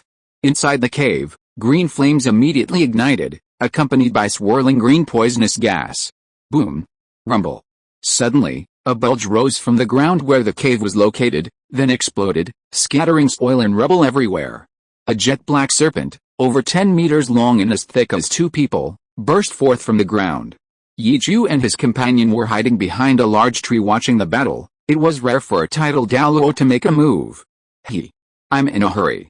I'll deal with you right now, hiss. As soon as the words left his mouth, the dragon-patterned demonic serpent's tail slashed towards him, its 2 tail fins transforming into sharp blades, gleaming with an eerie light.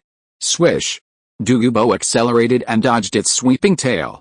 Another mouthful of jet black venom shot out from the dragon-patterned demonic serpent's mouth. But Douluo dodged it again, giving it a contemptuous look.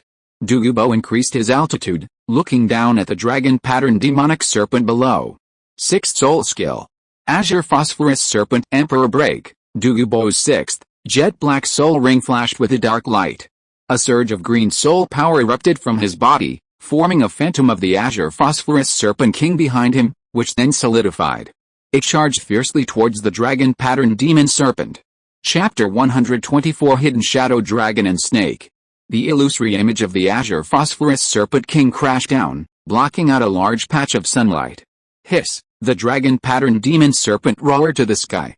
Black smoke actually rose from its fine white scales, condensing on its body, instantly increasing its aura. It roared again, a bloodthirsty light flashing in its eyes. Its previously coiled body leaped like lightning.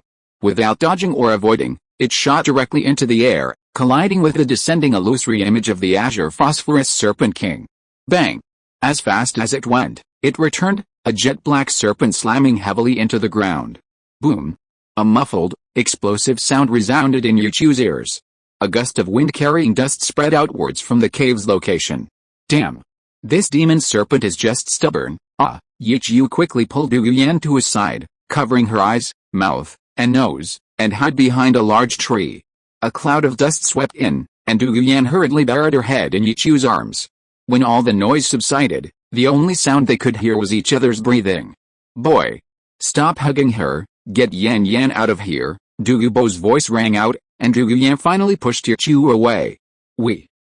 Hurry! Douluo tried to pull Yichu out, but he became even more anxious, grabbing her hand and running outside. Gulp! Looking at the ravaged ground before and around him, Yichu couldn't help but swallow hard. This was the power of a tidal Douluo. The black dragon-patterned demonic serpent, its scales shattered, its body mangled, its once full form now flattened considerably.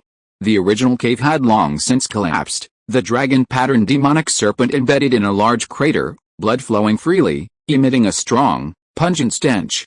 The ground within dozens of meters around it cracked inch by inch, as if plowed. It was utterly terrifying. Seeing the dragon-patterned demon serpent barely breathing, its eyes barely open, Yichu's lips twitched again.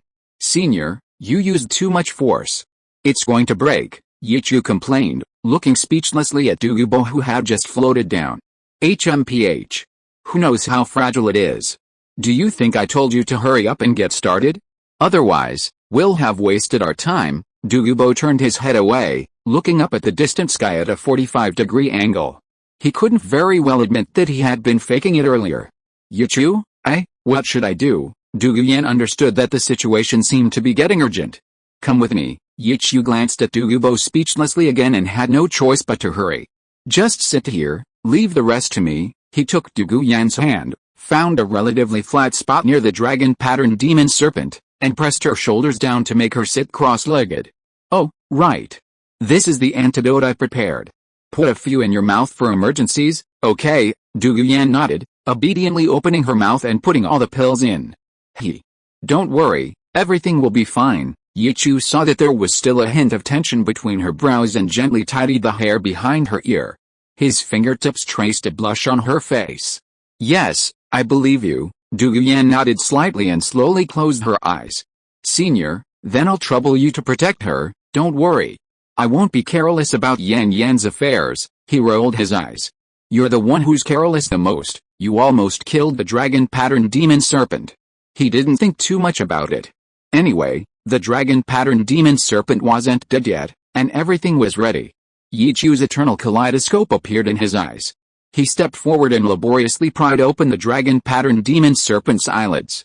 Without any struggle, the vertical pupils of the dragon-patterned demon serpent suddenly changed, revealing a pattern identical to Yichu's martial soul.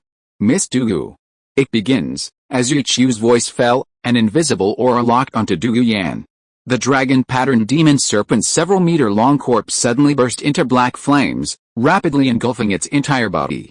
Strands of energy converged on Douluo's location, swirling around her and absorbing the power with each breath. Douluo, watching the scene before him, felt a surge of excitement. It was indeed an identical ability, Such a miracle, no matter how many times he witnessed it, still left him deeply awestruck. "Kid, are you alright?" "I'm fine. It'll be over in a second." Yichu covered his eyes, only feeling a slight pain. After consuming the autumn water dew, there had indeed been a significant change. Even after using it excessively for a period, the previous bleeding had ceased. The blue-silver emperor's right leg bone and its first soul skill, endless regeneration, were restored. In just a moment, the pain in his eyes was greatly relieved. The two quietly watched over Duguyan, who was sitting cross-legged on the ground. Under Yichu's observation, the absorption process was so far going smoothly without any problems. When absorbing a 10,000-year soul ring, the soul master would be affected by the soul shock, but there was no such hidden danger and sacrifice. Now, the only thing to worry about was the snake venom accumulated in Duguyan's body.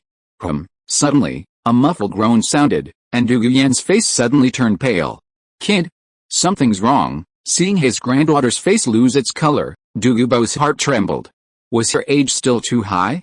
Gulp, she swallowed the antidote in her mouth, and her face regained some color, her brows relaxing slightly. "Phew, thank goodness." Douluo breathed a sigh of relief. "Not good," Yichu frowned. He had been using his Sharingan's perception ability to monitor the circulation of soul power in Duguyan's body. "What's wrong?" Douluo's expression tightened, and he looked at Yichu nervously. "The backlash from the snake venom has only just begun," Yichu said in a deep voice. Duguyan was already level 40, and the venom, along with her soul power, had been accumulating in her body for a long time. Now, it seemed as if it had found an outlet. "Kid, what should we do next? Should we give Yan Yan some more antidote?" Douluo's face was no longer as calm as before, he was somewhat anxious. "That's the only way. Don't worry, senior, everything will be alright." Yichu's voice was calm. The antidote she had just swallowed had already proven that it could be quite effective in this situation. As he spoke, Yichu came to Duguyan's side and sat down cross-legged. At this moment, Duguyan's face was already ashen, her lips had turned pale green, and there was a layer of fine sweat on her forehead. She was gritting her teeth and persevering. Yichu took out a small jar from his divine power space and placed it on the ground. With one hand, he began to put the medicine into her mouth, while with the other hand, he took her somewhat cold hand. Blue-Silver Emperor's two soul skills, Endless Life and Blue-Silver Fragrance, activated simultaneously, sending warm life force into her body, the refreshing fragrance dispelling her pain. After the measures were taken, the pained expression on Duguyan's face eased, and she tightly grasped Yichu's hand. Yichu also squeezed her hands in return, reassuring her. Yichu, who was fully circulating his soul power, suddenly frowned. The seed within the miniature ice and fire yin-yang eye inside his body was becoming a little restless. Yichu keenly sensed that some of the energy surrounding Duguyan was being slowly absorbed by the seed of life along his arm.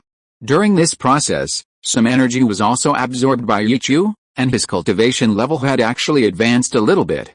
"Kid, what's wrong?" Douluo also noticed a change in Yichu's expression. "It's nothing." Yichu breathed a sigh of relief and shook his head. Fortunately, under his Sharingan's observation, Duguyan's vital signs were not affected in the slightest.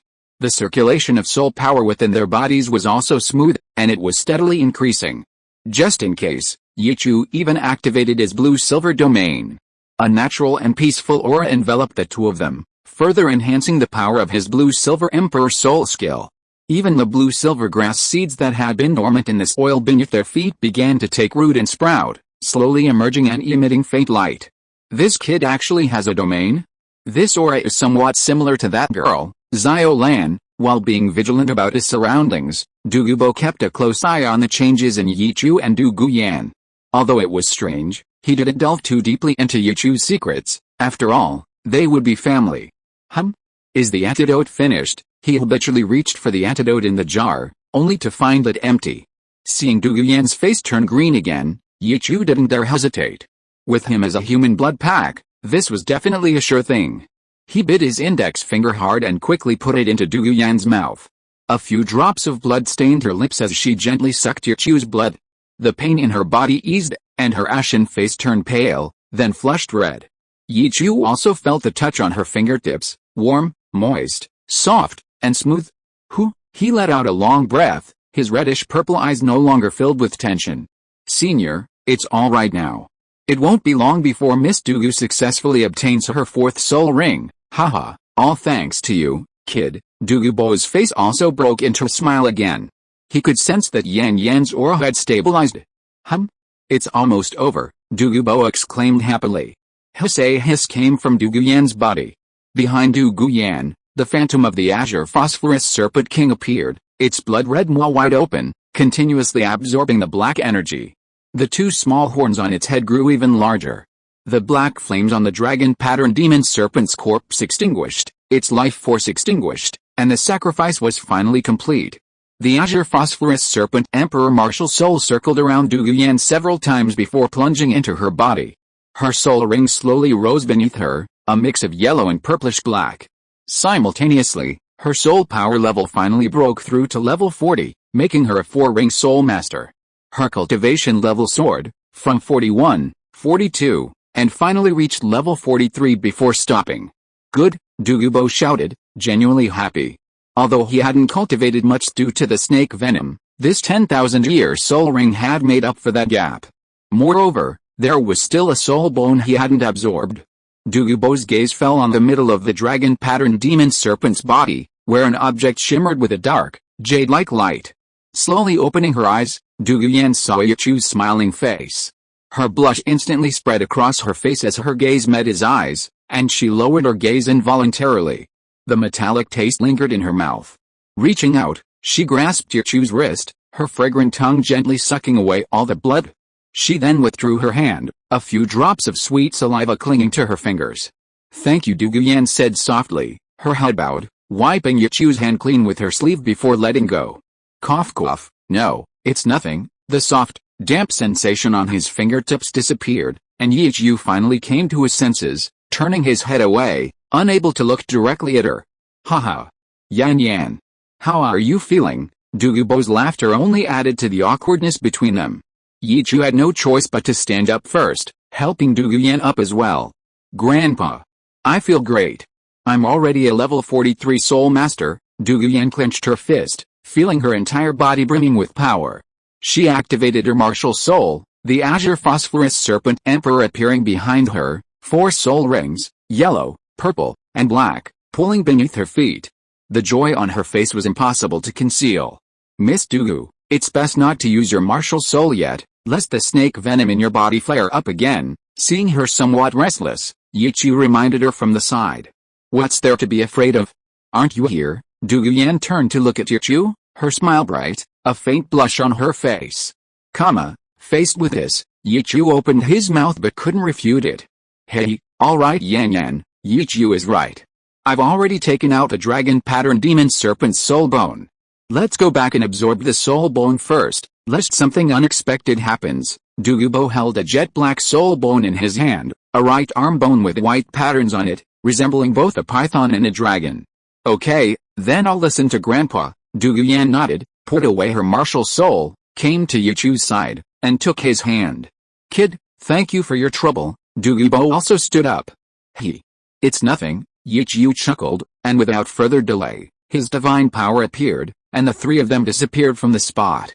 Sunset Forest, within the ice and fire yin-yang well secret realm. Dusk had fallen outside, and with Yichu's help, Douluo Yan had successfully absorbed the soul bone. Yan Yan, how is it, Grandpa? My soul power has broken through to level 44. Douluo Yan stood up happily, stretched her body, then seemed to remember something, her face turning somewhat disappointed. It seems my martial soul can only stay like this. Douluo Yan activated her martial soul, which was still in the form of the azure phosphorus serpent king, only with 2 small horns on its head. This is probably because she missed the optimal time for martial soul evolution, or perhaps the medicinal power of the earth dragon golden melon wasn't enough to directly evolve the azure phosphorus serpent into a flood dragon, Yichu explained at the opportune moment. Haha. It's alright, at least it's stronger than Grandpa's martial soul. She'll definitely become a title Douluo in the future. Douluo was quite optimistic. Now that his granddaughter's snake venom was resolved, her future was bright. As for martial soul evolution, perhaps there would be another opportunity in the future. So, Yan Yan, how's your newly acquired soul skill? My 4th soul skill is Azure Phosphorus Serpent Emperor Shadow. Next, Du Yan demonstrated her new soul skill to Yichu and the other. Fourth soul skill, Azure Phosphorus Serpent Emperor Shadow. Its effect is to condense a huge azure-scaled serpent emperor phantom behind her, imbued with dragon might, intimidating anyone who sees it, reducing their attack and speed by 30%, or directly charging out to cause damage. Soul Bone skill, Hidden Shadow Dragon Serpent.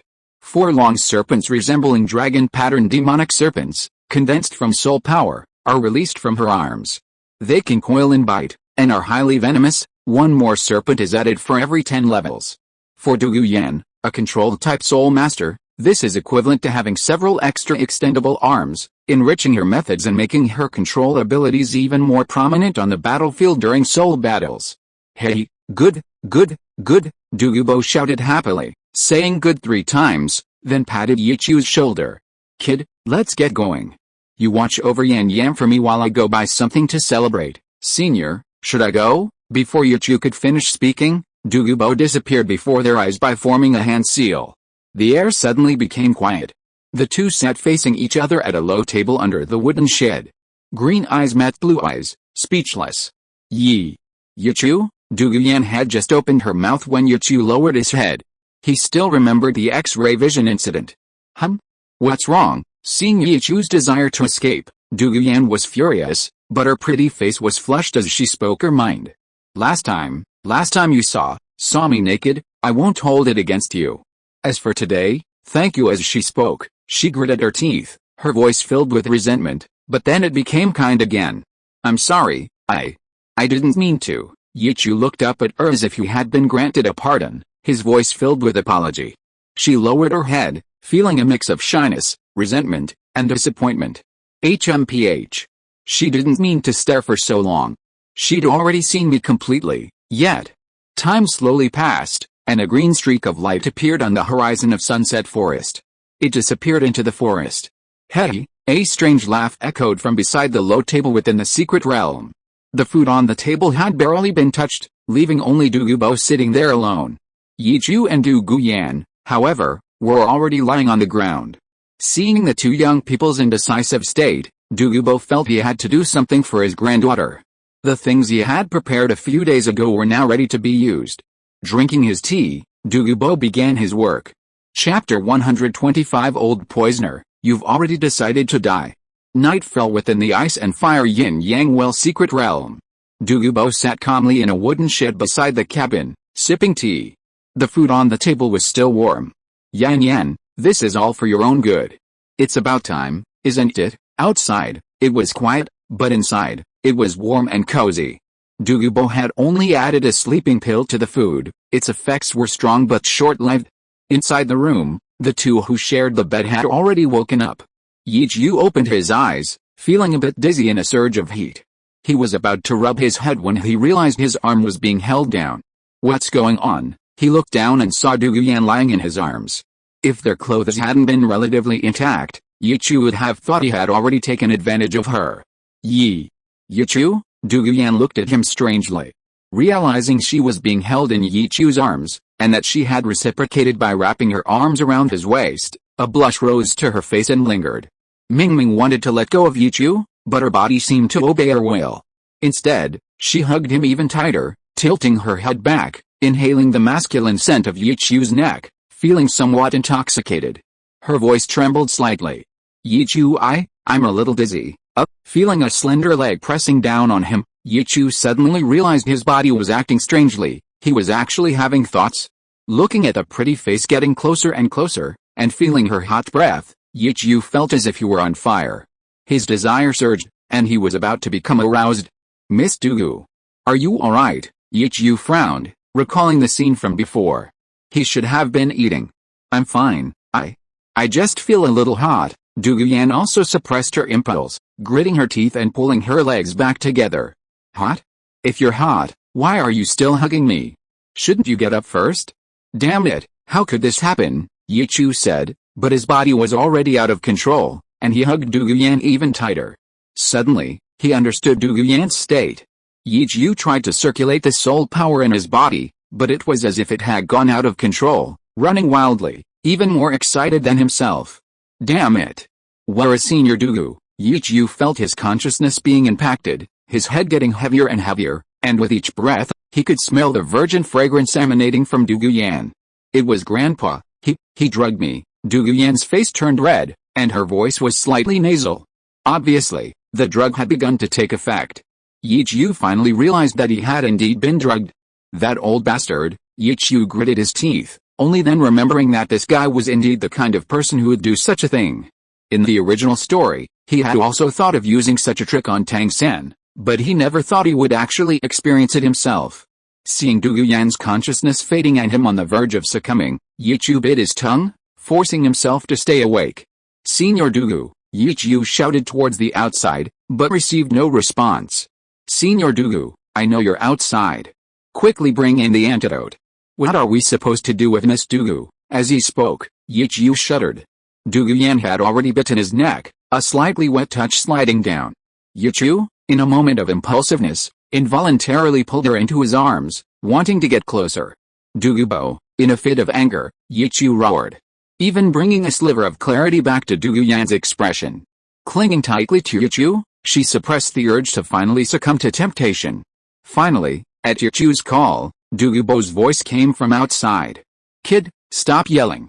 Don't think I don't know. Yan Yan has had feelings for you for a long time. As for you, you're a grown man, just be happy.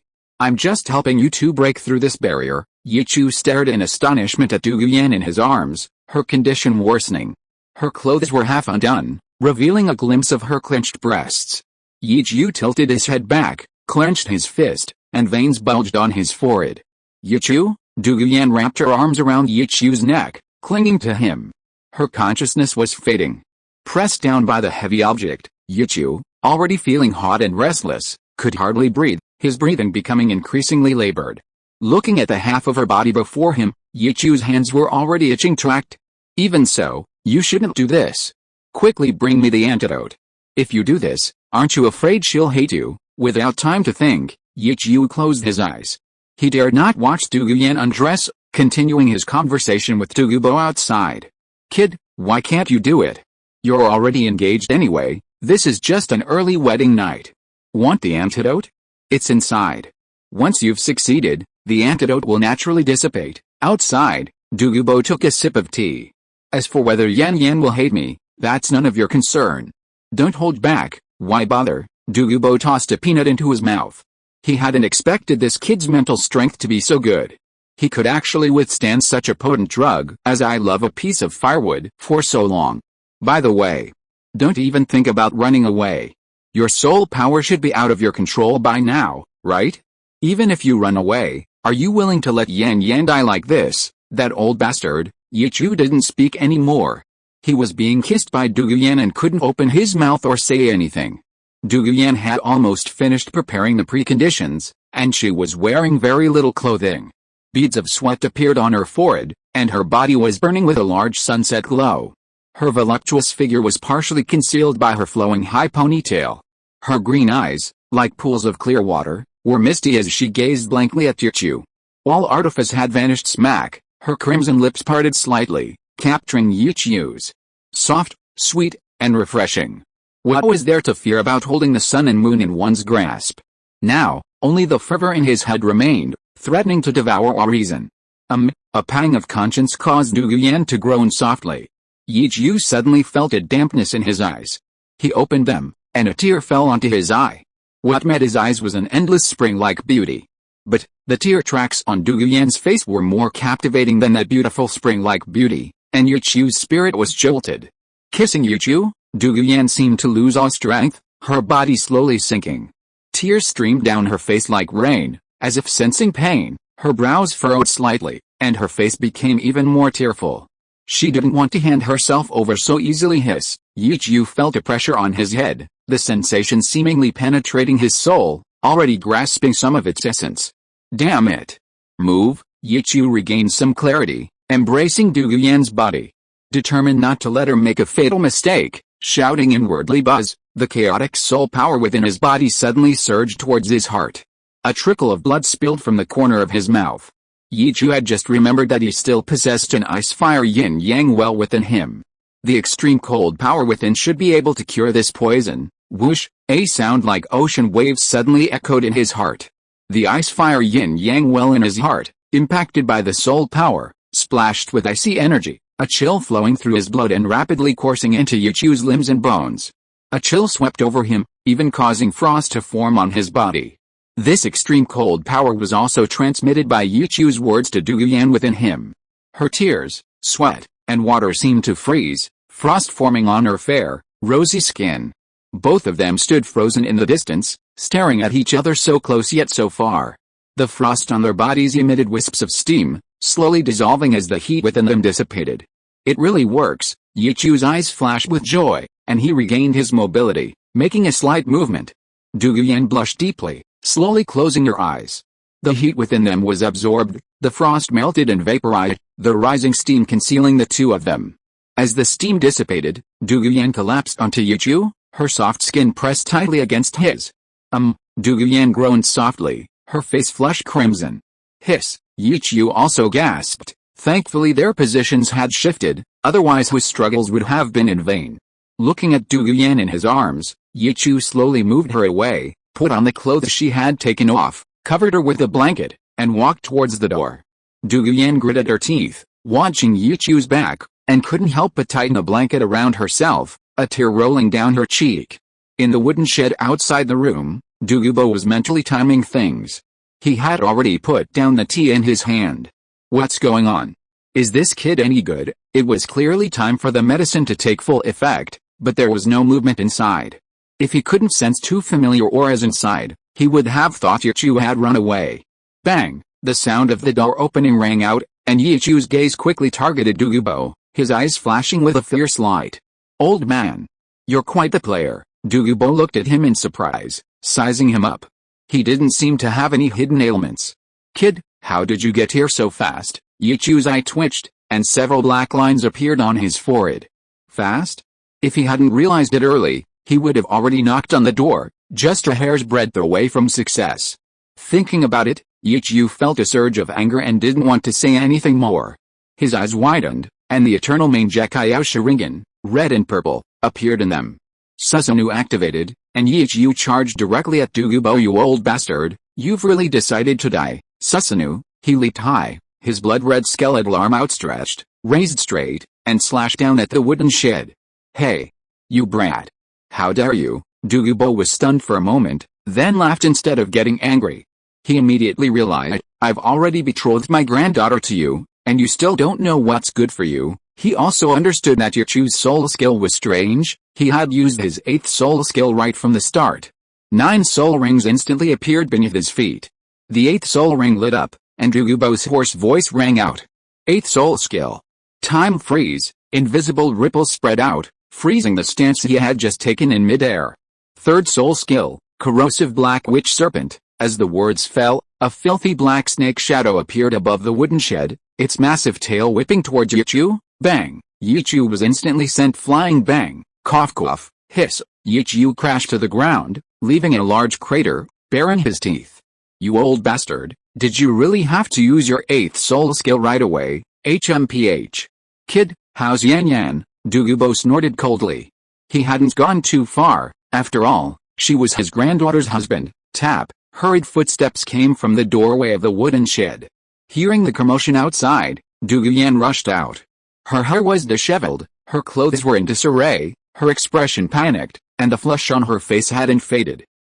Yan Yan, Doubo's expression became uneasy when he saw his granddaughter come out. He was still somewhat guilty. Seeing Douyin come out, Yichu didn't dare to make a sound, obediently lying motionless in the crater. With disheveled hair, Douyin glanced at Yichu lying on the ground with complicated emotions. Finding him unharmed, she turned to Doubo. Her eyes gradually reddened, a sense of grievance welling in her heart. She slowly approached Doubo. Grandpa. Is this how you help your granddaughter? Just send her away. Hey. Yan Yan, Yan Yan. Grandpa was wrong. Seeing Douyin getting closer, Doubo quickly apologized. Ouch! With a cry of pain, a tenth of his dark green beard was gone, and this time, a toe was also injured. Douyin didn't speak, only giving him a cold look before turning and returning to her room. Seeing Douyin leave, Doubo, who had been jumping around in pain, stopped, rubbing his chin. Then he looked at Yichu, still huddled in the pit. HMPH. Kid, stop pretending to be dead. Douluo stepped forward, his voice unwavering. I don't care whether you two actually did it or not, but you need to know what you've done. If you're a man, take responsibility. Douluo naturally heard Douluo's voice from inside the room. She buried her face in the blankets, only able to smell Yichu's sweet fragrance. A mixture of anticipation and fear welled up within her. Thinking of their brief close contact, blushes rose on her skin. Especially her chest, which still ached on both sides. You old bastard, Yichu opened his eyes, about to speak, but Douluo didn't give him a chance, lowering his voice. Hey, kid, I'm going out to lay low for a while. I'll be back in a while, waiting for your good news. With that, Douluo quickly formed hand seals and disappeared. Yichu stared blankly as the old man left. Did this old bastard bear any responsibility himself? Who? Exhaling a breath of stale air, Yichu lay alone in the pit, lost in thought. Unexpectedly, just after resolving the issue of the X-ray vision, this near miss happened. Although he hadn't fallen into a truly dangerous situation, he had at least glimpsed the basics and stopped short of disaster. The scenes from just moments ago flashed through his mind. He had touched what he should and shouldn't have. That delicate body seemed still imprinted on his mind, lingering there. Yichu slowly closed his eyes. Douluo was also in the room, quietly waiting for Yichu's reply. The night deepened. The mist above obscured a dim moonlight. Yichu remained in the pit, eyes closed, seemingly asleep. Douluo, still awake, sat by the window, glancing occasionally at the motionless Yichu in the pit. Biting her lip, Douluo got up and walked to the bedside, picked up the blanket, hesitated for a moment, then opened the door and approached Yichu. End of this chapter. Thank you so much for reading until the end. Don't forget to give it a like. Looking for more exclusive content and immediate access? Subscribe to our Patreon.